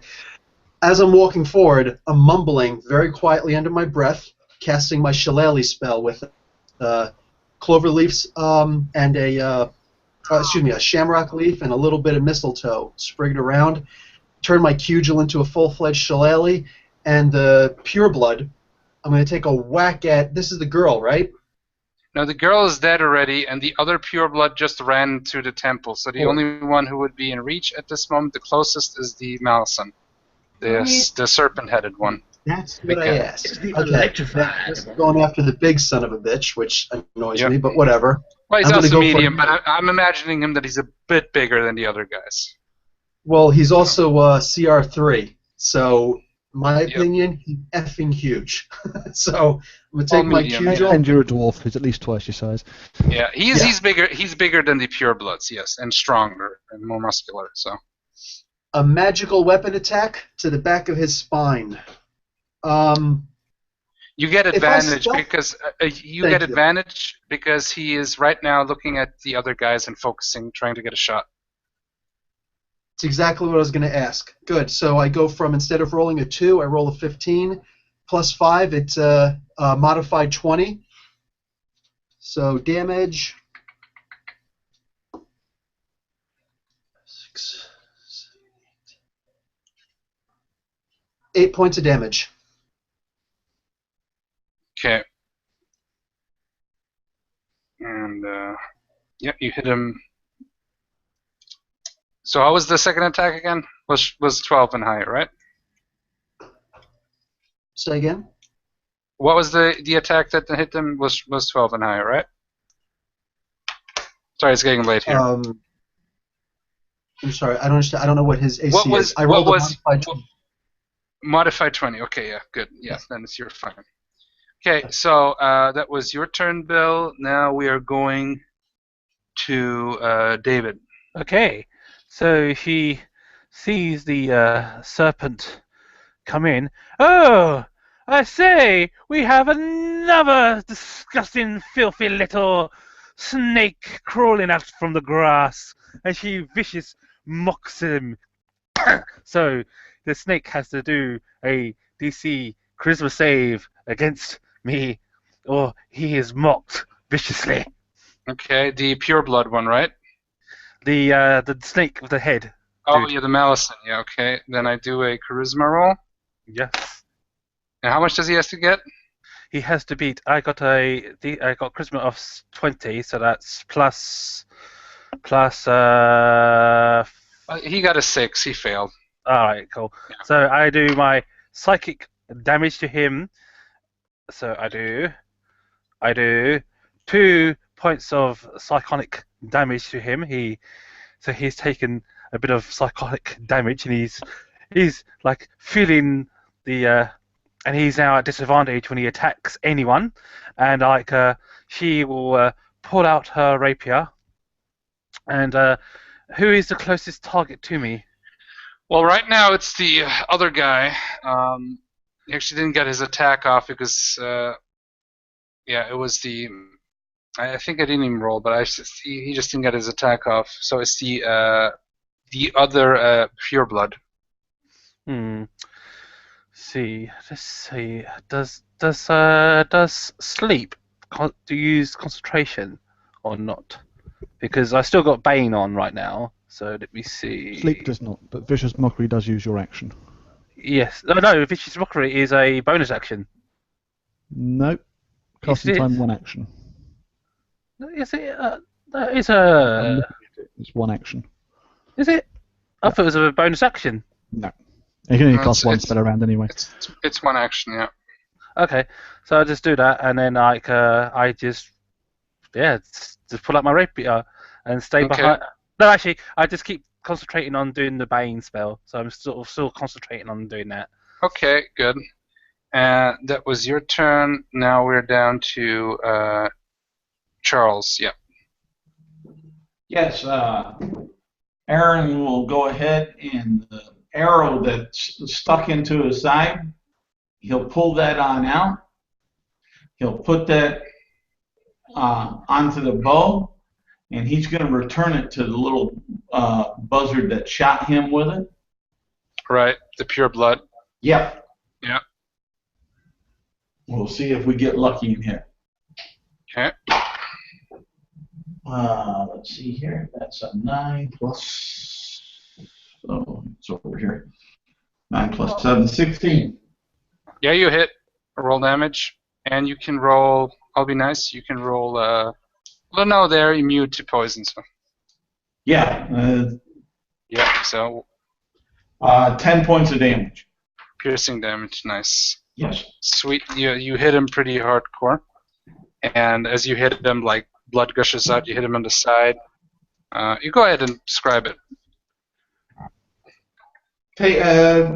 Aaron takes aim for about the third to fourth rib in between it, and as he's turning in the battle, he lets loose the arrow that was given to him by this vile beast of the swamps in the netherworld, and sinks it in deep, tears part of that human flesh that's down there open, and you start seeing blood pump on out and drip on down his side to his knee, and hopefully you see him wince a little bit and buckle at the knee. Oh, he's wincing for sure in the pain. So now it's Juve's turn. Are you there, Juve, already, or? Okay, I'll just skip so we can go on. Yeah, I'm here. Okay, you're here. Okay, what do you do? There's a close enemy next to you, close to you. Okay, we'll do that now. Okay. All right, thank you. All right, so you need me to do what now? It's your turn. Okay, so how many bad guys do I have left to deal with? There's a guy next to you. All right, I will go for an attack.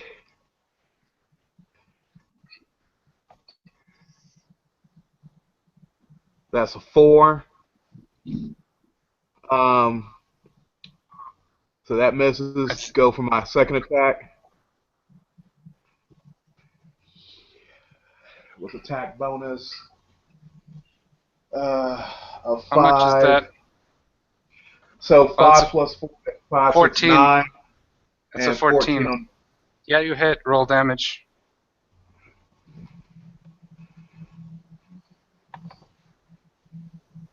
That's a 4. Ignore the other one. That's a 4 total. 4 plus 3. That's 5, 6, 7. And isn't there supposed to be like some side effect? No, that's only when they attack. Yeah. So yeah. When he gets attacked, yeah. So yeah, you hit him pretty bad. You can describe it.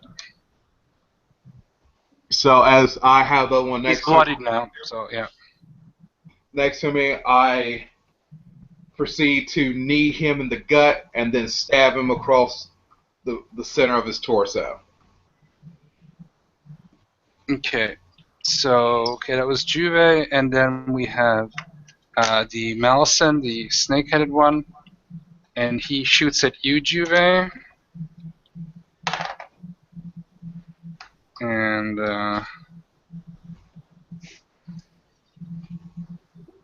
And he gets a total of what the hell is that again?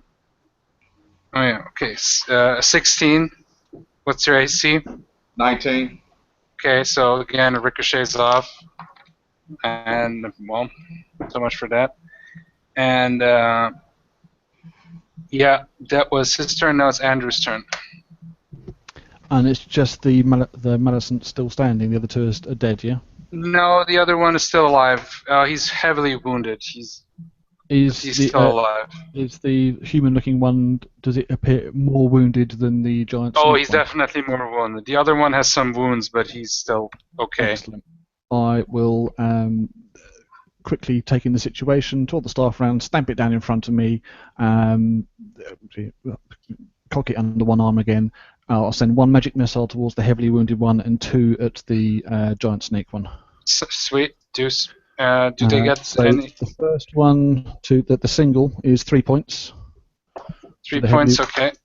Yeah, he winces, but he's still not dead. But... Not enough to take it down, damn it. 4, 5, 6, 7 points to the giant snake one. Okay. He's also like, get him, but he's still standing. Okay, so we're back to, well, the first pure-blooded is dead, so we're back to Nelson. All right, so with this long arcing serpentine form made of pure electricity,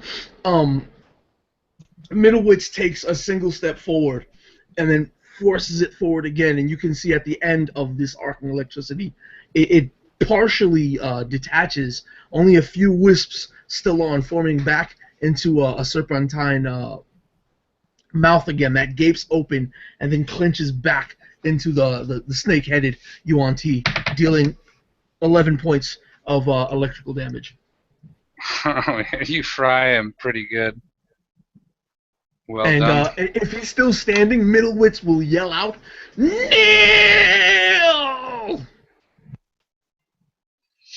And he just like yells out something, and you cannot understand. Well, he can speak, and he says, "You will be my lunch, if not today, one day soon." Okay. And that was Middlewitz. Now we go to William. Well, after I see Emperor Palpatine over here, a little Luke Skywalker or not a called shot, but just in general, going for the kneecap. Okay. I rolled 14, so 56, 19. That hits. 19 to hit. Hits. Roll damage. 11 points of damage. Now he's starting to be he's bloodied, you know. So yeah, he's definitely more injured now. And he's like, you hit him like, and he's like, he slumps down a little bit, but he can still stand. Okay, so that was your turn. Hold on, I got a free action. I'm going to say, to add to my halfling compatriot, I'm going to say, try eating lunch with a broken jaw, bitch. Okay, the other UNT Pure Blood, he basically he goes to Middlewits and he's like pissed. He's like super wounded, and he goes and attacks him with the scimitar. Because he wants to, he's now attacking you, Middlewits, because he sees you as the biggest threat. So yeah, somebody's taking you seriously. Does a scimitar attack, and the first one that fails. I'm pretty sure. 7 in total. Ooh, the second one is a crit hit, natural 20. Okay. I disbelieve. What? Oh, you disbelieve? I mean, only a few of us are old school enough to laugh at that joke. I got it. I think I know what you meant, but 8 total points of damage. So 8? He's basically mad at you, and he can't stand you and attacking his compatriot just like that. How dare you? He says. How dare you? And he just aggressively swings, and he still totally misses the first time. I hate to interrupt, but was he affected by the deduction of attack points? No. He rolled a natural 20. He only the 2 humanoids, the girl. Okay. That was the humanoid. Yeah. Okay. Well, okay then. Then roll a d6, Middlewits. Right, I forgot. Still on the 10 round. Natural 20 is Well, natural D6, 20. I rolled a 5. So. Okay, so he still hits you. So he does hit you for 6 damage instead. For actually, it's 7 damage now because he only was an extra 1. So it's like a total of 7 slashing. So first time he swings, he misses and he says die. And the second time he hits, but it's not as good as he thought it would be. But he hits you and it slashes you on your body, and your face, and a little bit here for like 7 So damage. before we find out whether or not anything else happens, let me see if I lose concentration on that spell. Okay. Now level 1 spell, I rolled an 11 naturally. So, ha. The lightning spell is still happening. So when Middlewits gets slashed with this scimitar, he's like raises up his hands, dips his head underneath his own hands underneath the electrical serpent, spins around, his blood going flying towards the UNT that cut him, and Middlewits himself opens up his mouth, bares his teeth, clenches his teeth down, and as he does so, when the blood hits the UNT Pure Blood, it ignites in fire. The UNT Pure Blood would have to roll a DC 13 Dexterity save. Okay, let me see here. So that's 13, did you say? Yeah. Ooh. Okay. He got a 16. A 16, so he takes half of 8 and 8 and 6 is what? 14. 12. 8 and 6 is 14. 14. So 7 points of fire. Oh yeah, 14. Yeah. 7. Oh my God. So he tries to. He's just left. 6. 8. So describe, please, as he slashes, and then he slashes you the second time, and he jumps away, and then he explodes. Please describe what happens. Okay, so how he dies. again with the I thought the warlock already had a go. No, it's a reaction. Hellish Rebuke. It's Hellish Rebuke. Yeah, I know that Tinkling one. special. It's a good one. Yeah, Yeah. it's a good one. So as every the whole situation is flying. He gets hit. He manages to hold on to the electrical spell. Spins around. The blood splurting on the Yuan-Ti right before it hits the Yuan-Ti's form. He can see Middlewitz's face. His eyes deep black, pupils swirling and changing in color. Middlewitz bares his little halfling teeth and clenches down, and as soon as his teeth hit, the blood forms the closing maw of another snake. The snake ignites, closes down on the Yuan-Ti pureblood, and then there is, for the briefest of moments, a tether from the wound to the pureblood made of Middlewitz's own blood, burning in hatred before it dissipates, and he simply turns his gaze back at the last Yuan-Ti. Nice, I like it. Very well done. You got an inspiration for that. Nice one. You can use that for next turn, for next game too. So, well, everybody will start with the inspiration for next turn because you all did really well for next game. So, okay, Nice. so anyway, so that was Middlewitz's turn. I mean, That was the Yuan-Ti. That was the Yuan-Ti pureblood's turn. Yeah, the Yuan-Ti pureblood's turn. And now it's the Bard's It's your turn. turn, Bard's turn, because actually it was supposed to be Okay. Yuan-Ti and then William and then you, but Right. anyway. So she sees that her spell doesn't need to be concentrated on anymore because the two Yuan-Tis are now dead, and now sees the big giant snake dude who's being viciously mocked, and like she gets her ladle, her lute, puts it in her hand, and like she strike, and all suddenly she strikes a chord like,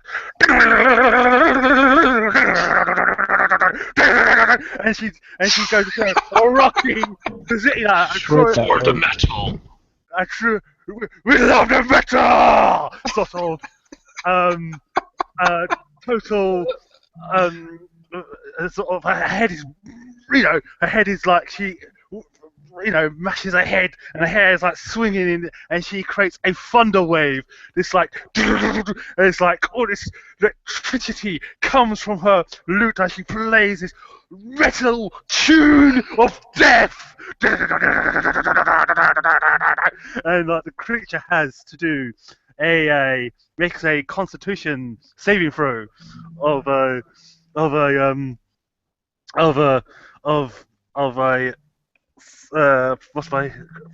sorry, he has to do a Constitution saving throw against my spell attack.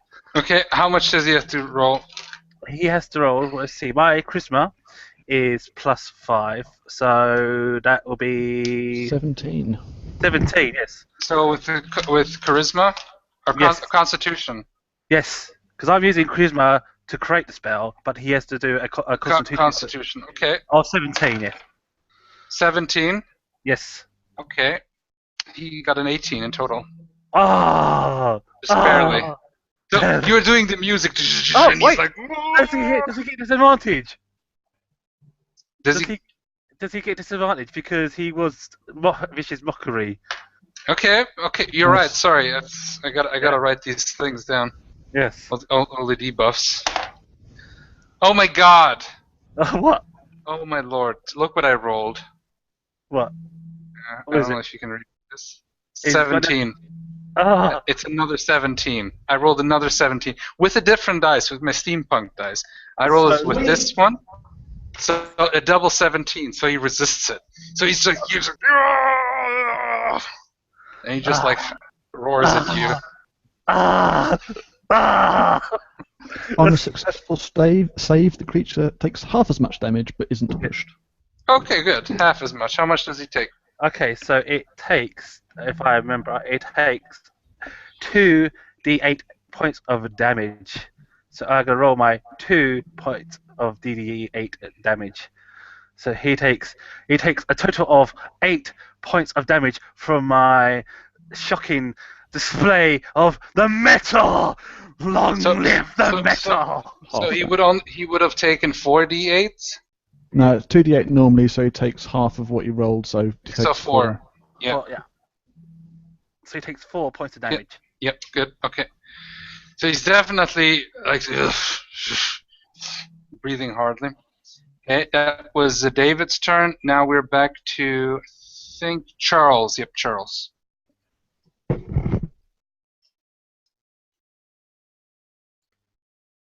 Charlie? Charles? Charles?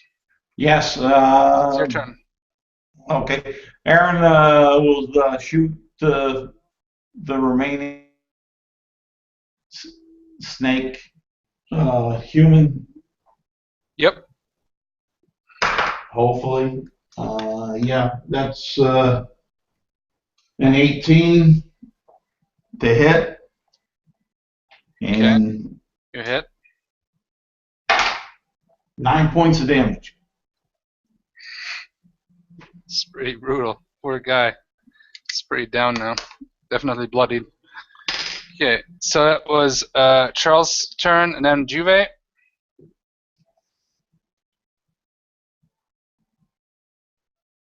You can go and describe. Oh, okay, go ahead, Juve, quick. So I'm attacking another guy. There's one guy left, right? You can do a move and attack. He's in his range, yeah. All right, I will do a move and attack. That's 7 plus 5.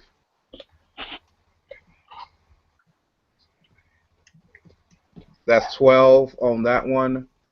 Just hit him. Just hit him. He's got an AC of 12. And the second attack is 15 plus, so that definitely hits. So I will do 2 sword attacks. That would He's pretty much dead. He's dead. Well, how much damage did you do? So the first one is 4. The second one is 6. So that's 6, 8, 9, 10, 11. Okay. Okay. So he's at -4. Please describe how you defeat him with 2 slices. Feel free to embellish with the lightning that's tethering him too. Yep. Yep. Oh yeah. You could like charge up your weapon or some shit like that. That would be great. Fucking go Gandalf. I actually like the idea. So I look at my small midget friend and let the lightning touch the blade, and at the same time toss the blade into the into the enemy, and then at the same time toss my axe in the same direction, letting it also arc off and cleave him in twain. Nice. So in the torso? Yeah. Like, oh yeah, just like blood and guts and gore and innards everywhere. Yeah. Blood. I would just out. like to punctuate that with the lightning when he cleaves him to bits and the lightning sprouts out of the body. They all the little flecks of lightning take the form of tiny little electrical snakes pouring out of the body before the lightning goes away.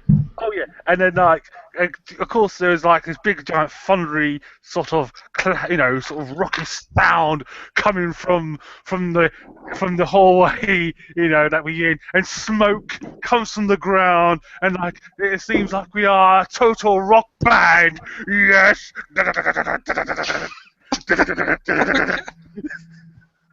I love it. Yeah, that is very metal. So let's see how. Yeah. Yeah. Go ahead. Go ahead. I was saying when the thing starts to die down, the lightning goes, the riffs slowly quiet.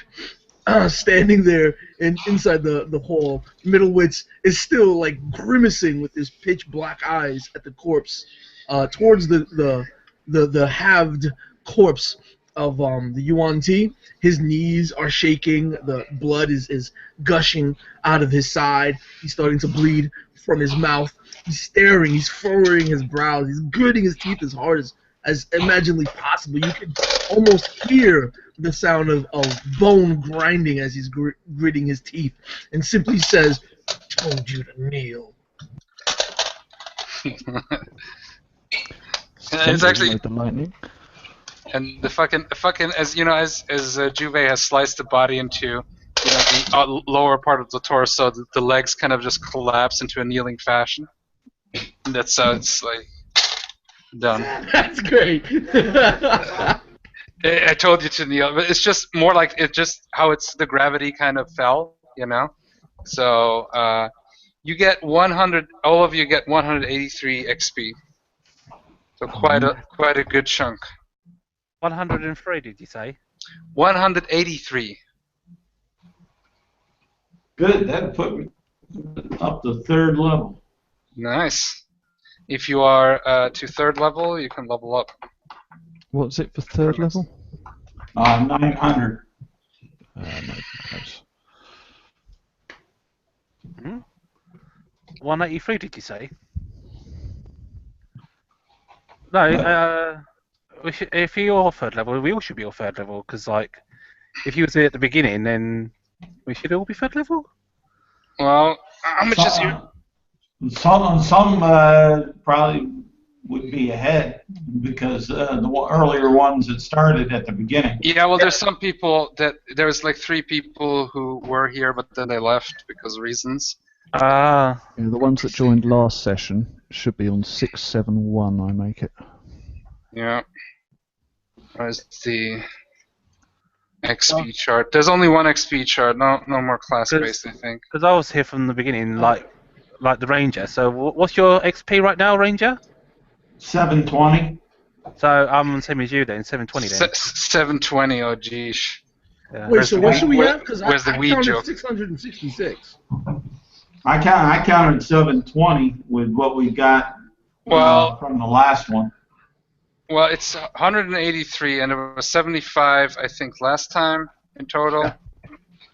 So The first fight today brought a 75. The second fight brought 33, and this final fight was 183, right? Yep. Wait, That's guys, you know what? 356, and the baseline for 2nd level is 300. So yeah, I have 666. I will add a little bit more. Everyone add 66 still.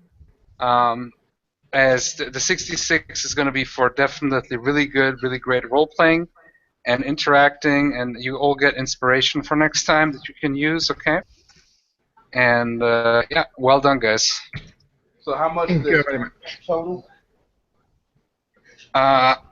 Total with the additional 66 at the end, calculating from baseline 2nd level, it's 732 experience. Well, actually, because I was at 450. Well, actually, no. Everybody should count for themselves. Not everybody joined at the same time. So there's the ones that joined from last time. No, this is just us, the 3 of us who joined last game. Yeah, and that'd be myself and yeah. Yeah, Mitz, Avelius, and Erin are on 732 total. I'll make it. Yeah, okay. Is it clear? Well, I just know that you gave me 75 points earlier. That put me up to 450. 183 and add 66. So wait a second. So let's make it 167. So a total of 250 for today, guys. Okay. Sorry, I don't want to be confusing. So a total of 250 for today. Okay. Well, shoot. Okay, now I don't know what just happened because I added as you were saying. 250 everything for today. Sorry. Just, no problem. What was it before with the 2 added up that you said earlier? Anyway, guys, I'll stop here the recording. If you're watching, thanks for watching. We had a viewer, so thank you guys for Death Mug of Doom. Any final words? Apocalypse. I will see you around, and eventually you will see many missiles of death. There you go. Live long, the metal. Yep. For the metal. I'm Nelson. I do stuff. Ha ha. Bye bye. Peace. For the Death Mug of Doom, Feral Beastians.